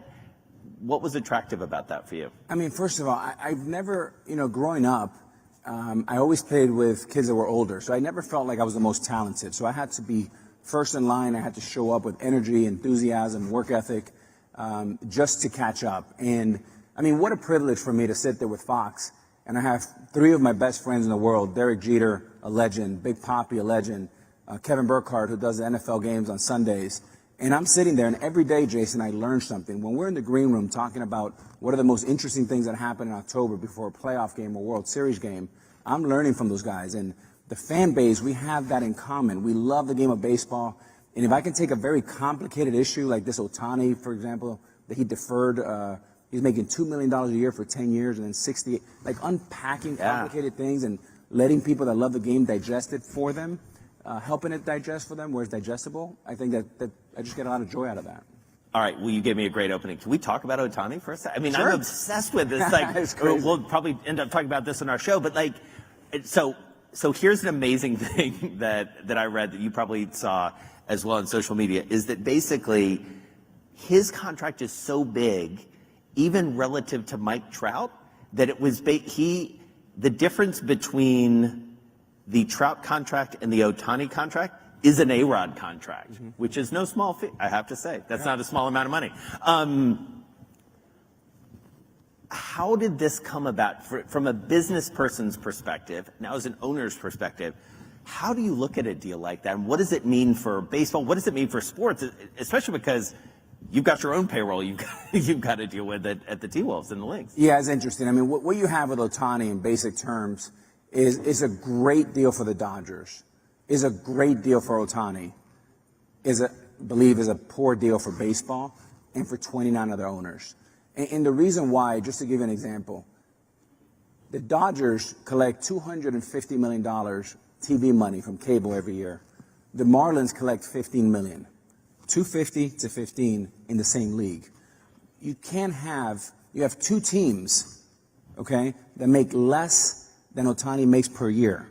So Ohtani makes 70, and you have two teams that pay 26 players under 70. That's not a sustainable model for a business. And the reason why the NFL works so well is parity, right? Everybody gets the same check at the same time, whether you're in New York, whether you're in Buffalo or Jacksonville. That is a sustainable model where you have shared economics. So I'm concerned about baseball and how does a team like Tampa compete with the Dodgers? But the Dodgers, they're printing money and they will continue to print money. Yeah. All right, so we only have a couple minutes left, and I'd love to take advantage of you being here, and again, for this audience, to give them something to sort of walk out with, something that may be on your mind recently, something you've picked up, and maybe it's even in some of the conversations that we've had with folks, because we've talked to, I mentioned Derek Jeter, we've talked to Hannah Storm, we're talking to Michael Strahan later this week. That's going to be good. I'm excited about that. Couple of New York guys swapping stories. What have you picked up that you're telling other people? Like any stories that you want to share with this audience? Well, I'll do a little shameless plug. We have one of the greatest quarterbacks of all time and one of the greatest tennis players of all time coming. Yes. That's all I can say. What I've learned, Jason, is the world's changing more so today than ever before. The world's changed more in the last 5 years than the last 50 years combined. And I think it's going to only speed up the next 5 years. So I think you have to, if you have an MBA degree, almost throw it in the garbage. You got to start again, right? Because the world is changing. If you don't keep up, and I don't mean that. I mean, MBA obviously is amazing, right? But what my point is, you got to continue your education process. It can't stop. And you can't rest on your laurels. That's one thing, that how fast and how people are thinking, the really smart people, where the puck is going, not where we are or where we were. Yeah. And I think 90% of the people are thinking about now and the past. The real good ones are thinking about what's happening in the future. That's one thing. And then the other thing I would say for all the leaders in the room is I think the biggest problem we have today in this country is a self-esteem issue. And I think it starts with our children and social media. And I think it works up to even adults, right? And I think as a leader, if you can get your teams to enhance their self-esteem and they can believe in your vision and they believe in you, they will protect your company and you like nothing you've ever seen before. And their performance would increase by 30 or 40%. So I think a lot more conversations, show up, be on time. Don't just send an email or a text. Sometimes you have to, but there's nothing more powerful than in person. And at the end of the day, people will do business with people with two things and two things only. And that's why I'm doing this podcast with Jason, with Bloomberg, is everybody at the big league level pretty much does the same thing. They're all excellent. But you do business with people you like and people you trust. Simple as that. So work on building your relationships. And I promise you one thing, that when you're 80 years old and you look back, your net worth is going to resemble your network. So go do some networking. All right. All right? Thanks, partner. All right, then. Thank you. Sure. I'm sorry.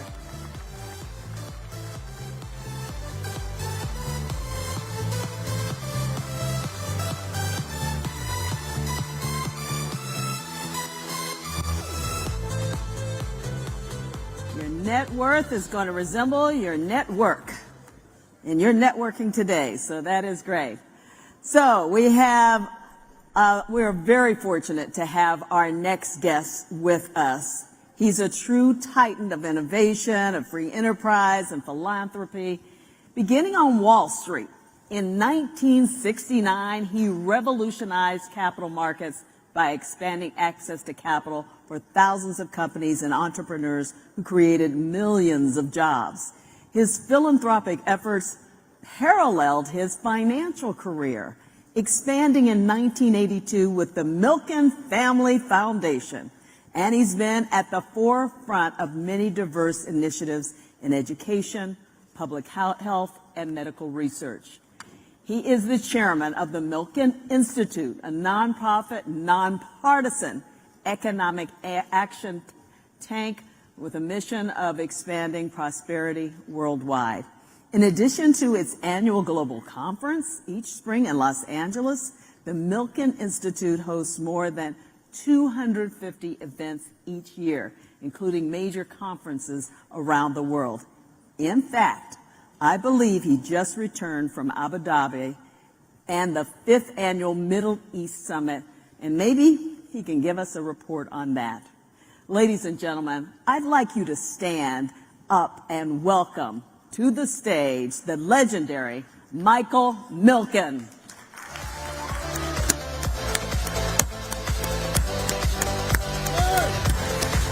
We're bringing this home. Ladies and gentlemen, Michael Milken.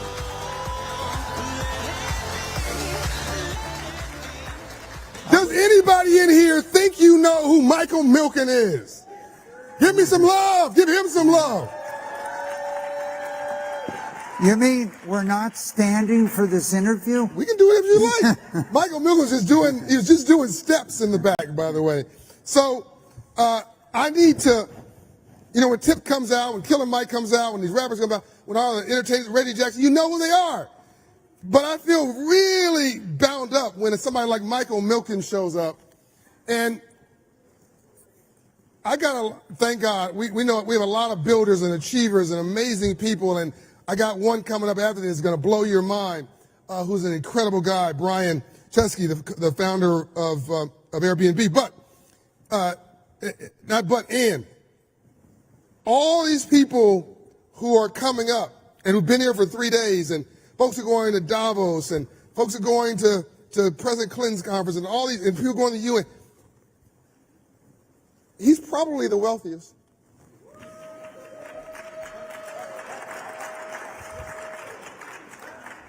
And here's something I know.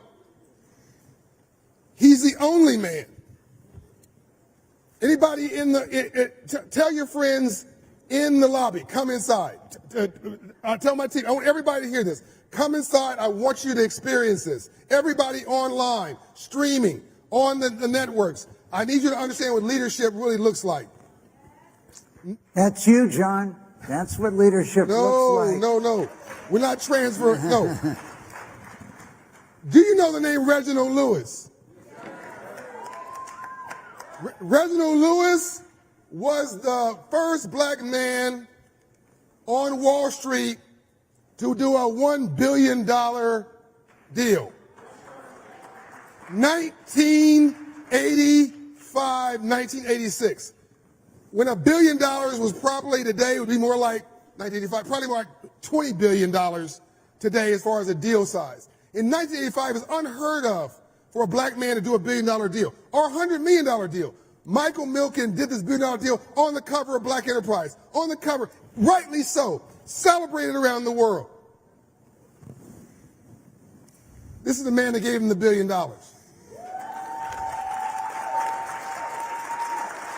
Yes, yes.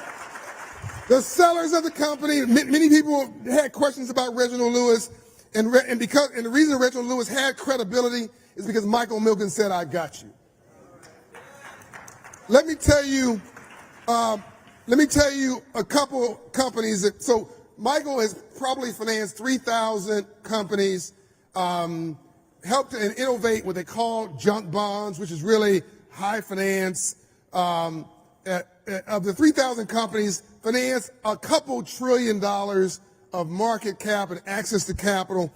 Let me tell you a few companies you might recognize that he financed. He put in business. MTV,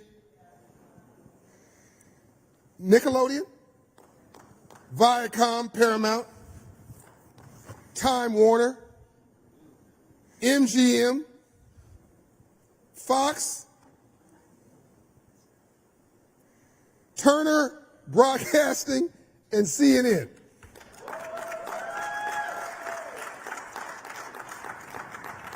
Mobile phones, the origin of mobile phones, and I think it was Craig McCaw. Craig, yep.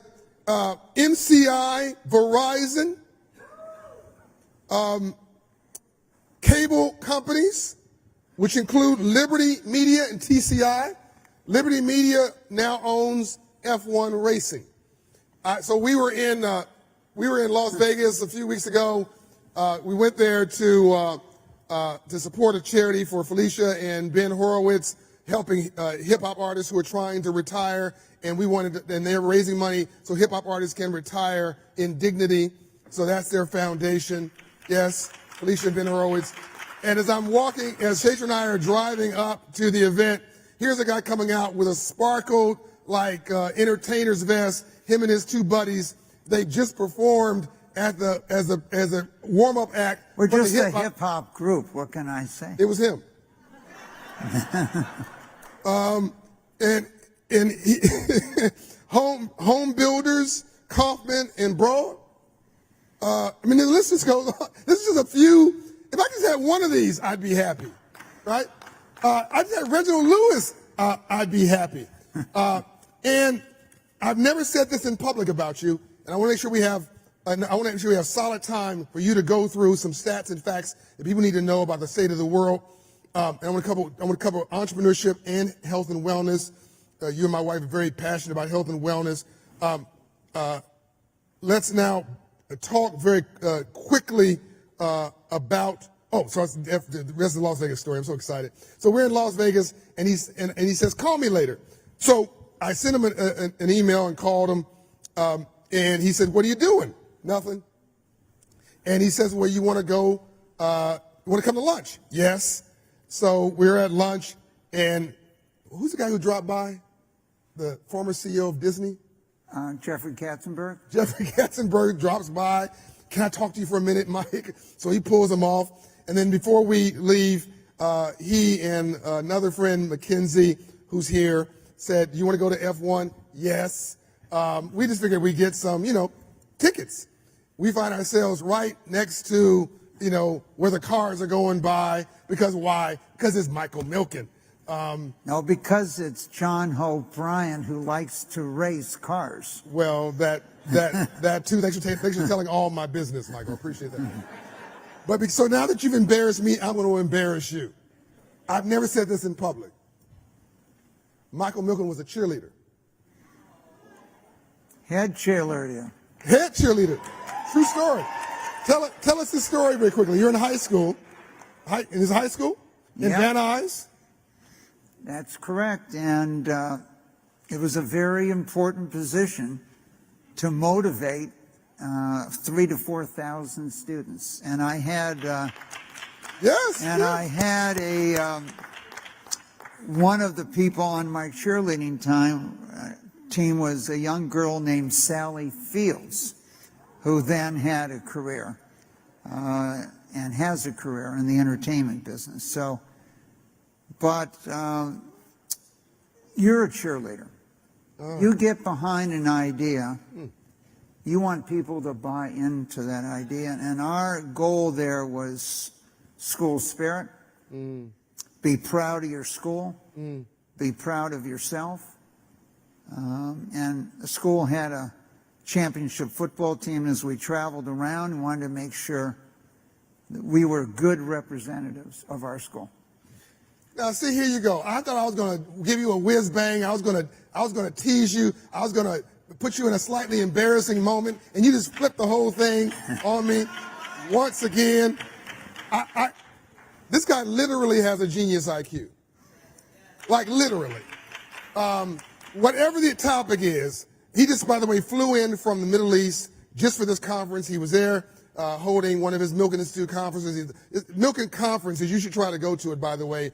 It's one of the biggest and most prestigious and most important conferences in the world, Milken Institute. He's at Milken Institute. He's got. Well, it's gotten a lot more prestigious, John, since you came. Yeah, yeah, whatever. So what can we say?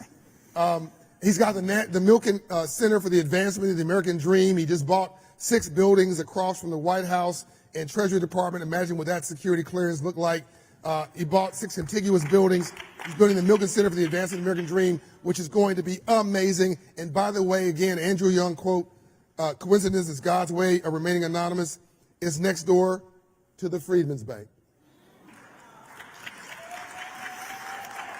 So you talked about the White House and the Treasury, but the Freedom Bank was my bank, my mission. The idea that everyone should have access to capital. And people didn't believe in that. And when I went to Wall Street in '69, there was maybe 10 people that decided whether you had the right to have access to capital. And so my goal was to change it, to democratize, so that everyone with a good idea and opportunity has access to capital. So you needed thousands of people, so that if those 10 people didn't fall in love with you, that you had others that would believe in you. And when it came to mobile phones, no one believed in it, and except myself. And to me, it was, I grew up as a Star Trek fan, and I saw Captain Kirk tell Scotty to beam him up, and I couldn't understand why you had to go to where the phone is and why your communication device wasn't with you. But people were quite skeptical with this technology, and the person that invented this technology was a company called AT&T, and they decided not to go into this industry in 1979 because they didn't think that many people would have mobile phones on the planet. And 20 years later, you were selling almost 1 million mobile phones a day, and they thought the whole worldwide demand would be 1 million. So you can have an idea, but you have to make it come to life. And if you wanted Atlanta and you wanted to have the mobile phone franchise for Atlanta, the application only cost $10,000. You could have applied, and many individuals did. But then you had to build it out, and that cost hundreds of millions. And so it's always individuals about an idea.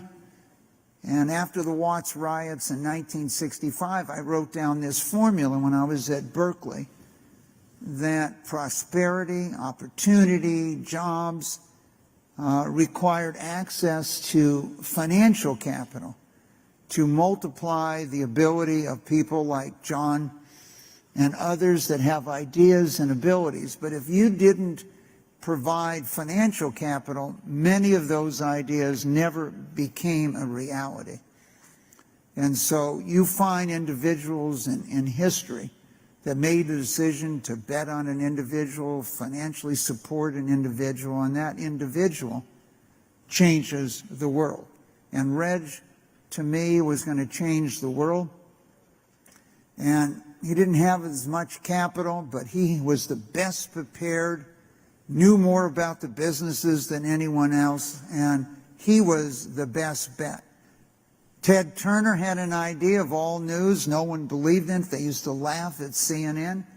They're not laughing anymore today. And so these are the people that have changed the world, and you just need to team up and get that access to capital to them. And I have been so fortunate over the last 50 years to meet individuals that had a dream, had ability, had an idea, and those ideas changed the world. And they just needed a little capital. And that's why in the last 30 years of the 20th century, small businesses like many of yours created more than 60 million jobs once they had access to capital. And the large companies, when they now had to compete on an even playing field, that you had access to capital, you had more ability. They couldn't compete, and they created minus 4 million jobs. So it's always the small, the idea, and whether that idea is Tesla or whether that idea is Amazon, that changed the world in so many ways. And today, I'm happy to tell you there's thousands of points of light that if you have an idea, you just got to make sure you're knocking on the right door. Absolutely. I'm going to say something a little controversial. I've never said this to you, Mike. We never had this particular conversation. But it struck me as I looked at this list of companies, and then the outliers on this list, people like Reginald Lewis, the minority businesses that you've backed, all of the people on Wall Street now, not all of them, but a lot of folks running major companies on Wall Street now worked for Michael Milken at Lehman Brothers and other places. It strikes me, Mike, going back 30 or 40 years when you pioneered this whole space of alternative finance and et cetera, private equity. You were so pushing the envelope. You were so edgy. You were being inclusive. You're trying to get people to the table who weren't at the table, like Reginald Lewis. Well, and a threat to the establishment. That's what I'm getting to. I think that this is why you had some of your problems. They were trying to get you off the stage. And some people that wanted to be mayor or president also in that process. But I would say one reason I wanted to come here is that my goal was to run a space program. And in 1957, when Sputnik went up, I wrote a letter to the president at the time telling him I was ready to run the space program. I didn't tell him I was 11 years old at the time, but I told him I never missed a math or science problem, and I've been looking at space travel and thinking about it for a long time. I never got a letter back, unfortunately. And so that was my plan. And then the Watts riots happened in Los Angeles, August 11th, 1965. And I was home from Berkeley, and Los Angeles was on fire. You didn't have to go to Vietnam. There were armed personnel carriers on the street. And I told my dad that I couldn't understand it. This was the city of dreams. Didn't feel the discrimination growing up in LA, entertainment industry and others. But here's our city on fire. And I eventually went down and met a young African-American man. And he was sitting there looking at a building that had been burned that he worked in. And he didn't participate in burning it, but he didn't stop anybody. And so when he woke up the next day, he didn't have a job. He didn't have any savings. He was married, had a child. And he told me because of the color of his skin, no one loaned his father any money when he wanted to have a factory, and no one was going to loan him money. And to me, it was just outrageous. I could not believe that. It was irrational. And so I went back to Berkeley, changed my major to finance. And so it was the Watts riots. And when I got married 3 years later, I made sure I got married on August 11th, 1968, not to forget it. And so one of the reasons I'm here is to tell you what was is no more. Today there's an opportunity for everyone. And Ken Chenault was the head of American Express. He's the chairman of the board of a large private equity firm, but there's many today. And a lot of times you need an entrepreneur. And so we started a program in the 80s identifying young leaders here that in 16 or 17, and I met one of our young entrepreneurs from the Philadelphia area here today. Nice. And John's wife is on his board. From the mid-'80s, an entrepreneur that has built numerous businesses. And so sometimes you need a hand, and I saw myself, Ricky took the risk of bringing Jackie Robinson to the majors. And every day, on that his day, in Major League Baseball today, many years later, the players wear number 42.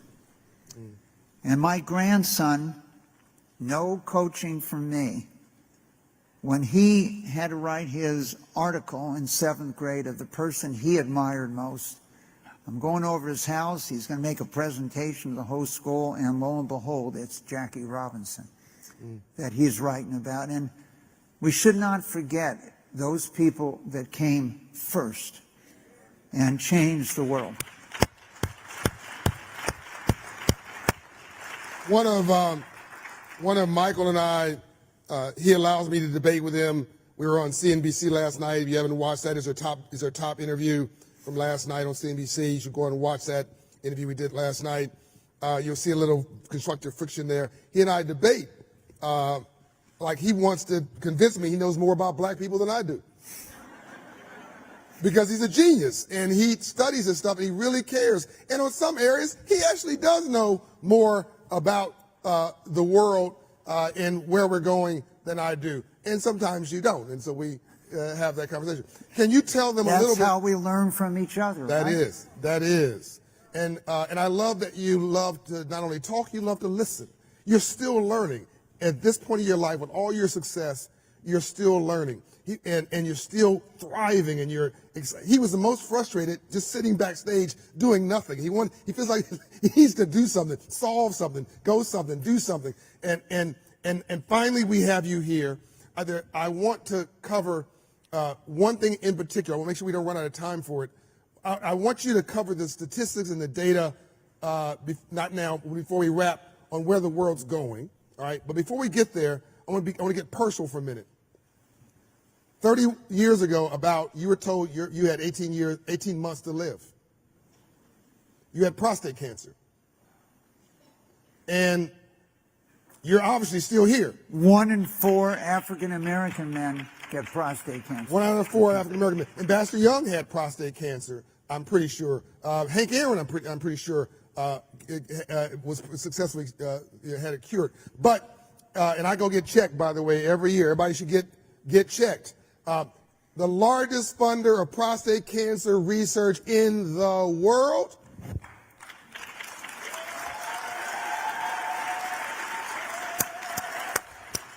The largest funder of, but it's not just prostate cancer. What else is it?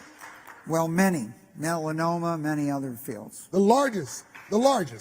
How did you cure? You were told the doctor said, write your will, get your affairs in order. You got 18 months to live, and you use that genius brain of yours and said, hell no, I got stuff to do. How did you turn it around? Again, I want to save time for your vision for the world, but how did you solve it? He's got a book out now, by the way, that he's signing for everybody. How did you solve it? Faster cures. It's available to everyone. I would say I tried to figure out what everyone in my family didn't do. I had 10 members of my family died from cancer. Wow. And when you say that, John, I remember I went to travel the country visiting with people. We had been funding medical research for 20 years, many other areas, but not in prostate cancer. And I eventually went to the head of urology oncology and my wife, and I sent him all my records, and I was looking for a solution. And his solution was I should get a psychiatrist for myself. We should get a psychologist for our children. And I should get my affairs in order. And I told him I really appreciate the advice, but I'm going to try to do a few things first. And I think what we looked at is what was going on in medical research. And 30 years ago, people weren't sharing their research. Mm-hmm.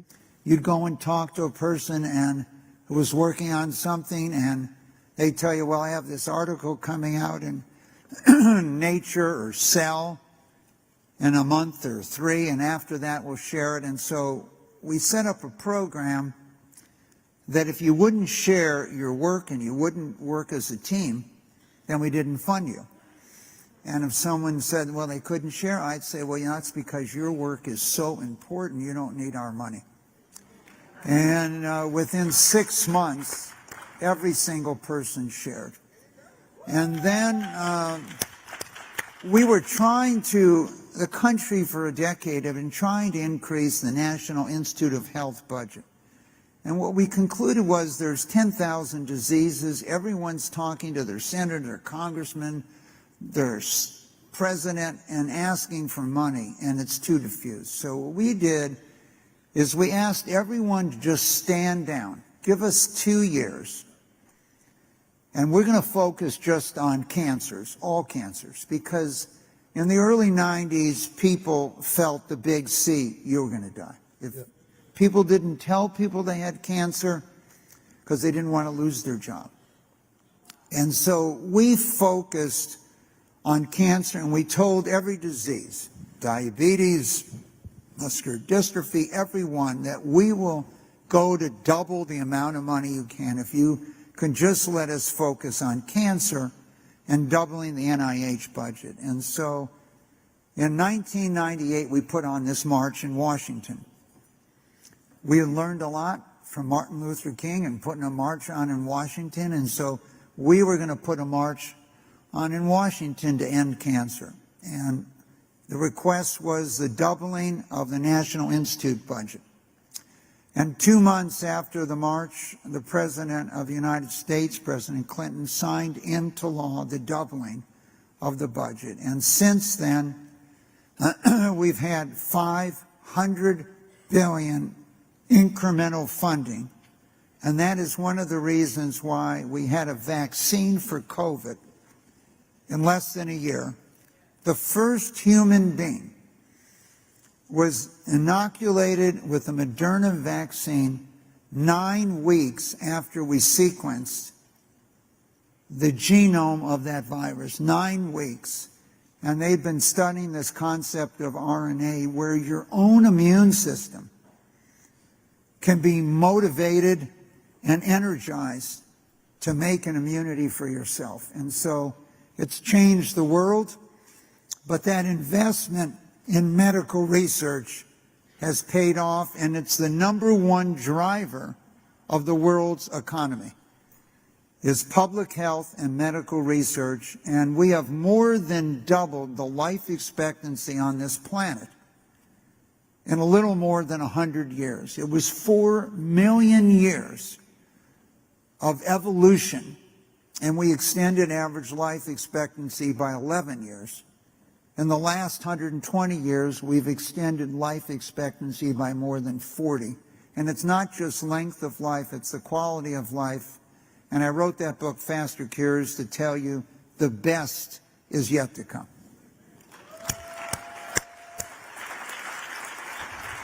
And all that's great, and that's fantastic, and really important. But what'd you do to stay alive?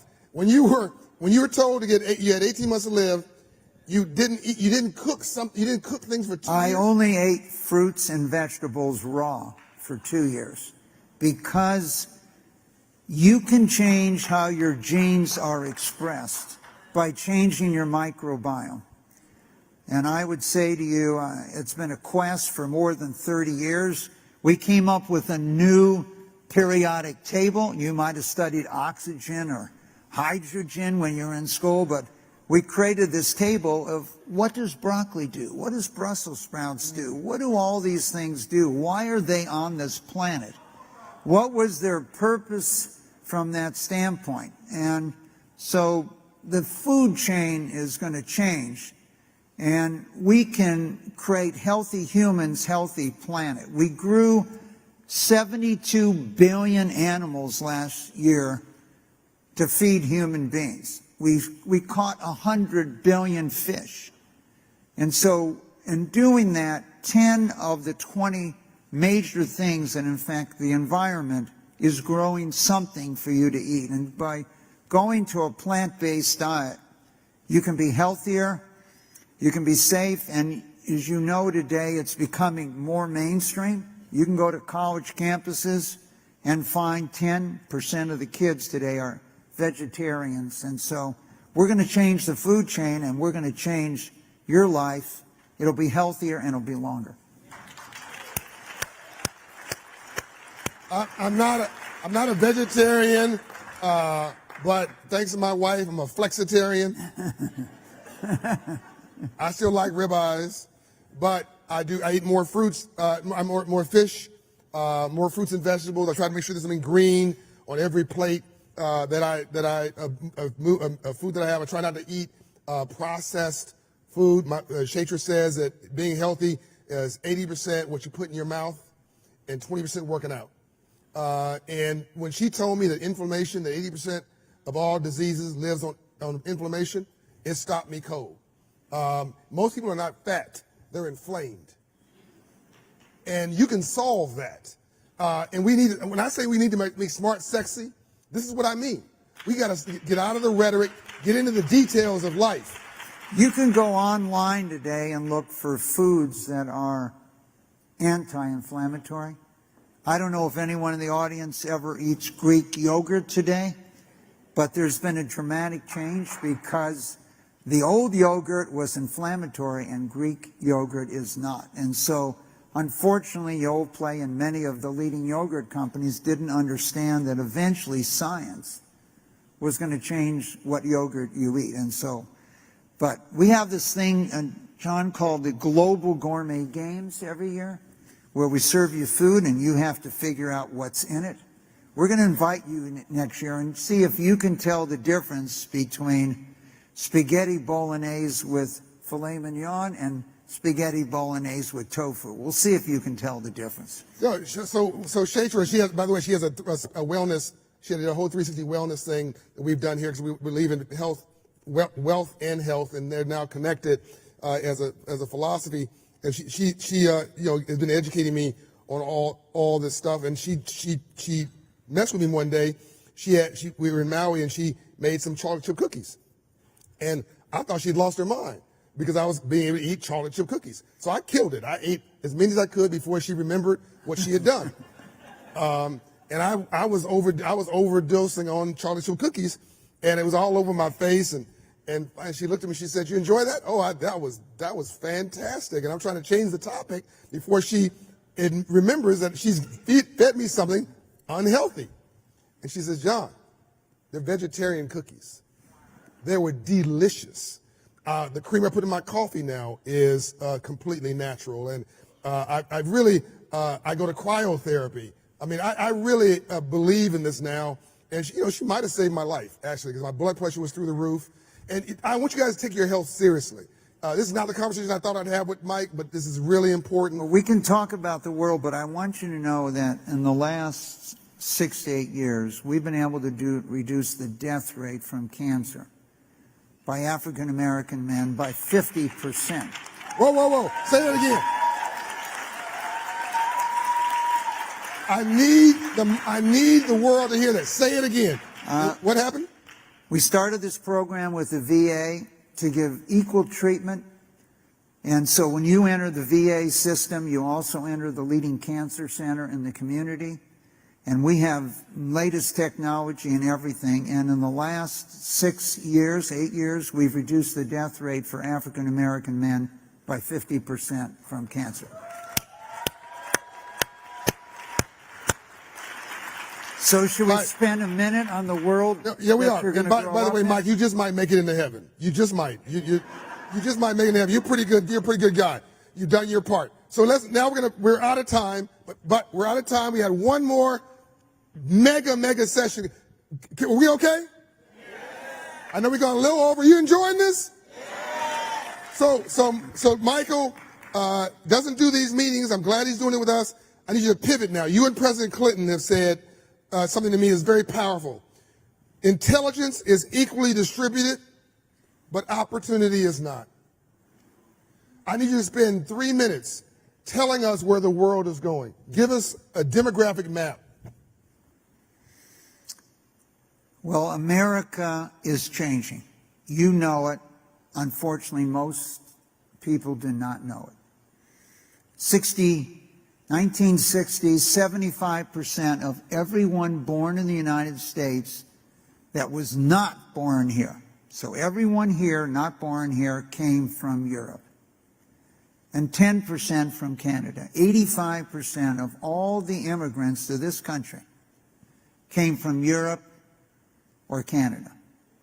Today, most of all the immigrants that have come to this country have come from Latin America, they've come from Asia, and increasingly, and the fastest growing group is from sub-Saharan Africa. And so there are more people that were born in sub-Saharan Africa today in the United States than were born in Europe. And so the United States will be a Latin American, Asian, African country. How will you lead? And unless everyone feels they have a chance, we're not going to lead in the right direction. And so this is the future of this country. And we've got to make sure that people feel they have the opportunity so they'll believe in the free enterprise system 20, 30, 40 years ago. And the rest of the world is changing dramatically. So over the last 2,000 to 3,000 years, the world, the research, what went on was really dominated by the Northern Hemisphere. Egypt might have been at one time the leading civilization, but it shifted north. But what's happened in the Northern Hemisphere is a substantial reduction in the birth rate. And so in the United States, we have the lowest birth rate ever recorded today. It's below replacement levels. So if we didn't have immigrants, our population would be shrinking today. And that's the way it is in Europe, and that's the way it is in China. China had less than 10 million children born last year. At one time, they had 25 million children born a year. And that is why the United Nations is now projecting that within 100 years, Nigeria will have more people than China. Wow. And so the change that's occurring, so when you look at a map, it really doesn't tell you the way the world's going to be. So if you look at a map, you'll see the United States is much larger than Nigeria, substantially larger than Nigeria. And if you look at the population today, U.S. population is 1.5 times Nigeria. But if you look at the birth rate in Nigeria today, for every child born in the United States, substantially more children are born in Nigeria, and it won't be long before Nigerians' population is substantially bigger than the United States. And in fact, as I mentioned to John last night, there are more children born in Nigeria, 8.75 million, than all of North America combined, which is a little more than 6. There are more children born in Nigeria than all of Latin America. There are more children born in Nigeria than all of Europe, from Ireland to Russia. And Nigeria has the 10th highest birth rate in sub-Saharan Africa. 9 other countries even have a higher birth rate than Nigeria. So if you're looking where is the world going to grow, it's going to grow in sub-Saharan Africa. Maybe the UN is projecting 1.5 billion people. And so if we don't create opportunities there, they'll be on the move. There were 50 million people that came from Europe to the United States in the 1800s. There were no airplanes. It was dangerous travel. They couldn't see the United States. They heard about the United States. Well, today, a young mother in Angola or Zambia, she can see Barcelona on her phone. More than 80% of everyone in sub-Saharan Africa has a mobile phone today. They can see the life, and if she's worried about feeding her children, she's on the move. And when you see and read about these tragedies of people trying to cross the Mediterranean into Italy or Spain or Turkey, and boats sinking and people dying, they're moving there for a better life for their children, just like 200 years or 300 years ago, people moved here for a better life for their family. And so today, one of the highest performing educational groups in America are Nigerians.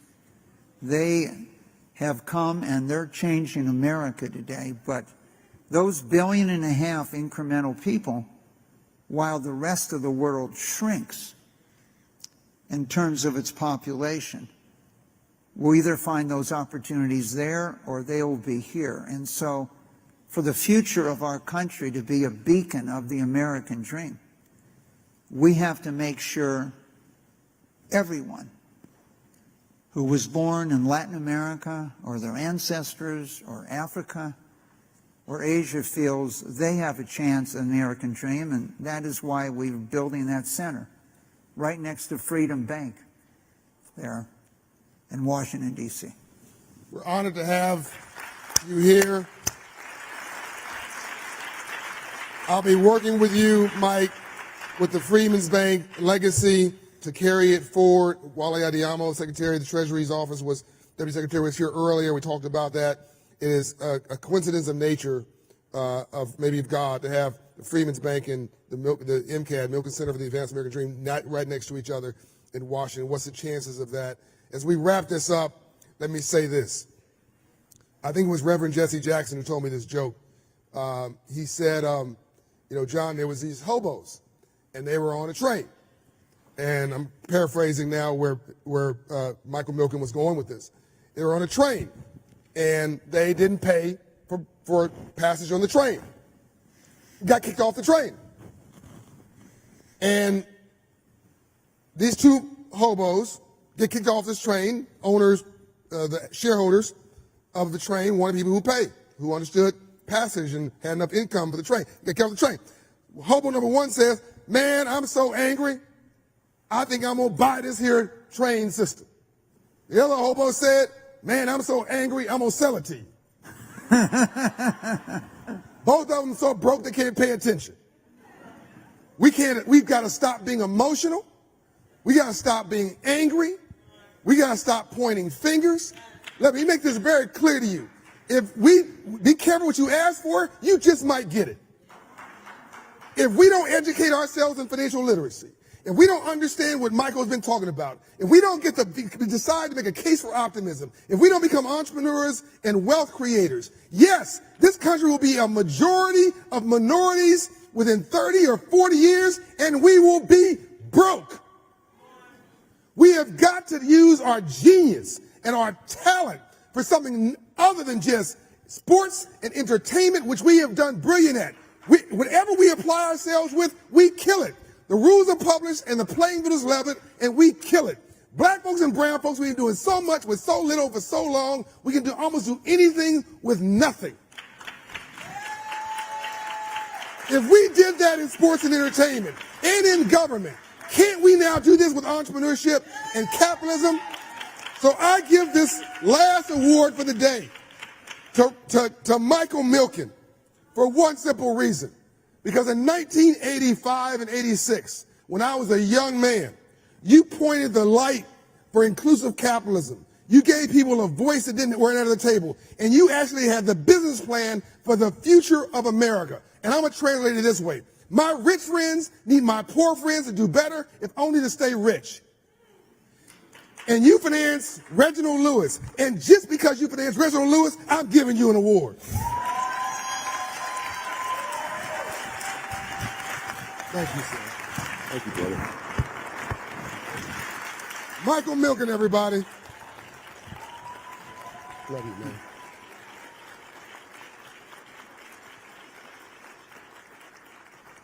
Did you enjoy this? We got one more powerful session. Say thank you to Michael Milken.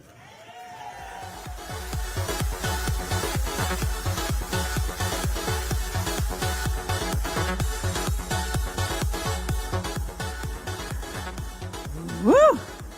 And the inspiration keeps going. We're excited that our next guest will be talking about redefining the entrepreneurial journey of Airbnb. We have a transformational guest. His simple idea was to turn an idea into something amazing, and it's turned into one of the world's most recognizable brands. Please welcome to the stage the co-founder and CEO of Airbnb, Brian Chesky.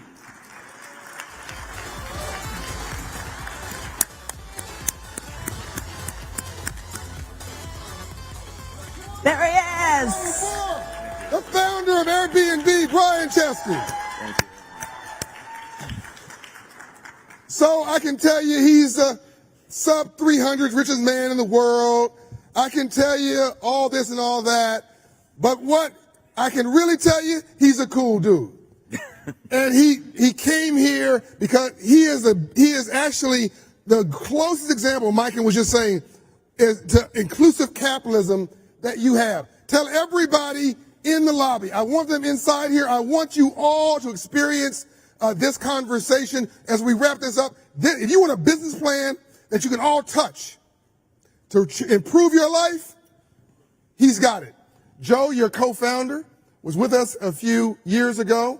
A great guy. He now runs, I think, the foundation for the company. I said yesterday that our friend Sam Altman was probably the Steve Jobs of this generation. That's because not only is he a genius, but he was fired and rehired like Steve Jobs was, and that explosion put him on the front page of everything in the world, and without question, he's doing important work. And what you may not know is the one behind the scenes really pushing to get Sam back into the CEO seat was actually Brian Chesky. So he was out there pitching yes for Sam Altman, as he's pitching for a lot of things that are important. But from a resume perspective, actually, Brian's closer to Steve Jobs because he has been a businessman and an industrial designer. Is that right? Yeah, that's right. You hail from a working class family. You and your partner got this idea, I believe, in college. Yeah, right after college. Right after college? Yeah. What was it called back then? Yeah, so it started, my parents are social workers, so I'm from Albany, New York, outside Albany. And one day, my co-founder now, Joe, says, Brian, come to San Francisco. Let's start a company together. And I remember, like, at that point, like, I was totally, like, I had $1,000 at the bank. So I pack everything in the back of an old Honda Civic. In October 2007, I drive up to San Francisco. And my roommate, Joe, says, Brian, we got one problem. And I said, what's that problem? He said, well, the landlord just raised the rent 25%. And we said, well, what are you going to do? And we always thought that every problem, there was creativity, could work your way out of that problem. And it turns out that that weekend, an international design conference was coming to San Francisco. All the hotels that the conference was recommending were sold out. Wow. And then we had an idea. We said, well, what if we just turned our house into a bed and breakfast for this conference? Just like a really simple idea. We could host some extra designers, make some extra money. But I told Joe, I said, we have one problem. And he said, what's that problem? I said, we don't have any beds. I just moved to San Francisco. So Joe says, well, don't worry. We have 3 airbeds. We pulled the 3 airbeds out of the closet. We inflated them. And we called it airbedandbreakfast.com. Oh, my God. Air mattress. Air mattresses. The Airbnb. Hosts have now earned $180 billion, but it started with 3 airbeds in our living room. Wow. Air mattress, Airbnb. That's right. That's so cool. And it's been $100 billion? over 180 billion hosts have earned. So for every about $1,500 spent in the world, $1 spent on Airbnb. And so obviously whoa, repeat that again. Right, back up. Roll that again. Yeah, so for every $1,500 spent in the world, one of those dollars is spent on Airbnb. So it's about the size of the economy of Croatia, if you were just compared to a country. That's unbelievable. And the amazing thing about it, entrepreneurship, my God. yeah, well, and I think you and I have talked about this because you have a goal to spread entrepreneurship around the United States and a million Black businesses and around the world. And I think that Airbnb, think about my story.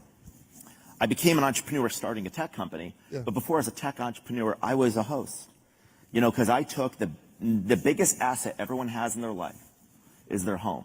Yeah. And we said, well, what if within 10 to 20 minutes, you could take your asset and immediately start making money?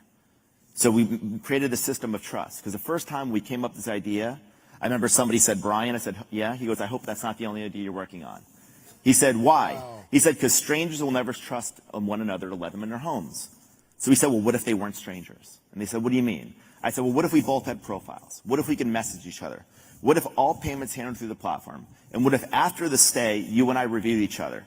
And what if we provided even more protections? Like if your home gets damaged, we'll cover up to $3 million of damage protection. And we have AI screening technology to prevent parties. And we just did all these different things. And it turns out that when you design a system of trust, suddenly you enable commerce. And you make something easy for people, then suddenly you have millions of entrepreneurs. And so we have over almost 5 million hosts. If you put your home on Airbnb, half the people who put their home on Airbnb get a booking within 3 days. Within 3 days, you start making money, $400 or $500 immediately.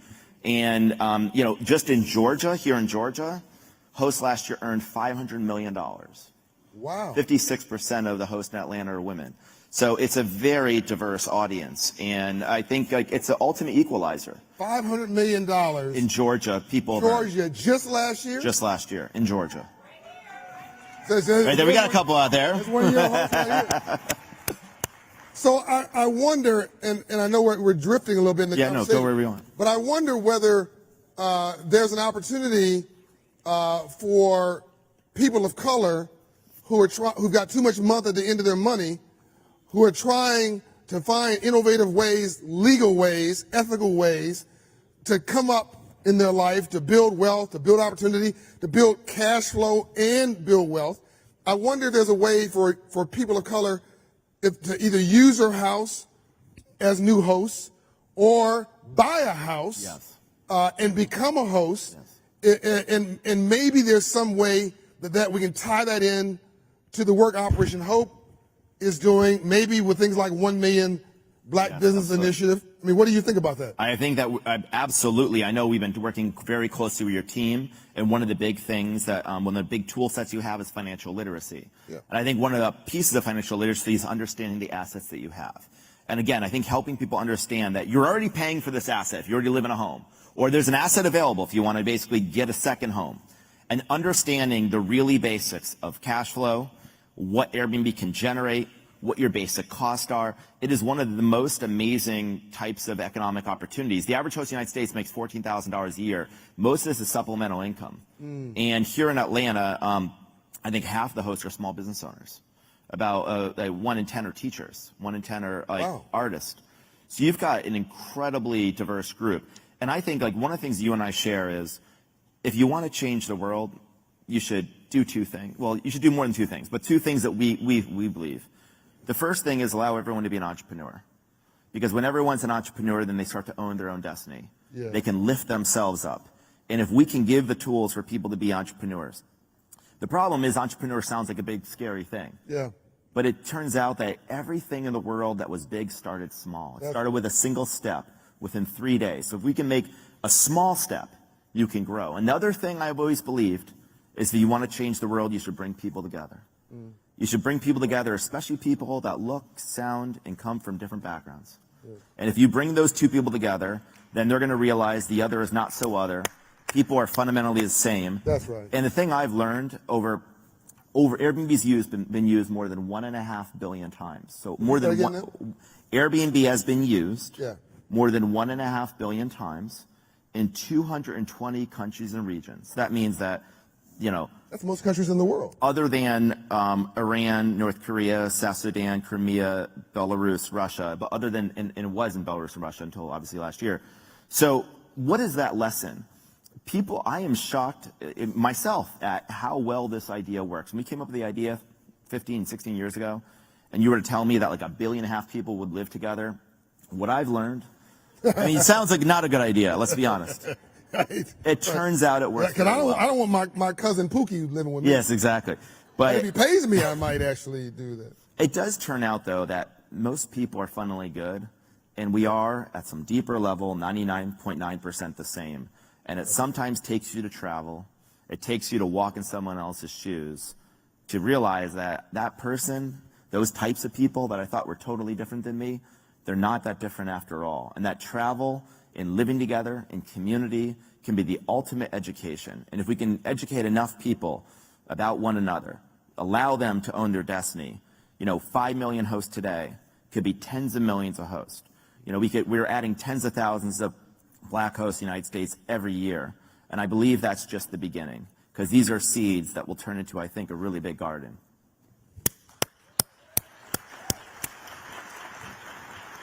Brian, question.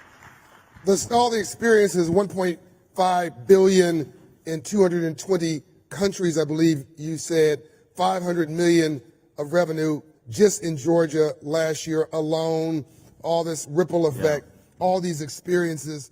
I believe actually you also have lived recently in an Airbnb yourself. Last night I stayed in one. It was an amazing home. I think is a park called Piedmont Park, right near there. And Piedmont Park. Piedmont Park. Yeah. I stayed right next to that park. And it was this like family house. I walk in, there was like a piano in the living room, and the family lived there, and they weren't there, but it was like this incredible artifacts of their life. It was a really great place. Dude, when you rent an Airbnb, this is by the way, this is not the question I was going to ask you, but I'm just nosy. When you rent an Airbnb, do they know it's you? I don't tell them, but I try not to be a secret shopper. I think sometimes they figure it out, sometimes they don't. I mean, does it say Brian Chesky on the? It says my first name, and after they accept a reservation, they get my full name, and you know, they often figure it out, but not always. And have you had any special surprises? When you show up like a marriage proposal or something? Not yet. There's always time. Yeah. Do you think that? I hope I didn't give anybody an idea. Do you think that that all these experiences that you have intake as you're trying to do data and research on the back end of the company, making it better, you're having to process all these experiences that you're seeing in all these countries? Yeah. Real talk, because they can be very intoxicating being one of the wealthiest, most powerful people in commerce in the world. It can go to your head. It hasn't gone to yours. Do you think that all these experiences have actually made you a better person? Yeah, I remember somebody once said you tend to be the average of the people you surround yourself with, and you also are the accumulation of all of your experiences. I like to joke, I never really got into this to make a lot of money, because if I did, I wouldn't have been inflating air mattresses. So it did not seem like a good way to make money. And, you know, I'm a designer by training, yep. So like my whole thing was I wanted to just design something and solve someone's problem. But I grew up not traveling very much. You know, I remember like once a year, my parents are social workers, so once a year we go on an airplane, because my mom like would go to a conference and like they would pay for a conference, so it would turn into the family vacation. Right. And the first vacation I ever went to was St. Louis, because that's where the conference was, and that was the first time I was in an airplane. Then every year we moved to a different place. And I remember that travel was like the ultimate education, because I don't remember every day I went on a school bus, but I remember every single place I traveled to. I can tell you every trip I've been to, every place I've been, but I can't tell you all the times I went to school. And so travel became like an education for me. But then when I started the company, starting a company, somebody once said, is like jumping off a cliff and assembling the airplane on the way down. Yeah.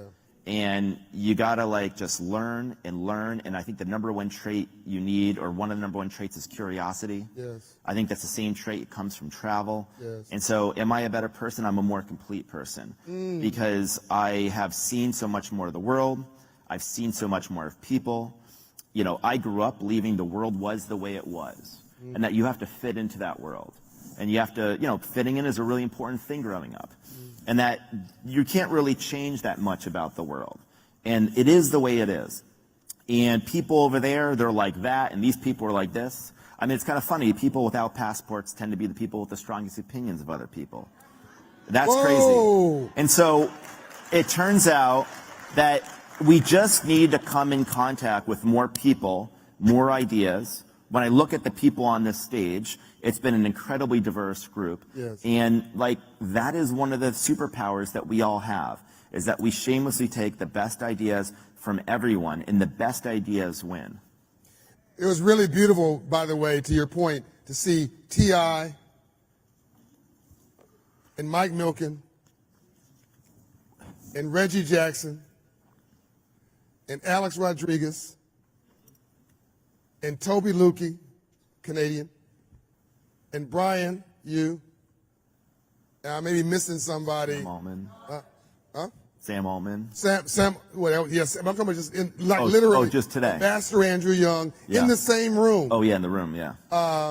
Having the same conversation. Yeah, Anthony, having the same conversation, concerned about the same things, eating the same food, listening and being interested into the same things, having kindness and respect for each other, hugging each other, loving each other, and all being here for you. Yeah.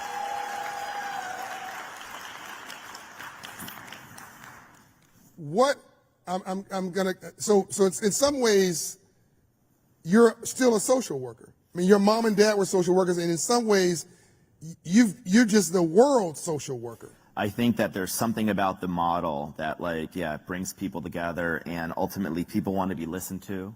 Everyone's got a story, and this is just a context for conversation around kitchen tables all over the world. So I'm sure you're able to answer the next question because your legal team has already told you what you have to say or not say, or they got to be sued 5 years ago. But I'm fascinated. What's the strangest property you've got on your platform? And what's the weirdest experience you know of on your platform? So we have some pretty interesting properties on Airbnb. You know, we have 7 million homes, and you'd be shocked the kinds of places we have. So we have a giant boot that you actually sleep in. Somebody built a boot in New Zealand. A who? A boot, a giant boot in New Zealand. Boot? A boot. Somebody built a, like, obviously oversized boot, about 15 feet tall. Someone else loved, you know, Yellow Submarine, the Beatles song. Yeah. They actually created a yellow submarine in the middle of the woods, and this submarine has a waiting list to stay in. We found another person, they built a giant dog. They called it the Dog Bark Park B&B, and you enter through its rear to get into the house. So I could kind of go on and on and on, but like you can rent anything on Airbnb. Is there anything underwater? I think we probably do have. We have a lot of things on water. We have literally thousands and thousands of boats. We might be the biggest boat rental company. Really? Probably. I was joking. No, we have thousands and thousands of boats. We have castles. We have thousands of tree houses. I mean, by the way, like the easiest way that, like one of the easiest, best ROI I've ever heard of, maybe even better ROI than many tech companies, is a tree house. Because the land isn't very expensive. Or return on investment. Yes, exactly. Yeah. So the land isn't very expensive. The tree houses cost maybe tens of thousands. I mean, they could cost more if they're really nice. But some of these make over $100,000, $200,000 a year. So it's completely crazy. Wow. But the weirdest experience, we've had a lot of bizarre ones. I'll just share one. One time, you know, we get millions of people call customer service for all sorts of complaints. And I remember one time somebody called customer service and they said, I want a refund. And we said, well, why do you want a refund? Yeah. And they said, because the house is haunted. There's a ghost in the house. So, you know, typically what we do is if a guest calls, they want a refund, we call the host. And we say, all right. And all the host had to do was say, yeah, there's no ghost, and then the guest can't really provide photo evidence. And so we... but then the host. Well, we hope the guest can provide. So the good guest says, "I want a refund. The house is haunted," and the host says, "It is true there's a ghost in his house, but his name is Stanley. He's a friendly ghost, and I disclosed it before booking." And so now the guest and the host have a major dispute over Stanley, the ghost. And that is, as weird as that sounds, we have 4 million people staying in an Airbnb tonight around the world, about 4 million, which is basically as many people as the city of Los Angeles population. Yes. So the 1 in a million, those stories happen every day. single day. Yeah. You forced hotel companies to change their business model. You force resorts to reimagine their business model. I mean, you've got everybody, running around trying to figure out how they can compete with you, and that's a beautiful thing. On the one hand, it's a compliment. On the other hand, it's stressful because people are trying to put you out of business, and somehow you continue to rise. We had our friend Sam Altman here yesterday, and he pointed toward the future of AI. Yeah. You were involved with that. Not just because you're his friend, but because you're using artificial intelligence. Let's spend a couple minutes on AI and technology and how that relate to a company that we see as a housing company in most people's eyes. How does it relate to that? Then I want to pivot the time we have left to the future and the vision you have for the company, for the country. We're going to make a case for optimism, if you want to, for our world, and how do we all fit into that? But let's start now with AI and technology. So, one of the things that Sam Altman would say, and almost every intelligent person on AI has told me, is that this is going to be one of the greatest technological revolutions in human history. The last big platform shift that changes our lives was probably the mobile phone. The App Store was launched in 2008. Before that would have been the mid-90s with the internet. And before that would have been the 70s or 80s with the microcomputer or the personal computer. And that most people believe that this is going to be bigger than all of them, maybe bigger than all of them combined, more like electricity or more like the Industrial Revolution. And whether or not it is or not, let's just assume that is where this is going because of just the power. More so than from the horse to the automobile? Probably, because it will probably affect more than just people moving around. I mean, clearly the automobile changed a lot because it was a major supply chain to change how people move around. But what will not change because of AI? What will not change? There will be some things that won't change, but not many things. It's going to affect everything. So here's what I would say. I think it's a major opportunity. This conference is called Hope. And I think that you should think of an AI as a tool. It's a tool. And we humans are tool builders. What I think the two things that allow our species to be different than other species is our ability to make tools and our ability to cooperate. That's what makes us different than I think every other animal in the animal kingdom. We can cooperate and we can make tools. AI is going to be the most powerful tool ever invented by humanity yet, probably. And it's only going to get more powerful. What AI means is that everyone can have the best teacher you've ever imagined that can be personal to you. Everyone can have the best doctor personalized to them. Scientific discoveries that would have taken 20, 30 years could happen in a matter of years. So many things can be changed with AI. But the thing is that AI is a tool, and we need to put that tool in everyone's hands. Because what we don't want is just a few people designing the future. That's right. Right? The more people contribute to building the future, two things happen. Number one, then more people are empowered, and that's good for rights for everyone. Yes. But also, better shit is created. Right. Because it's everyone's idea. Yeah. And so what we need to make sure is that everyone participates in this revolution. And if everyone participates in AI, then I am actually really optimistic for the future. But if everyone does not participate, and only a few people participate, then I'd be very, very concerned about what's going to happen. Because then you're going to have a situation where this is the ultimate haves and have-nots, where you're going to step on the gas and it's going to be like going 1,000 miles an hour, and there's no brake and there's no reverse, and you just got to go forward. And so we need to make sure that everyone is on the bus for this technological revolution. Again, I think the internet brought in most people in the world. The majority of people in the world are now on the internet. AI is going to be the next revolution, and I think that's how people can help. And I think our business is going to be very much enabled by AI. I can talk about that. Yeah, and so maybe I'll just end by like talking a little bit about the future. So yeah, Airbnb. You know, I'll just start from where I'll end where I started. I never imagined becoming an entrepreneur. I remember like the only entrepreneur I knew growing up was a guy named Bob from Bob's Pizza.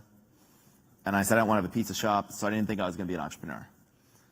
When I started... And he wasn't an entrepreneur, he's a business person. Business person. You're right, right. And I remember when we started Airbnb, I told my mom I'm an entrepreneur. And she said, no, you're unemployed. And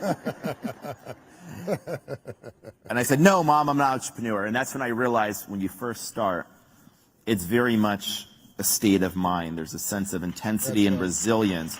And the most important thing is that you have to believe it. And then something remarkable happened. Over the last 15, 16 years, I've been on one of the most unbelievable rocket rides of a lifetime. And I've seen the world. I've been able to be a small part of changing a lot of things, especially how people travel, how people live, how people monetize their biggest asset. But what I believe is now, you know, we run a public company. Yep. We're in the S&P 500. Yep. You know, we're one of the larger public companies. Our brand is a noun and a verb used all over the world. Yep. And I'm 42 years old. And thank you. And so for me, what do you do when you're 42 years old at this point? I guess you have a couple choices. One is you could say, I did it, be over, do the next thing. You could just keep kind of doing it as you're doing it. But I want to go a different path because I believe that I'm just getting started. I believe the company's just getting started. And I believe that the world needs a lot more help. Yes. And, you know, for me, like, I'm a designer by training, so I like to think, what's the problem that I can solve? Yes. And I think there's a lot of challenges that are happening in the world. There's a few that I'll point out. It seems like this country is more divided than it's ever been. Certainly more divided than I remember when I was growing up. Yep. And that's surprising because we're all on the internet. We're all on social media. And you'd think the more we would have brought people together online, the more we would have had some common ground. But I think that there's something about bringing people together online that sometimes people repel each other. You know, people don't change their minds in YouTube comment sections. Your Instagram followers aren't coming to your funeral. You know, these things are not happening. But what we can do is if we can help bring enough people together in the physical world, then we can ultimately remind people that they're not so different. The other thing that's happening is people are more lonely than they've ever been. This is the loneliest time in human history. Yes. Yes, like the Surgeon General of the United States this year put out an advisory warning. You know, and they used to put out advisory warning on like cigarettes. Yes. The new cigarettes is loneliness. Yes. And they're showing that, like, you know, a huge percent of people, as many as half of the people in America, are lonely. The loneliest people in America are teenagers. Teenagers. And that a large... Who are spending all this time on their mobile, their device. And the lonelier they are, the higher the rates of depression and mental health issues. And so what is the solution to this? Well, we're not proposing we're going to solve this. But I think what we need to do is I think what people are missing is community. Yes. And I mean real community in the physical world. They're missing connection with one another. They're missing having real experiences in the physical world.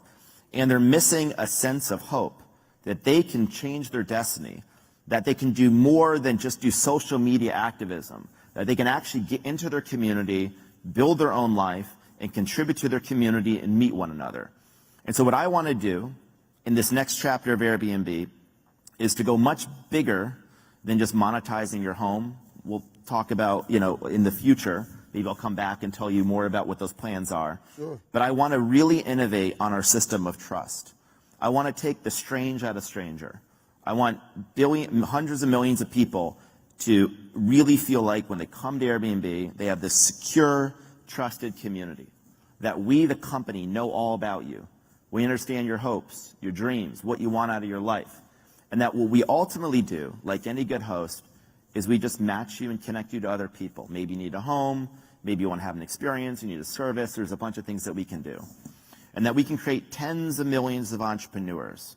And by bringing enough people together in the physical world, we can make this world feel a little bit smaller. And that's ultimately what I'd like to contribute. So you're going beyond housing. Absolutely. Beyond a rental experience. I think giving people a life there's experience. life experiences. And I think ultimately, like education is going to be a big part of it because travel is one of the ultimate, one of the best ways to learn is by traveling. Expand your You mind. expand your mind. You have real experiences. They're incredibly vivid. So again, You and Sarah Fryer next door need to be just like talking to each yeah, other. definitely, My God. definitely. Yeah, we're definitely both in the community business, and I just think, I think we're just getting started. But I think that what we need to do, I mean, if I were just end with this thought, whatever problems we have in the world, we have the technology to solve. The problem isn't a lack of technology, and this is the worst technology we'll ever be in our lifetime. But what we need is cooperation, and we need a grand vision that we all can work towards. And that vision is going to require cooperation. It's going to be very hard to cooperate if we're fighting. And at some point, we probably need to listen to one another. And I don't know how these arguments that are happening in society get resolved, except for at some point, people listening and working together and realizing that we'll all have more if we work together than if we fight. And again, that's what I think this world is going to need. And almost all problems are global. Global warming, global nuclear armament, the problems are global. Global poverty, these are global problems. The world is getting more interconnected. And so I think that there's a huge opportunity. And I think the next generation, they just need hope. And that hope needs to come from a vision. And that vision needs to come from the sense that you were born in this world, but you can leave behind a better one. And you can change things. And here are the tools. And the tools you have are better than any tools anyone has ever had in human history. And you're as smart as all the people that were born before you. So you're as smart as all the people before you, and you have better tools than them. Then what's stopping you from making anything you want in this world?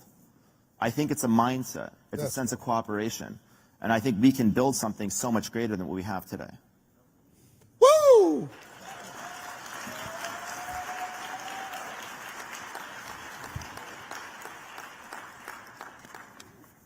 For $1,500 to $15 million, as Reggie Jackson says, he even owns an Airbnb. From $1,500 a treehouse to $15 million, you can be an Airbnb host. Anyone can be a host. You can do it in a matter of an hour. You can list from your phone. You can download the app. You can have guests within 3 days making money. We have people to help you. And the basic idea, again, is we just want to make it really easy for people to monetize the biggest asset in their life. And we're just getting started. And you believe this, switching now back as we wrap this up to this AI conversation, you think that the AI Ethics Council, we're not going to try to do what the government is trying to do, but this concept of having an ethics council that puts a moral and ethical framework around this so that not only the opportunities are shared, but also the risk are acknowledged, and we try to really work on them before they overwhelm us. These are all good. The faster something grows, the more you have to think about it before you do it. That's a really simple principle, right? Once the genie's out of the bottle, you don't put it back in the bottle. And so if we're going to unleash the most powerful tools known to humanity and give them into the hands of everyone, then we should be thoughtful, very thoughtful, about what we're making and how we want people to use them, because they're going to use them.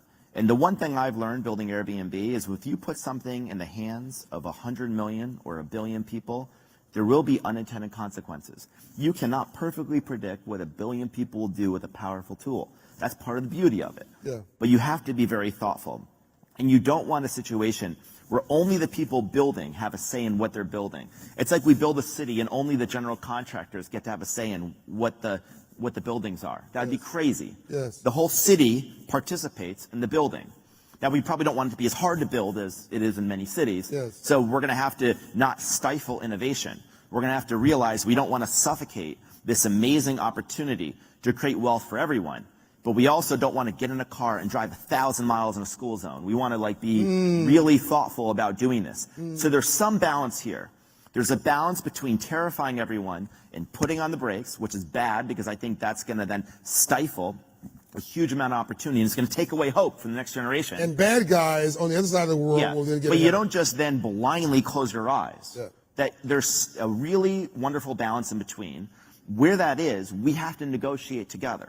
And what you ultimately want are people working together, really intelligent people to figure out, because what we're really doing when we do that is we're designing the future that we all want to live in. And we're using it through the most important technology that we're about to put in everyone's hands. And so I think this is a great thing. I think you want, the other thing is we want to learn the lessons of prior generations. Yes. You build a building and there are architects and they learn from thousands of years of buildings before them. Yes. If we're going to redesign society with this technology, we should learn the lessons of the past. Yes. And there are many people that bring those lessons. We want to learn. We want to listen. We want to incorporate them. And that's going to lead to the best design for the future. I want to thank, you can't make this up. You were not designed, it was not planned that Brian would be the last speaker of the 10th annual Hope Global Forum. That was supposed to be Michael Milken, but Michael had to go do something, and so Brian was gracious and said, I'll go last. But you can't make this up. This is just perfect. Thank you. Because God just used you to say exactly what we needed to hear as the final conversation of this meeting that's been shot around the world. Millions of people will watch this within a week. You brought care and inclusive capitalism into the same conversation. And as one of the wealthiest, most privileged people in the world, you humbled yourself and you connected yourself with the least of these God's children. And you said, I can't be me without you being you. That's what I heard. And for that, I didn't just hear your brain, Brian. I felt the heartbeat of your heart. And I thank you. Thank you very much, son. Thank you. Thank you. Enjoy the whole Global Forum. You got 2 minutes? I want you to do something unnatural. You got pride, you've got education, you got degrees, you all know you've been successful. But I used to get on a plane and travel all across the country to meet somebody. I followed Ambassador Andrew Young for a decade. He didn't know who I was and didn't want to know. But I wanted to touch his hand. I wanted to feel what it felt. I want that energy to pulsate through me. First time I met a billionaire, I wanted to touch his hand. I wanted to look in his eyes and understand what made them tick.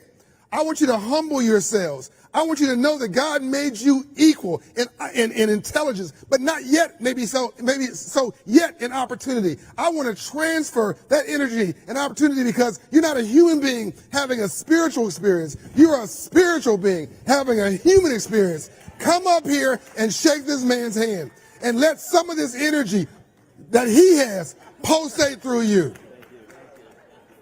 Enjoy the rest of your day.